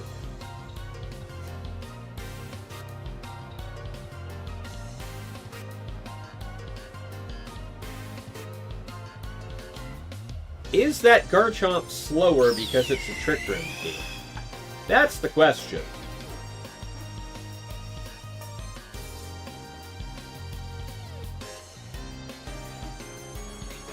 Sylveon going for Protect this turn. Goldango going for that Shadow Ball into the Garchomp instead, chunking it down about halfway.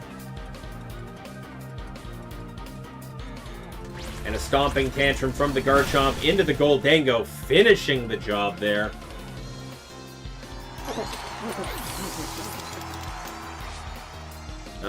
Now it is Staraptor's turn. That is a close combat into the Garchomp, finishing the Garchomp off, giving Staraptor another boost to its defenses.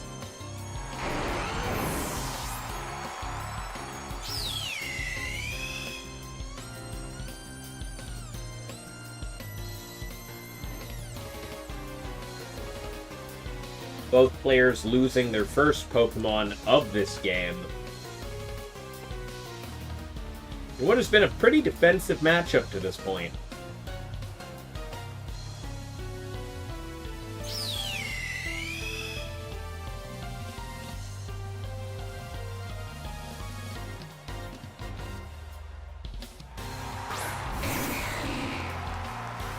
DJ Prime sending the Slowking back in. Meanwhile, Veloso bringing the T-Tar in, setting up that sand. And Staraptor's had a chance to set up 3 boosts to both of its defenses. Still gonna find itself hurting getting hit by a Sylveon, though.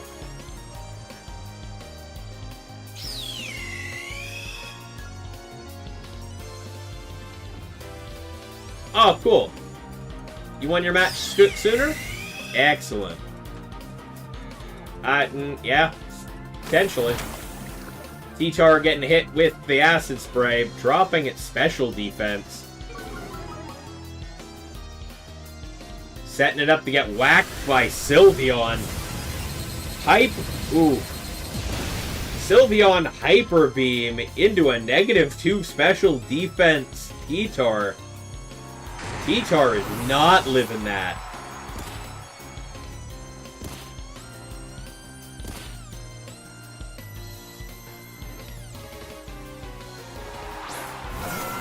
Also now down to their last 2 Pokemon. Meanwhile, DJ Prime still has the Kangaskhan in the back.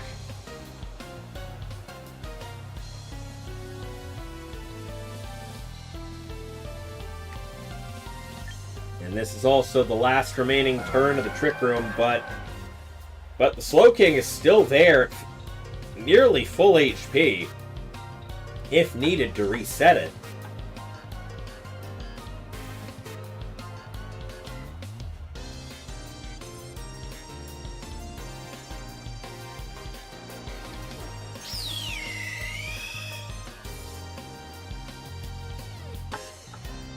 Slowking uses Psychic on the Staraptor, not doing anywhere near as much damage as I would have expected from that. Sylveon has to recharge.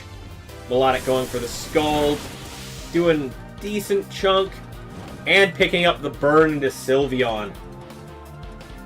And Staraptor going for that close combat, wants to get the Sylveon off the field as quick as possible.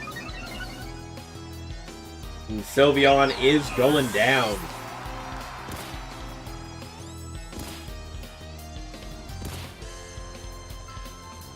Trick Room is gone. Kangaskhan is returning to the field.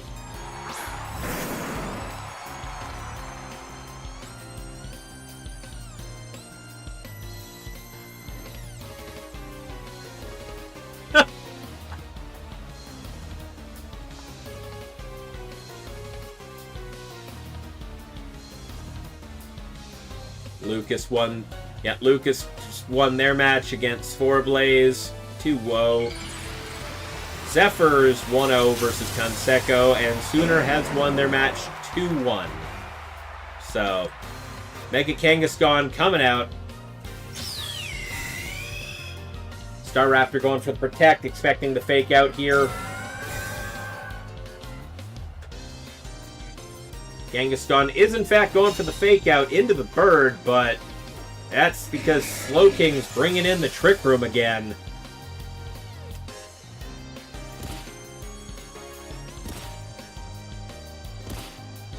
Everybody getting chunked by that Sandstorm.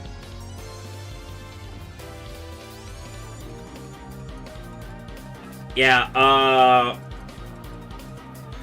depending on how this game goes, if Aloso wins this match, Sooners got to face off against what they continue to call an auto-lose.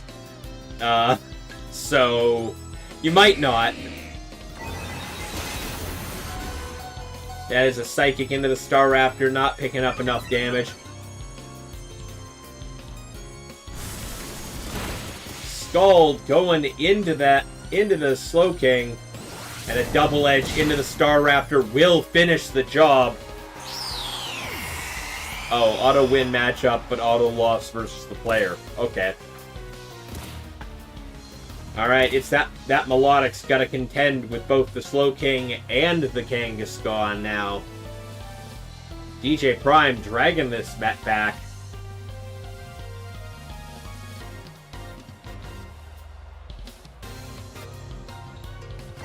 Slowking hits the Psychic, does a good chunk of damage. Melodic gets the Scald off into the Slowking. And that's another double edge from the Kangaskhan into the Melodic, finishing the job.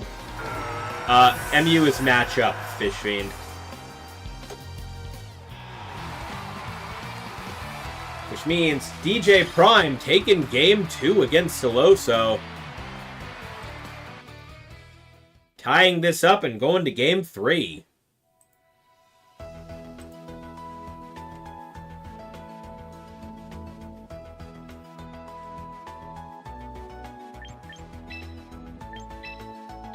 Shit, you guys already start. Oh, now that. Yeah, alright. I was wondering.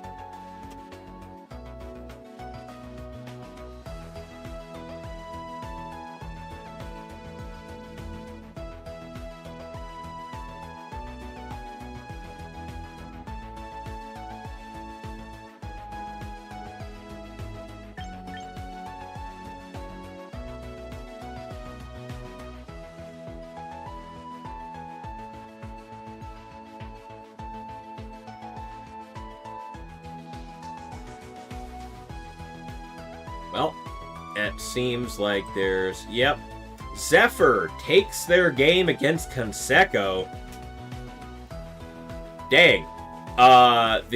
The first place versus 8th place match ended with the 8th place winning that. Which means Zephyr is facing off against Lucas in top 4.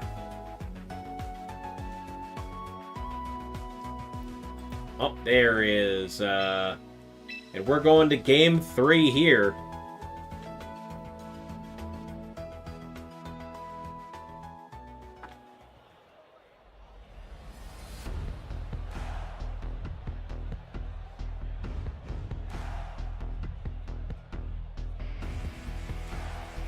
Alright.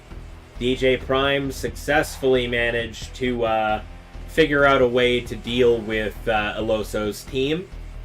Coming back very well in game 2. But will Eloso manage to adapt to that? Will DJ Prime be able to deal with whatever Eloso's about to bring to the table here? We're going to find out.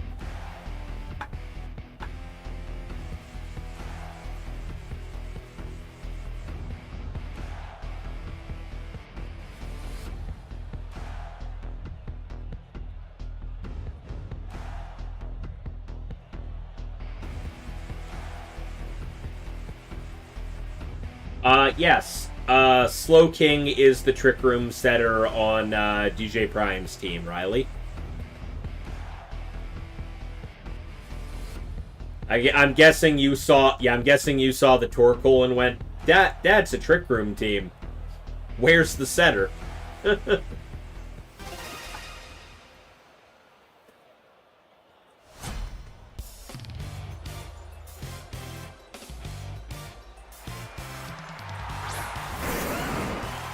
Alrighty. Game 3 beginning. Eloso's starting off with Melodic and Goldango once again. And meanwhile, DJ Prime sticking to their guns from Game 2, which they won, with Kangaskhan and Garchomp.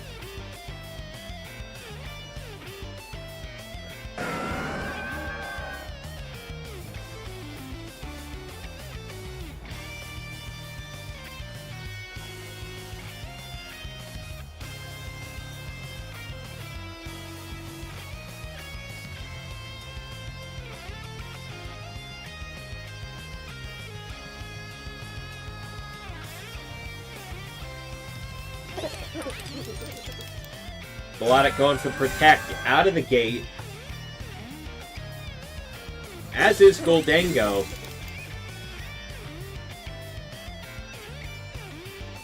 Kangaskhan going for that fake out into the Melodic, not doing much. Garchomp going for that scale shot, same thing. Fake out is now off the table.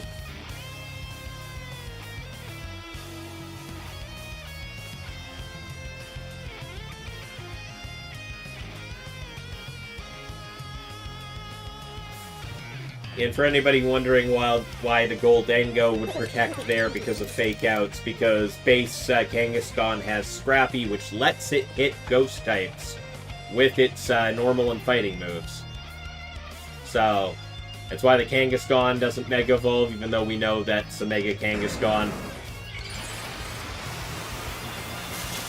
And why the Goldango decided it needed to protect there.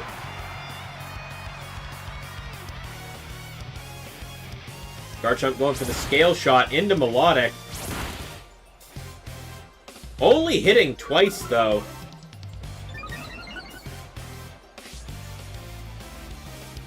Giving Garchomp the speed boost here. And a double edge from the Kangaskhan into Melodic. Getting its Citrus Berry in between the two hits. Just saving its life. Bringing it down to 22%, though. And that Melodic's going for the Ice Beam into the Garchomp. Garchomp barely hanging on. And Goldango taking the turn to Nasty Plot. But Garchomp's got a big speed boost out of that scale shot. And the Melodic is already half dead here.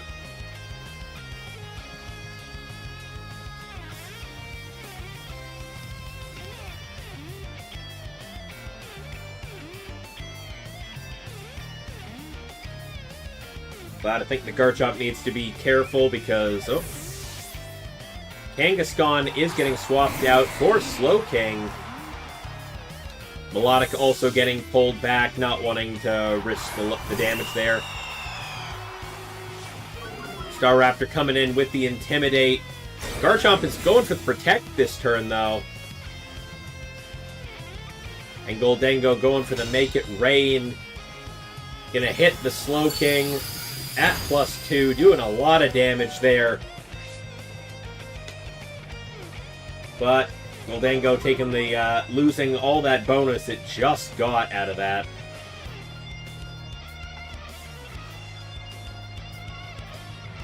Slowking getting reduced to 16% was maybe not in DJ Prime's best interest there, but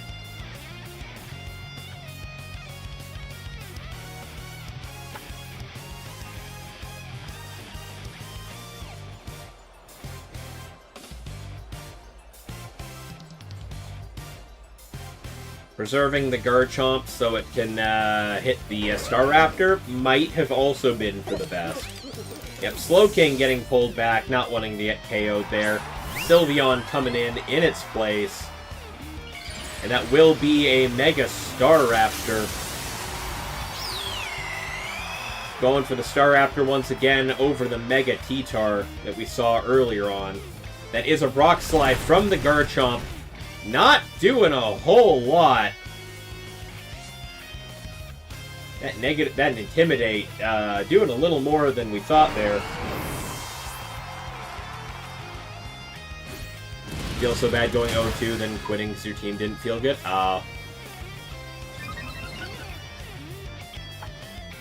Understandable, Sophia. That is the Shadow Ball into the Sylveon. Gonna chunk it a little bit.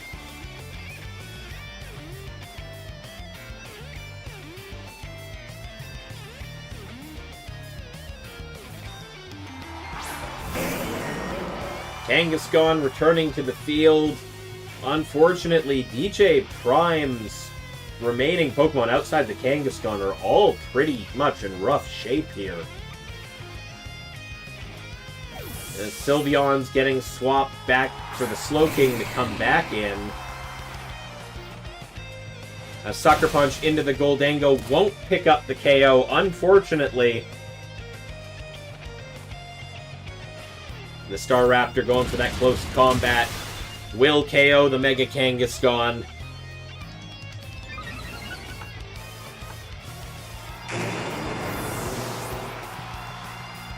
And Goldengo with the single target Make It Rain into Slowking. Gonna pick up that KO as well. Leaving DJ Prime with nothing but the Sylveon. But the Goldengo will drop from the Life Orb chip.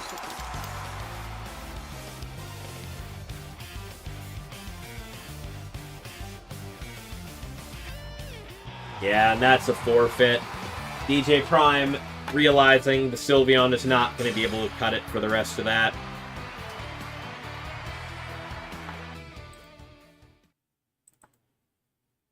Meaning Iloso takes that match and moves on to top 4.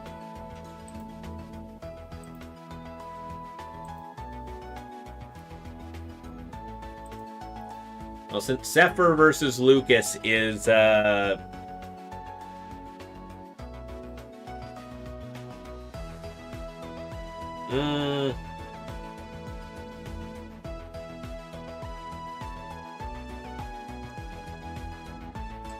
know what? I will, since the Game 1 hasn't even finished yet on Lucas's side. I'm going to go ahead and flip to the other side of the bracket for top 4.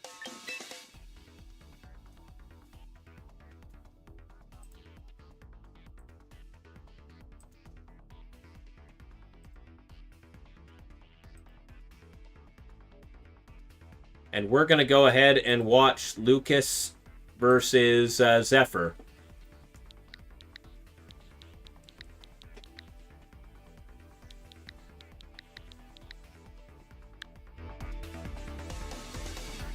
Because we have not shown a single Zephyr match all night, and they have made it into top 4. So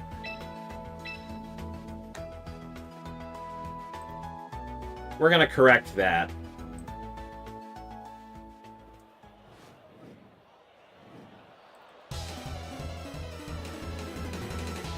Alright, joining game 1 in progress for the top 4 here.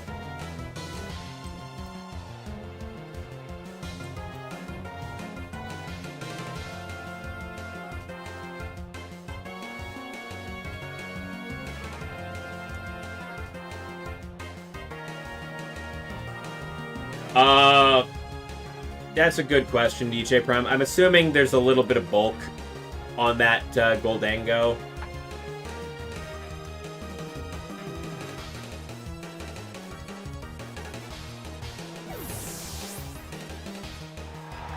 Alright, Charizard getting swapped out for the Aerodactyl.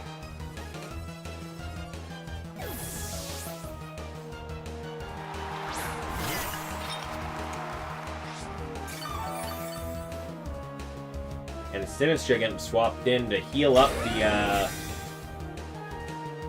Floette. Floette goes for... Okay. Well, nothing really happened there because everybody was protecting. I'm assuming that the Goldango at very least is expecting to get whacked by a Sucker Punch from King Gambit. So it's probably spec'd a little bulky to live that much. And I'm pretty sure Gambit's Sucker Punch does more damage than Kangaskhan, so that's probably why.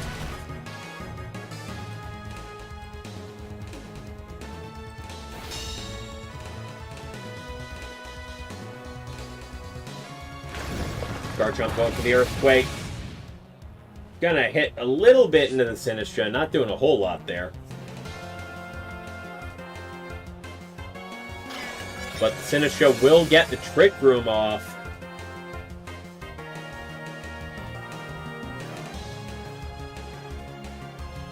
Yeah, you win some, you lose some, DJ Prime. You brought that back really well in Game 2.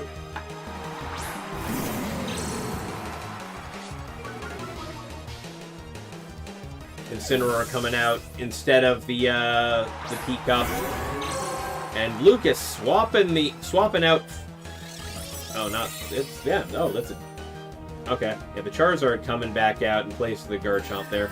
Moonblast going into that Charizard, still gonna hit like a truck, but only doing 52, bringing it down to 52.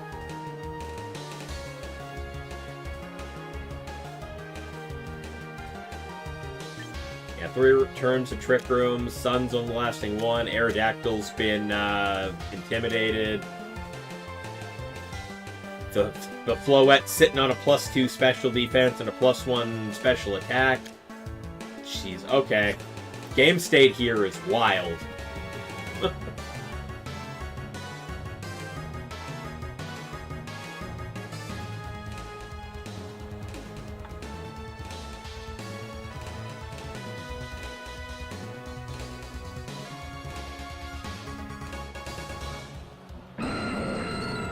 Aerodactyl getting pulled back. Incineroar coming on out. Hitting that Intimidate into the other Incineroar. Charizard going for the Protect. Parting Shot into the Charizard, going to fail.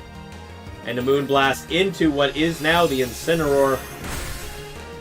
Not living off of that. Incineroar going down.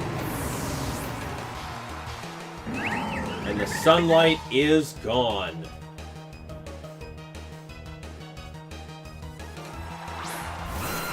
Aerodactyl coming back in.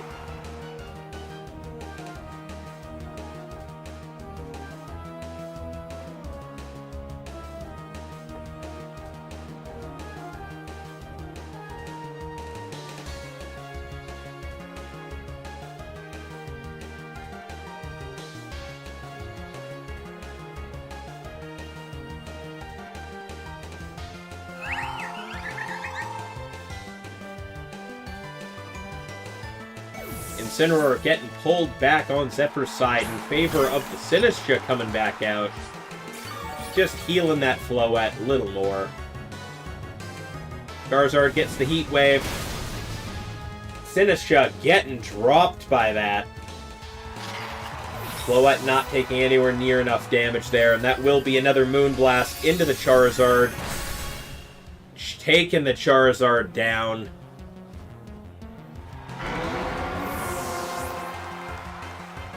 And a single target Rock Slide from the Aerodactyl, not doing nearly enough, bringing it down to 32%.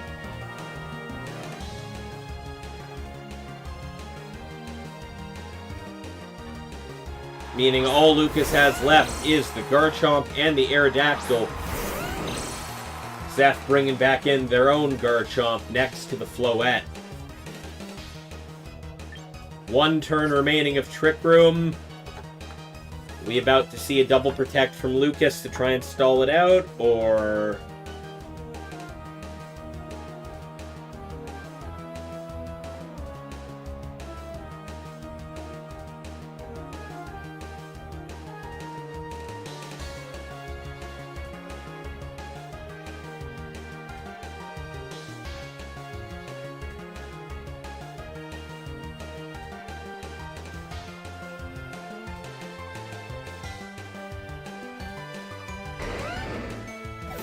Garchomp getting pulled back, Incineroar getting sent back out to get the Intimidate into both of these physical attackers.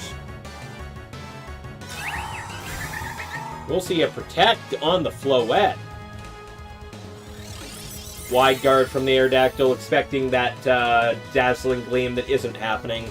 And an Earthquake out of the Garchomp. Only hitting the Incineroar. At -1, the Incineroar living with 1% HP remaining. But Trick Room is gone. Both Pokemon on the field are in a rough state.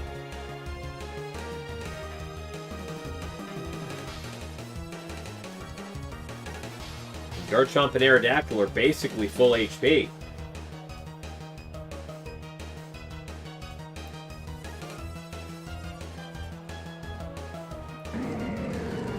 Garchomp going for the Protect, not wanting to risk it this turn. Incineroar is in fact trying to fake out the Garchomp. Lucas calling that correctly and hitting the Tailwind. That Moonblast is targeting down the Aerodactyl, which survives on its Focus Sash with 1% HP remaining.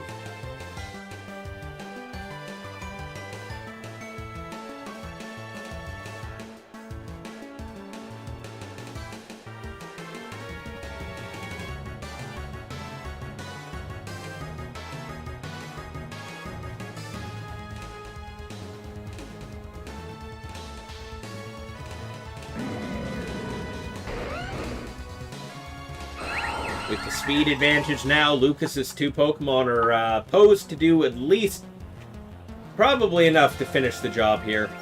Floette getting the Protect once again. Aerodactyl going for Rock Slide. Won't hit through the Protect, but will land on the Incineroar, taking it out.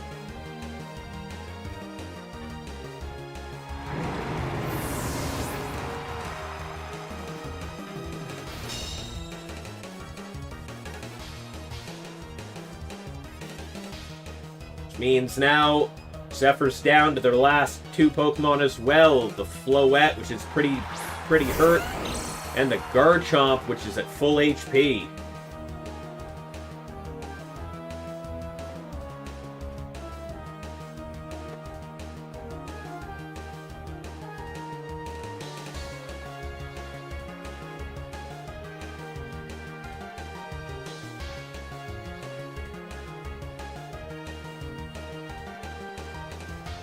Aerodactyl goes for the Rock Slide. Doesn't pick up the KO into the Floette. Garchomp goes for the Earthquake. Floette goes down, but the opposing Garchomp still has a little over 50% of its HP. But it flinches from the Rock Slide. The Rock Slide. Lucas gets the Rock Slide flinch.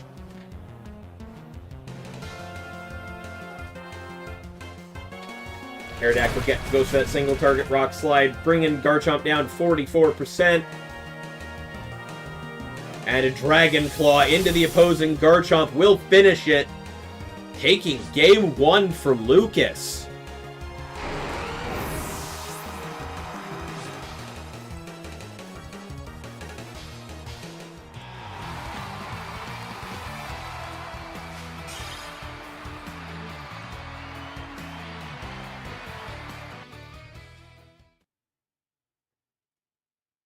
Never underestimate Lucas's ability to get a Rock Slide flinch at the exact right time. In the top 4.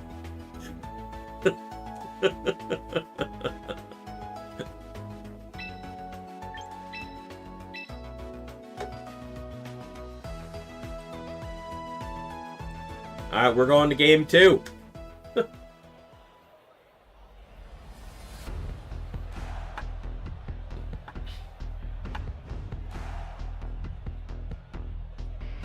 Hey, Jade and Joker Joke. How you doing tonight?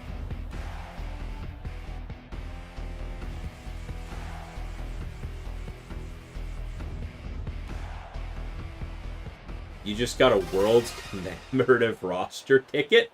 What?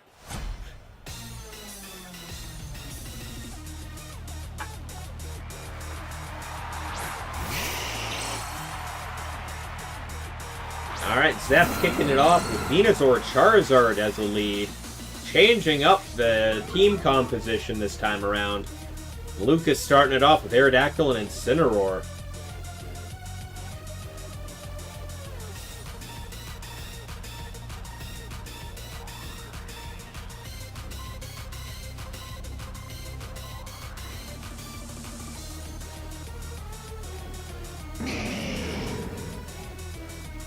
Incineroar getting swapped back.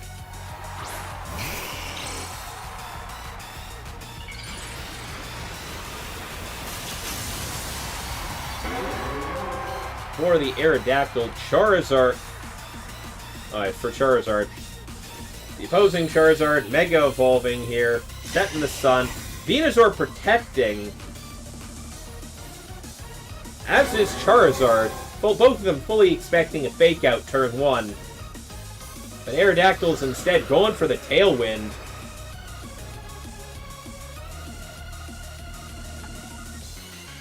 It was in the games mailbox? Oh, I should probably check for that. You never know, maybe they're just sending that to people who are playing the game close to Worlds.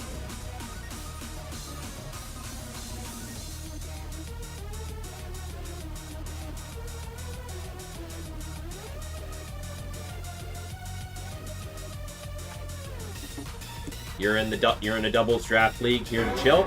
All right. Thank you for dropping in, Jada Joker. Fully welcome. Just sit here, watch some good matches going on. We're in the top 4 of the tournament right now.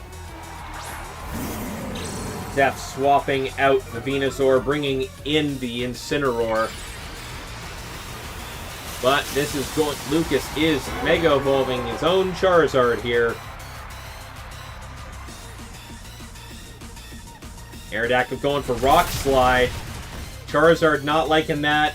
Incineroar taking a bit of chunk damage there too.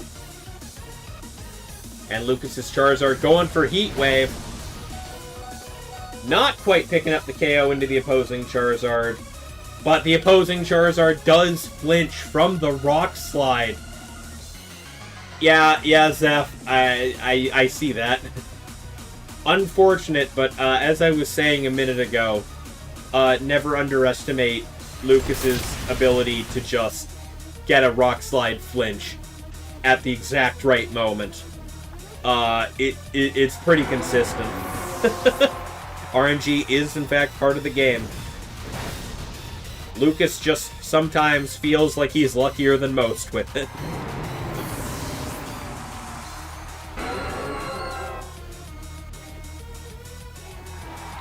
Incineroar and Charizard are now down. Venusaur coming on out along with Garchomp.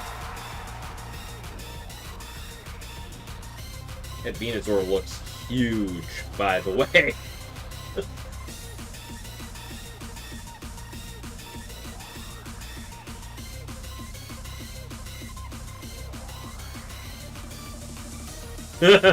Please don't sin cycle me.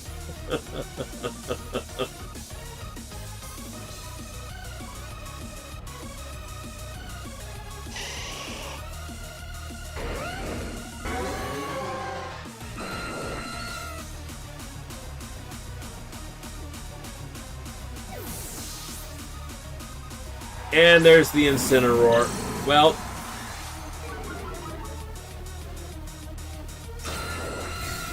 Aerodactyl hits the protect button. Sleep Powder into the Aerodactyl's protect. Rock Slide will also hit that protect, but it will hit Incineroar, dropping it down to 75%. And Lucas's Tailwind has disappeared. Venusaur still has the Chlorophyll bonus from the sun, though.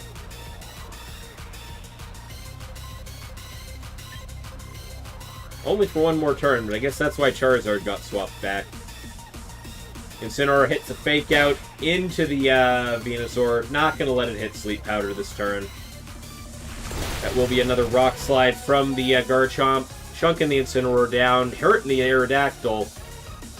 Critical hit on the Incineroar. But Tailwind getting set back up. And the sun is going away. And that is a forfeit. Zeph just not wanting to get Intimidate cycled over and over and over again there. Well, no problem, Zeph. Thanks for taking part. Good run, by the way.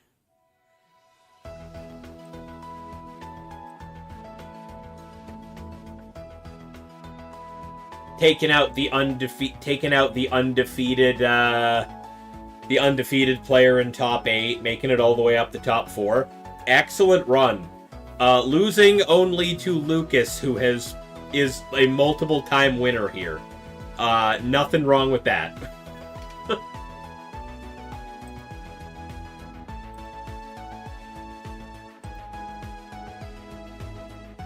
All right. Lucas takes that game, moving on to finals.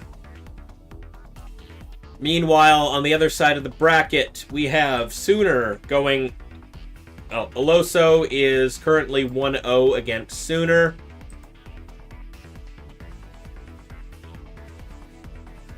You're in finals for the first 3 times winner title? Yeah.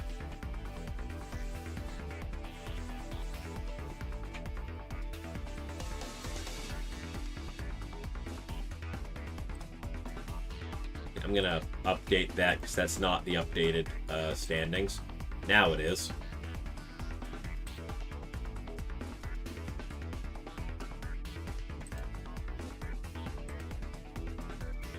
Going to jump in on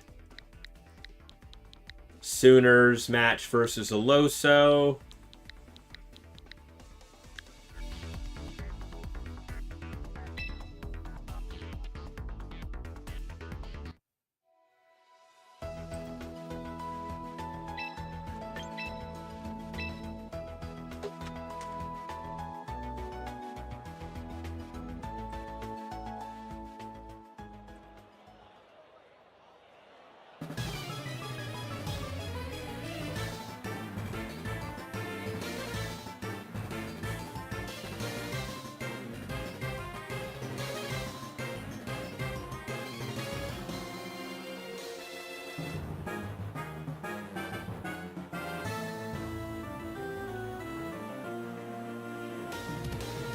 Alright, top 4 match in progress. Sooner down a game against Aloso here.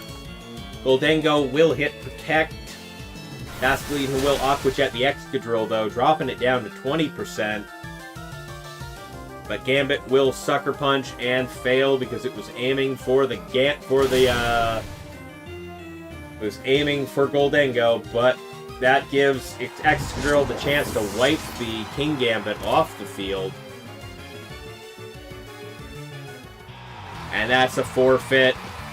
Sooner down to their last 2 Pokemon, not thinking they've got a chance here. giving that game over to Aloso.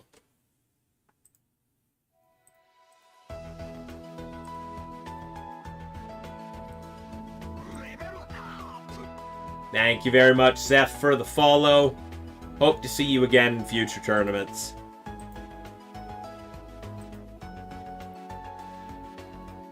Alright, that means we got our finals match. It's Lucas versus Aloso.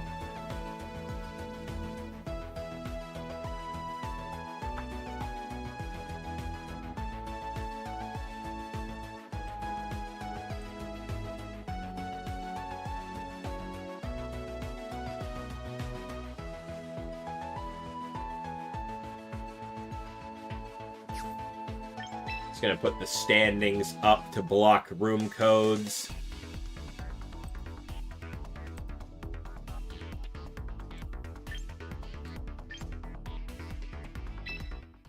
We're down to the finals. Lucas versus Aloso or Nathan VGC.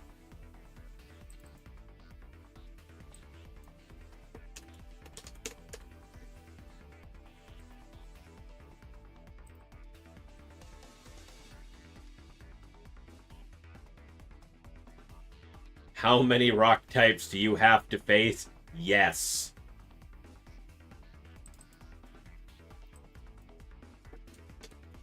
You have to face all of them, Lucas. Every single one of them.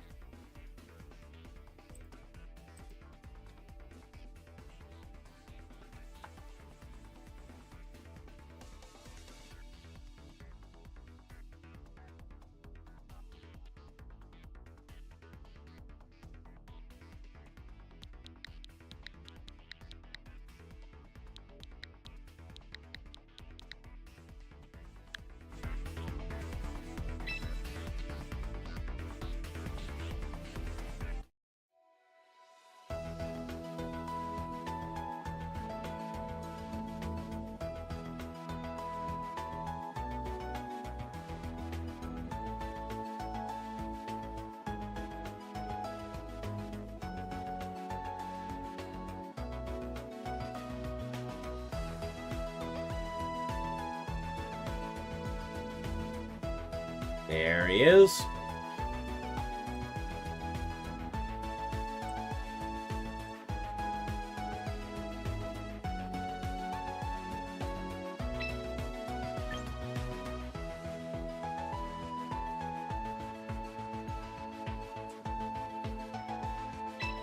Alrighty. We're kicking off the game. Lucas versus Aloso for the finals of this week's tournament. We've seen both of these teams at length tonight already. Lucas's team is also just very familiar to us. He's used the same team many a time. Aloso rocking the Mega T-Tar and Mega Staraptor team that we've seen a couple times. The Goldango that kind of goes back and forth between whether or not it's actually useful in any given situation. It did live a Sucker Punch from Mega Kangaskhan. That's a thing, though. Was saying it to DJ Prime earlier.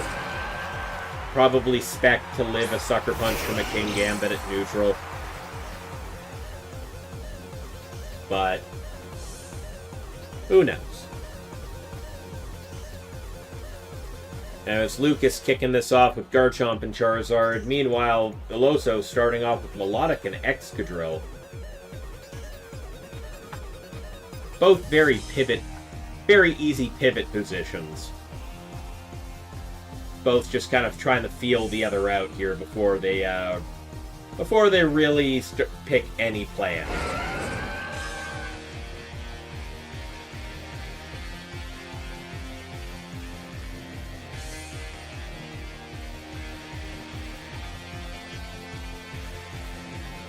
Garchomp getting swapped back. King Gambit coming out in its place. And Excadrill as well will be pulled back in favor of the Staraptor. getting the Intimidate onto the Gambit, giving it the Defiant boost. Charizard going for a Protect this turn. And Melodic aiming down that Ice Beam into what was the Garchomp. Not going to do a whole lot of damage, but will it freeze? No, it will not. Okay.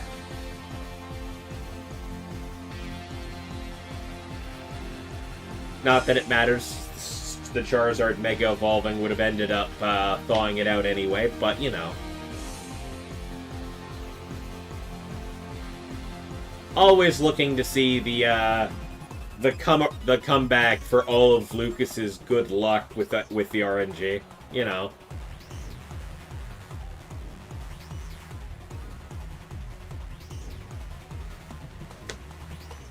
The drawback to Lucas being so lucky with his RNG is half the time he'll get severely unlucky out of nowhere.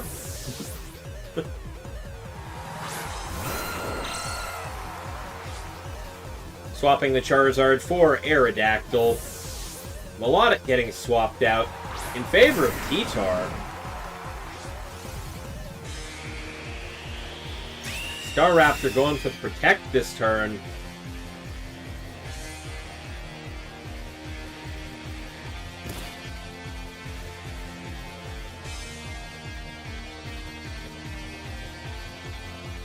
Staraptor kind of blowing its Protect that turn, nothing else happening.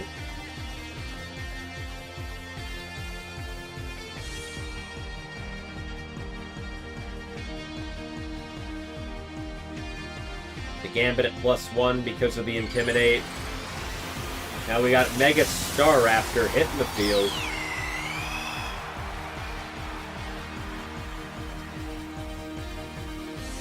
Gambit going for that Sucker Punch. Chunks the Staraptor, nowhere near as much as I figured it would, though.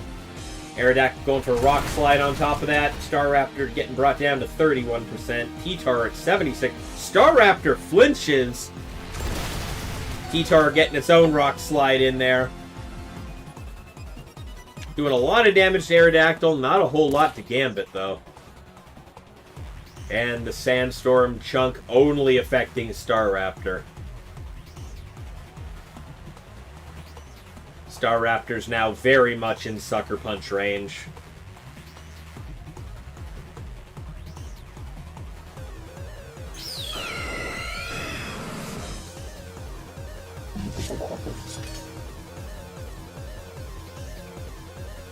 Aerodactyl getting the Tailwind going. As will the Staraptor. T-Tar going for the knockoff, finishing the Aerodactyl off entirely right there. But that Gambit didn't try and Sucker Punch. That's an Iron Head into the T-Tar. Just obliterating the T-Tar on that turn. Staraptor taking a little more chunk from the Sandstorm. Lucas down an Aerodactyl, but Nathan's down the Tyranitar.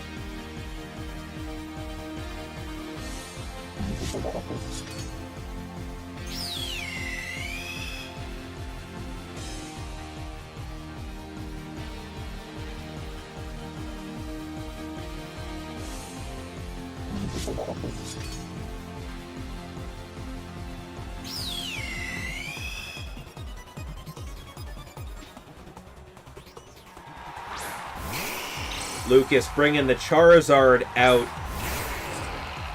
while Nathan pulls out the Excadrill. Lucas seemingly taking the T-Tar out instead of the Staraptor to stop the sand from setting over their sun. Now having free reign to bring out the Mega Charizard and get that going.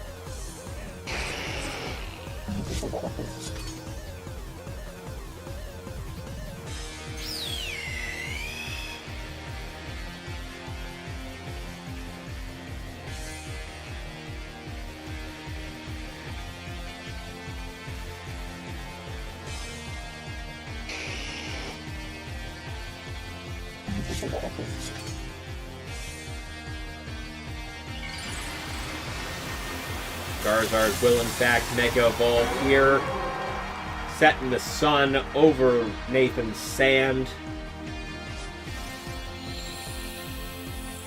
And Gambit going for that Sucker Punch into the Staraptor, just ending that thing. Not gonna let it do anything. And a Weather Ball from the Charizard into the Excadrill will just bring it down to its Focus Sash.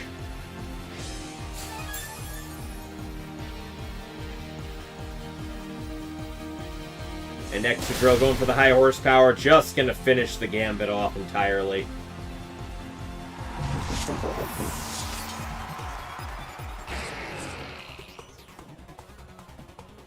But that means it's Charizard Garchomp versus Excadrill Melodic.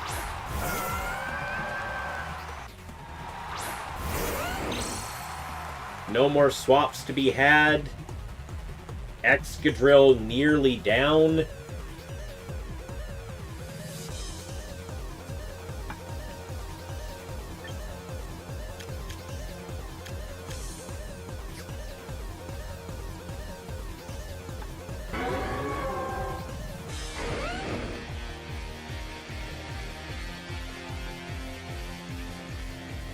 So the Melodic definitely has a good chance to just finish the Garchomp off entirely. But, yeah, there it is. Garchomp going for Protect, knowing that Ice Beam is likely coming its way. And Charizard going for a Solar Beam. Blasting the Melodic with everything it's got, bringing it down to a third of its remaining HP. Triggering the Citrus Berry too, bringing it up a little bit more. And that Excadrill is going for a Rock Slide.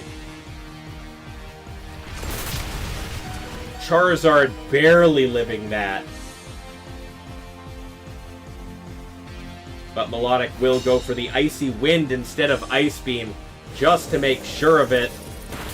Charizard getting brought down with that. Meaning all Lucas has left is the Garchomp.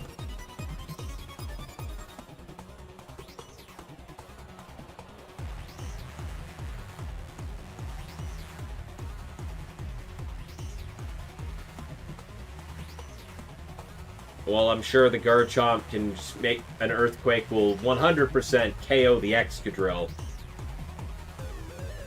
Will it KO the Melodic? Excadrill hitting the Protect button. Garchomp letting an Earthquake rip.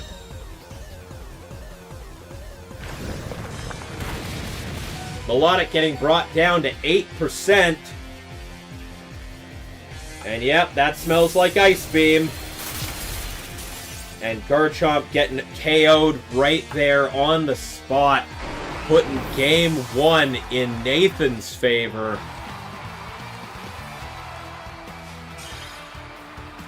I mean, you thought he'd Protect there. I 100% thought that was just gonna, they were just gonna rip an Ice Beam. Oh, you thought the Excadrill was gonna Protect, huh? I just realizing that's what you meant.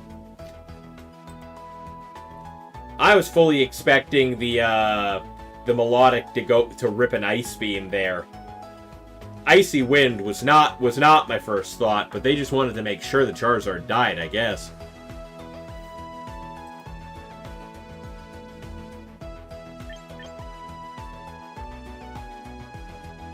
Yeah, Protect. Yeah, that makes sense.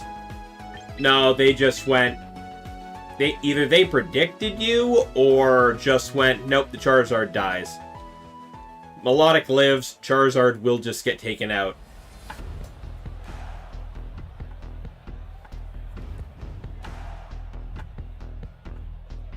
Probably just expecting if they guaranteed the KO on Charizard, then the Icy Wind would chunk Garchomp anyway if it didn't Protect, and...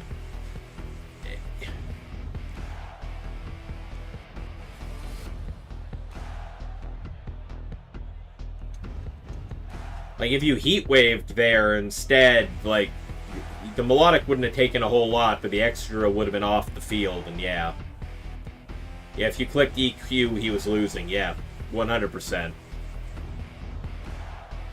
But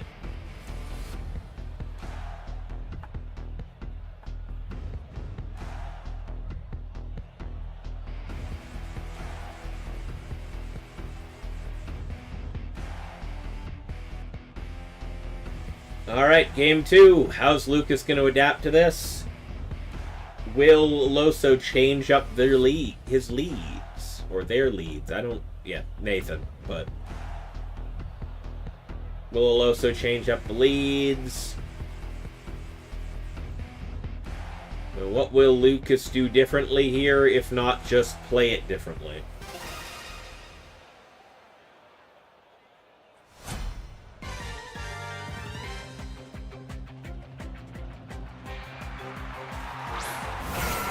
Alright, Nathan kicking it off with Excadrill Melodic.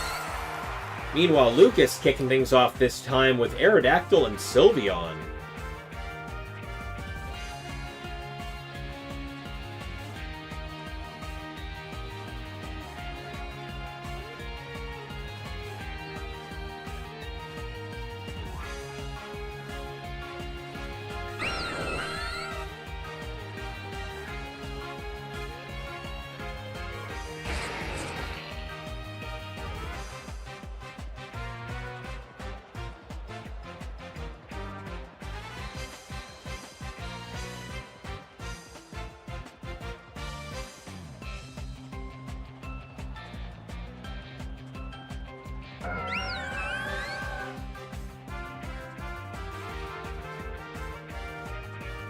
Sylveon getting pulled back right off rip. Garchomp coming in instead.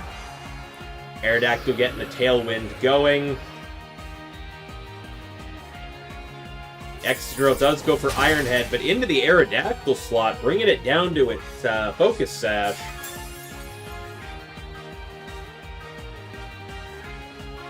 And Melodic going for Scald to finish the job. Really just wants that Aerodactyl dead.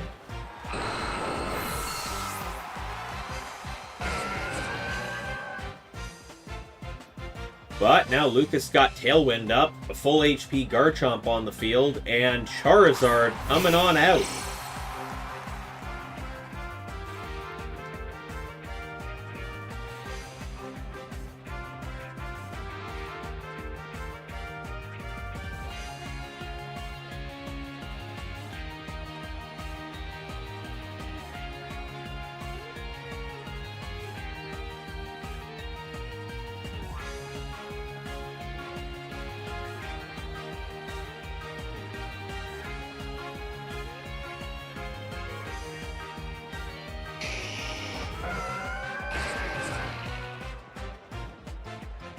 Garchomp goes for the Protect.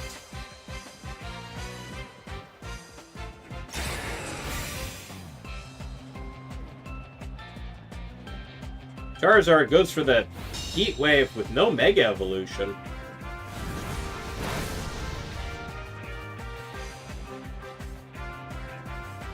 Melodic aims an Ice Beam into the Garchomp.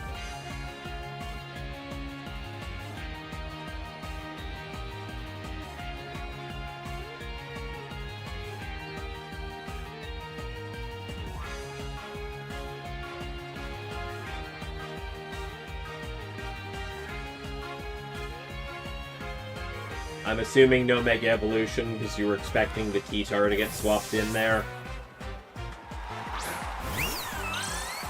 Garchomp getting swapped for Sylveon. Excadrill getting swapped out for the Staraptor.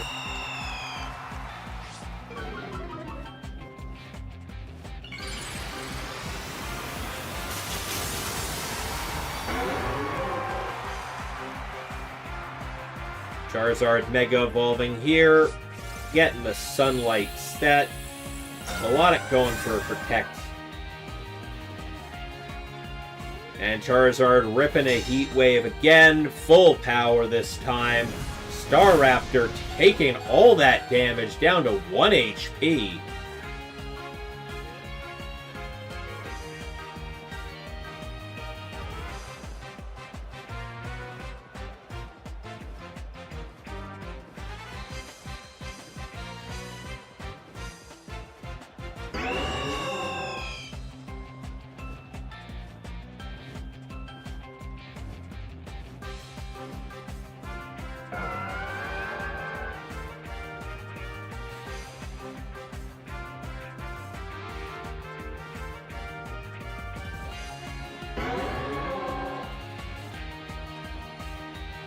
Staraptor living on 1 HP for no reason is absolutely wild. There's the Tyranitar. We knew it was in the back. Sandstorm getting brought in instead of the Charizard's, instead of the Sun. Heat Wave going into both targets. Crit on the Melodic, still not doing a whole lot to it though. And a Hyper Voice from the Sylveon, gonna chunk both targets. Melodic bringing itself back up to half before getting an Icy Wind off into both targets. Not doing a lot more than just bringing the speed down.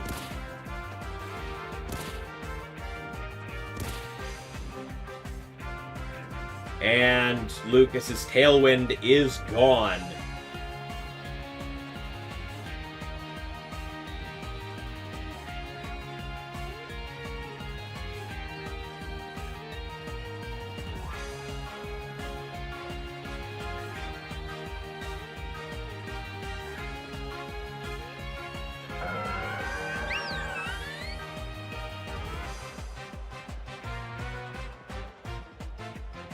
Nathan appears to be in a rough spot here against Lucas.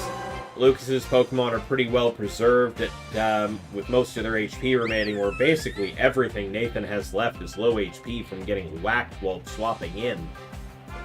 Charizard protecting this turn, fully expecting to get hit. But the T-Tar goes for the knockoff into Sylveon instead, knocking the Fairy Feather off.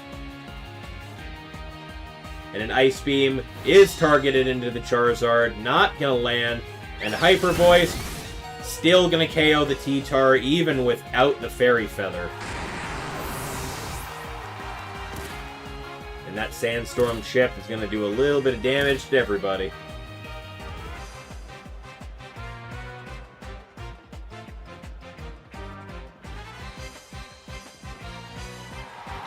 Excadrill coming back out to the field. Oh, Excadrill has full HP. I thought that thing got chunked. It's kind of sad, to be honest. Which part's pretty sad there, Fishfiend?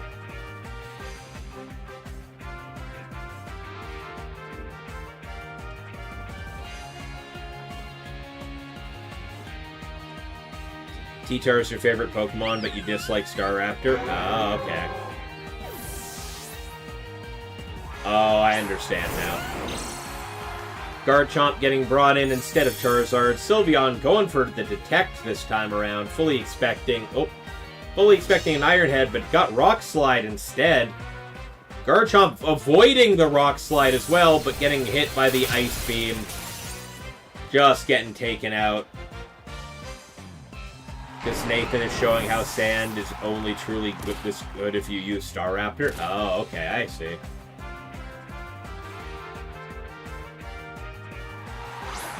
But Lucas, having sacked the Garchomp to get the Sun back out.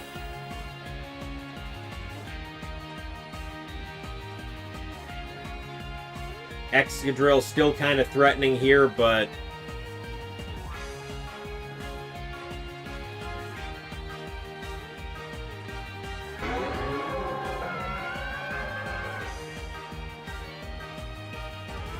you've been trying to do Sand for a while with the secondary Mega, but it's not really been working outside of Staraptor. Alright. Excadrill getting whacked with a Quick Attack from the Sylveon. And a Heat Wave from the Charizard. Taking out the Excadrill and the Melodic. Excadrill's Focus Sash getting taken out by that Quick Attack. So it did not live. Oh, you haven't used Staraptor yet? Well, understandable, you don't like it.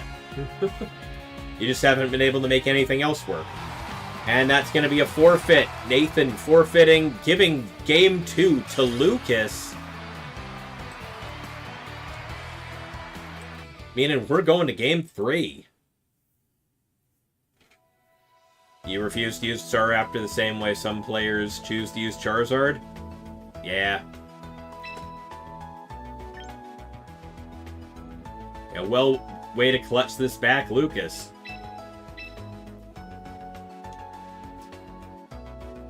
Alrighty.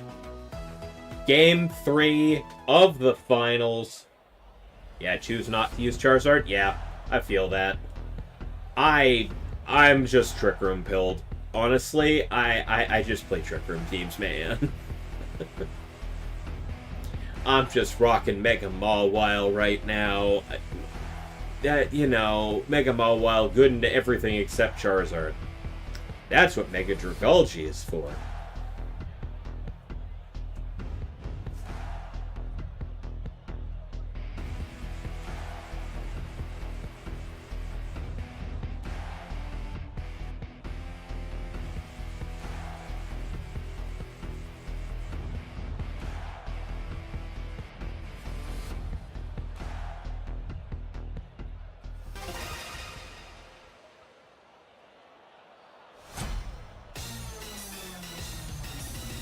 Alright.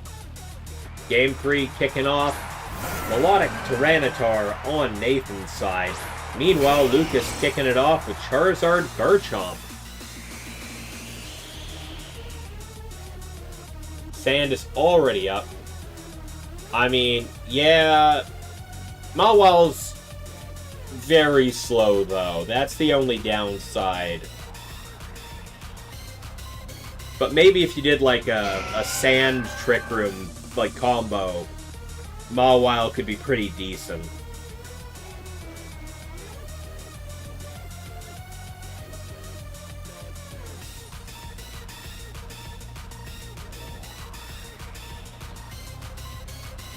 Yeah, that could work.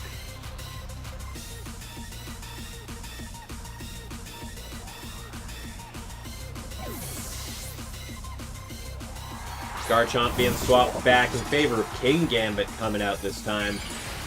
And Mega Charizard coming out. Overwriting the Sand, setting the Sun. And immediately going for a Solar Beam. Melodic getting chunked down to a third of its HP once again. Citrus Berry bringing it up above half again. T-Tar going for the Rock Slide, but Charizard avoids it. Not doing a whole lot to the Gambit. And that is, in fact, an Ice Beam into the Gambit as well. Not doing a whole lot there. You thought Mawile had Fake Out at one point, Absol? Nah. Sucker Punch, however, is a different story.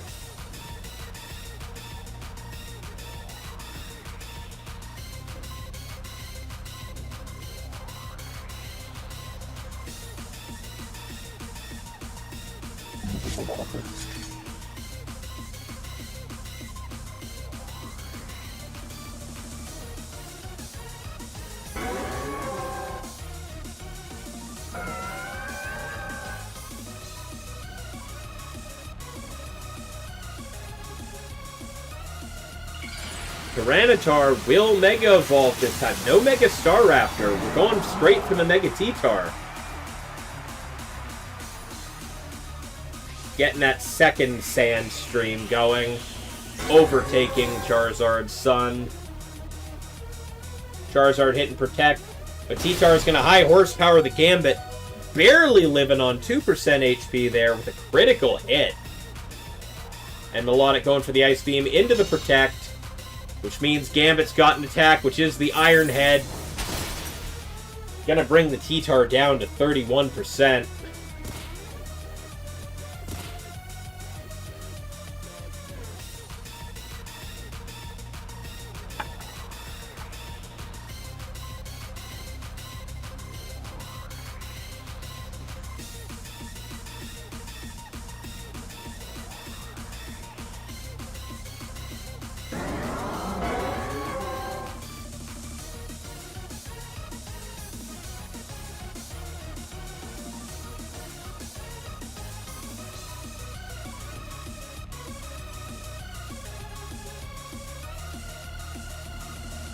It would be helpful, yeah. A little bit.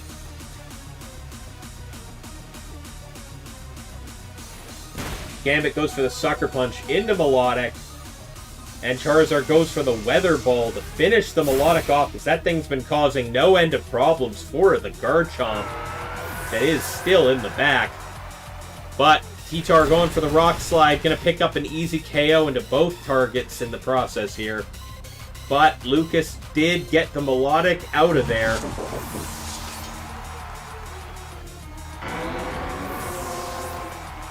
Steelix is what Wolfie did in this situation. Was kind of why you're opposed to use of Steelix. Yeah. I mean, Steelix isn't a terrible option here. Nathan will send out the Star Raptor. Lucas got the Aerodactyl and the Garchomp. Both taking an Intimidate drop from the Star Raptor. Regular Star Raptor just getting the Intimidate.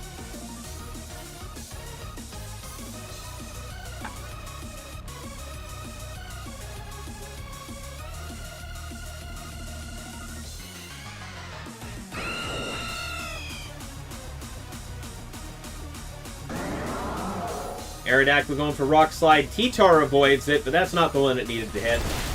Star Raptor getting chunked to 7%. With critical hit Rock Slide. Garchomp going for the Rock Tomb, gonna finish the job.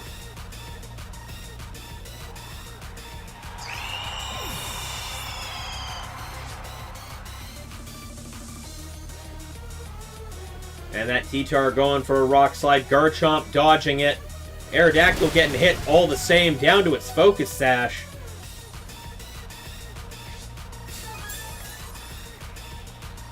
What's the last Pokemon on Aloso's side?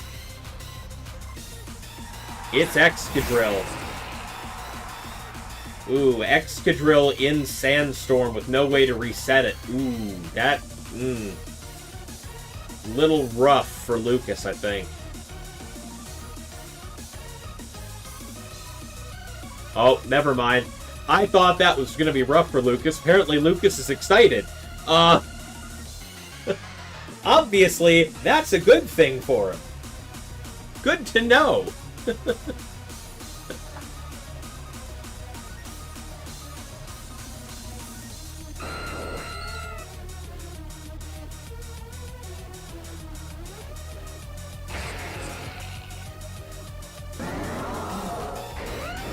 I mean, I guess literally anything to break the Focus Sash, and then an Earthquake kind of just wins.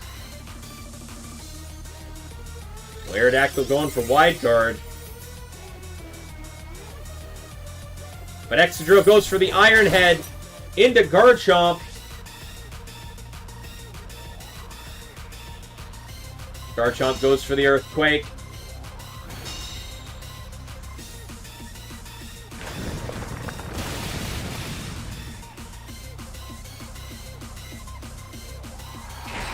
Wasn't that Excadrill... What? Wasn't that Excadrill... What? In the back of my mind, wasn't that Excadrill, Focus Sash? Did that die? I missed something? I thought that was a Focus Sash Excadrill. Anyways, I might be mixing up teams. Aerodactyl gets the Tailwind off. Oh, Rough Skin, right. Because it got the attack. Oh, good. Yep, I'm correct. Alright. Earthquake going off. That'll be it for the T-Tar.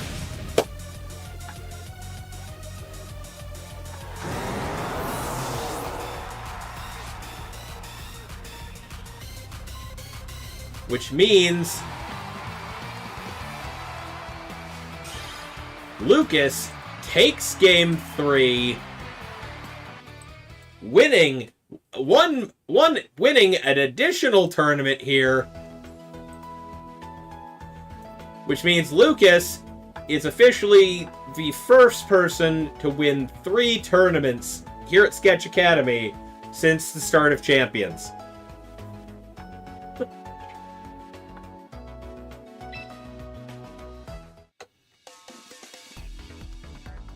Now, mind you, if you're going to talk about the all-time record, I think Croc still has that no contest, but I'll actually have to look up previous tournaments and see what the actual stats are on that.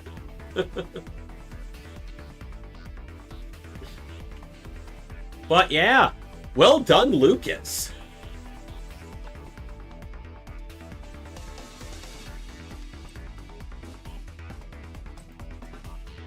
going to get the updated standings to sit on screen.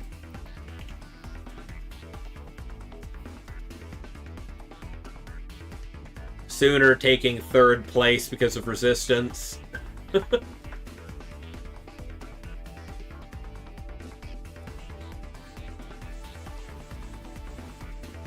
But yeah, that was a really good set of finals right there. That really was. Alrighty. Well,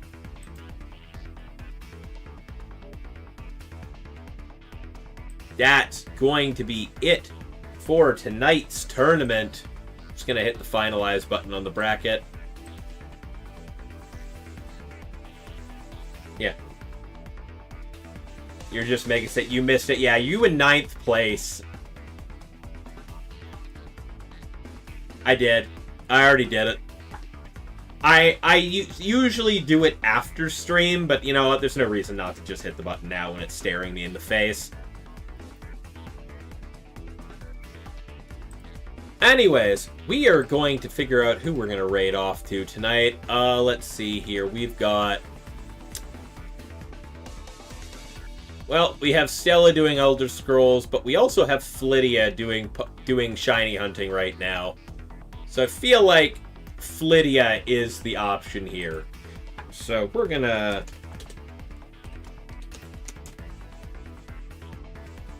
hit that raid button. Alright everybody, on the Twitch side of things, we're gonna be raiding over to Flydia Blumenthal.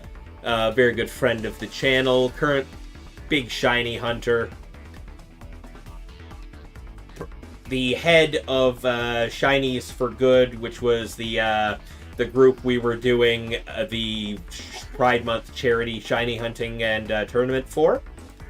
So yeah, we're gonna head over to her stream. Let's drop in, show some support. Thank you everybody for coming out tonight and for a great tournament. Y'all did really good. Congrats once again to Lucas. I will see you guys tomorrow night. I think I'm doing something with Overkill tomorrow. I know either Tuesday or Thursday I'm probably going to be streaming something with Swifty, but whichever one I'm not playing with Swifty, probably just going to do a VGC ladder stream, because I have not done a run to Master Ball in quite some time. So, thank you all very much for coming. I'll see you tomorrow night, and hopefully later in the week. Thank you very much for coming out. And the tournament will run again next Sunday. I'll see you then. Peace.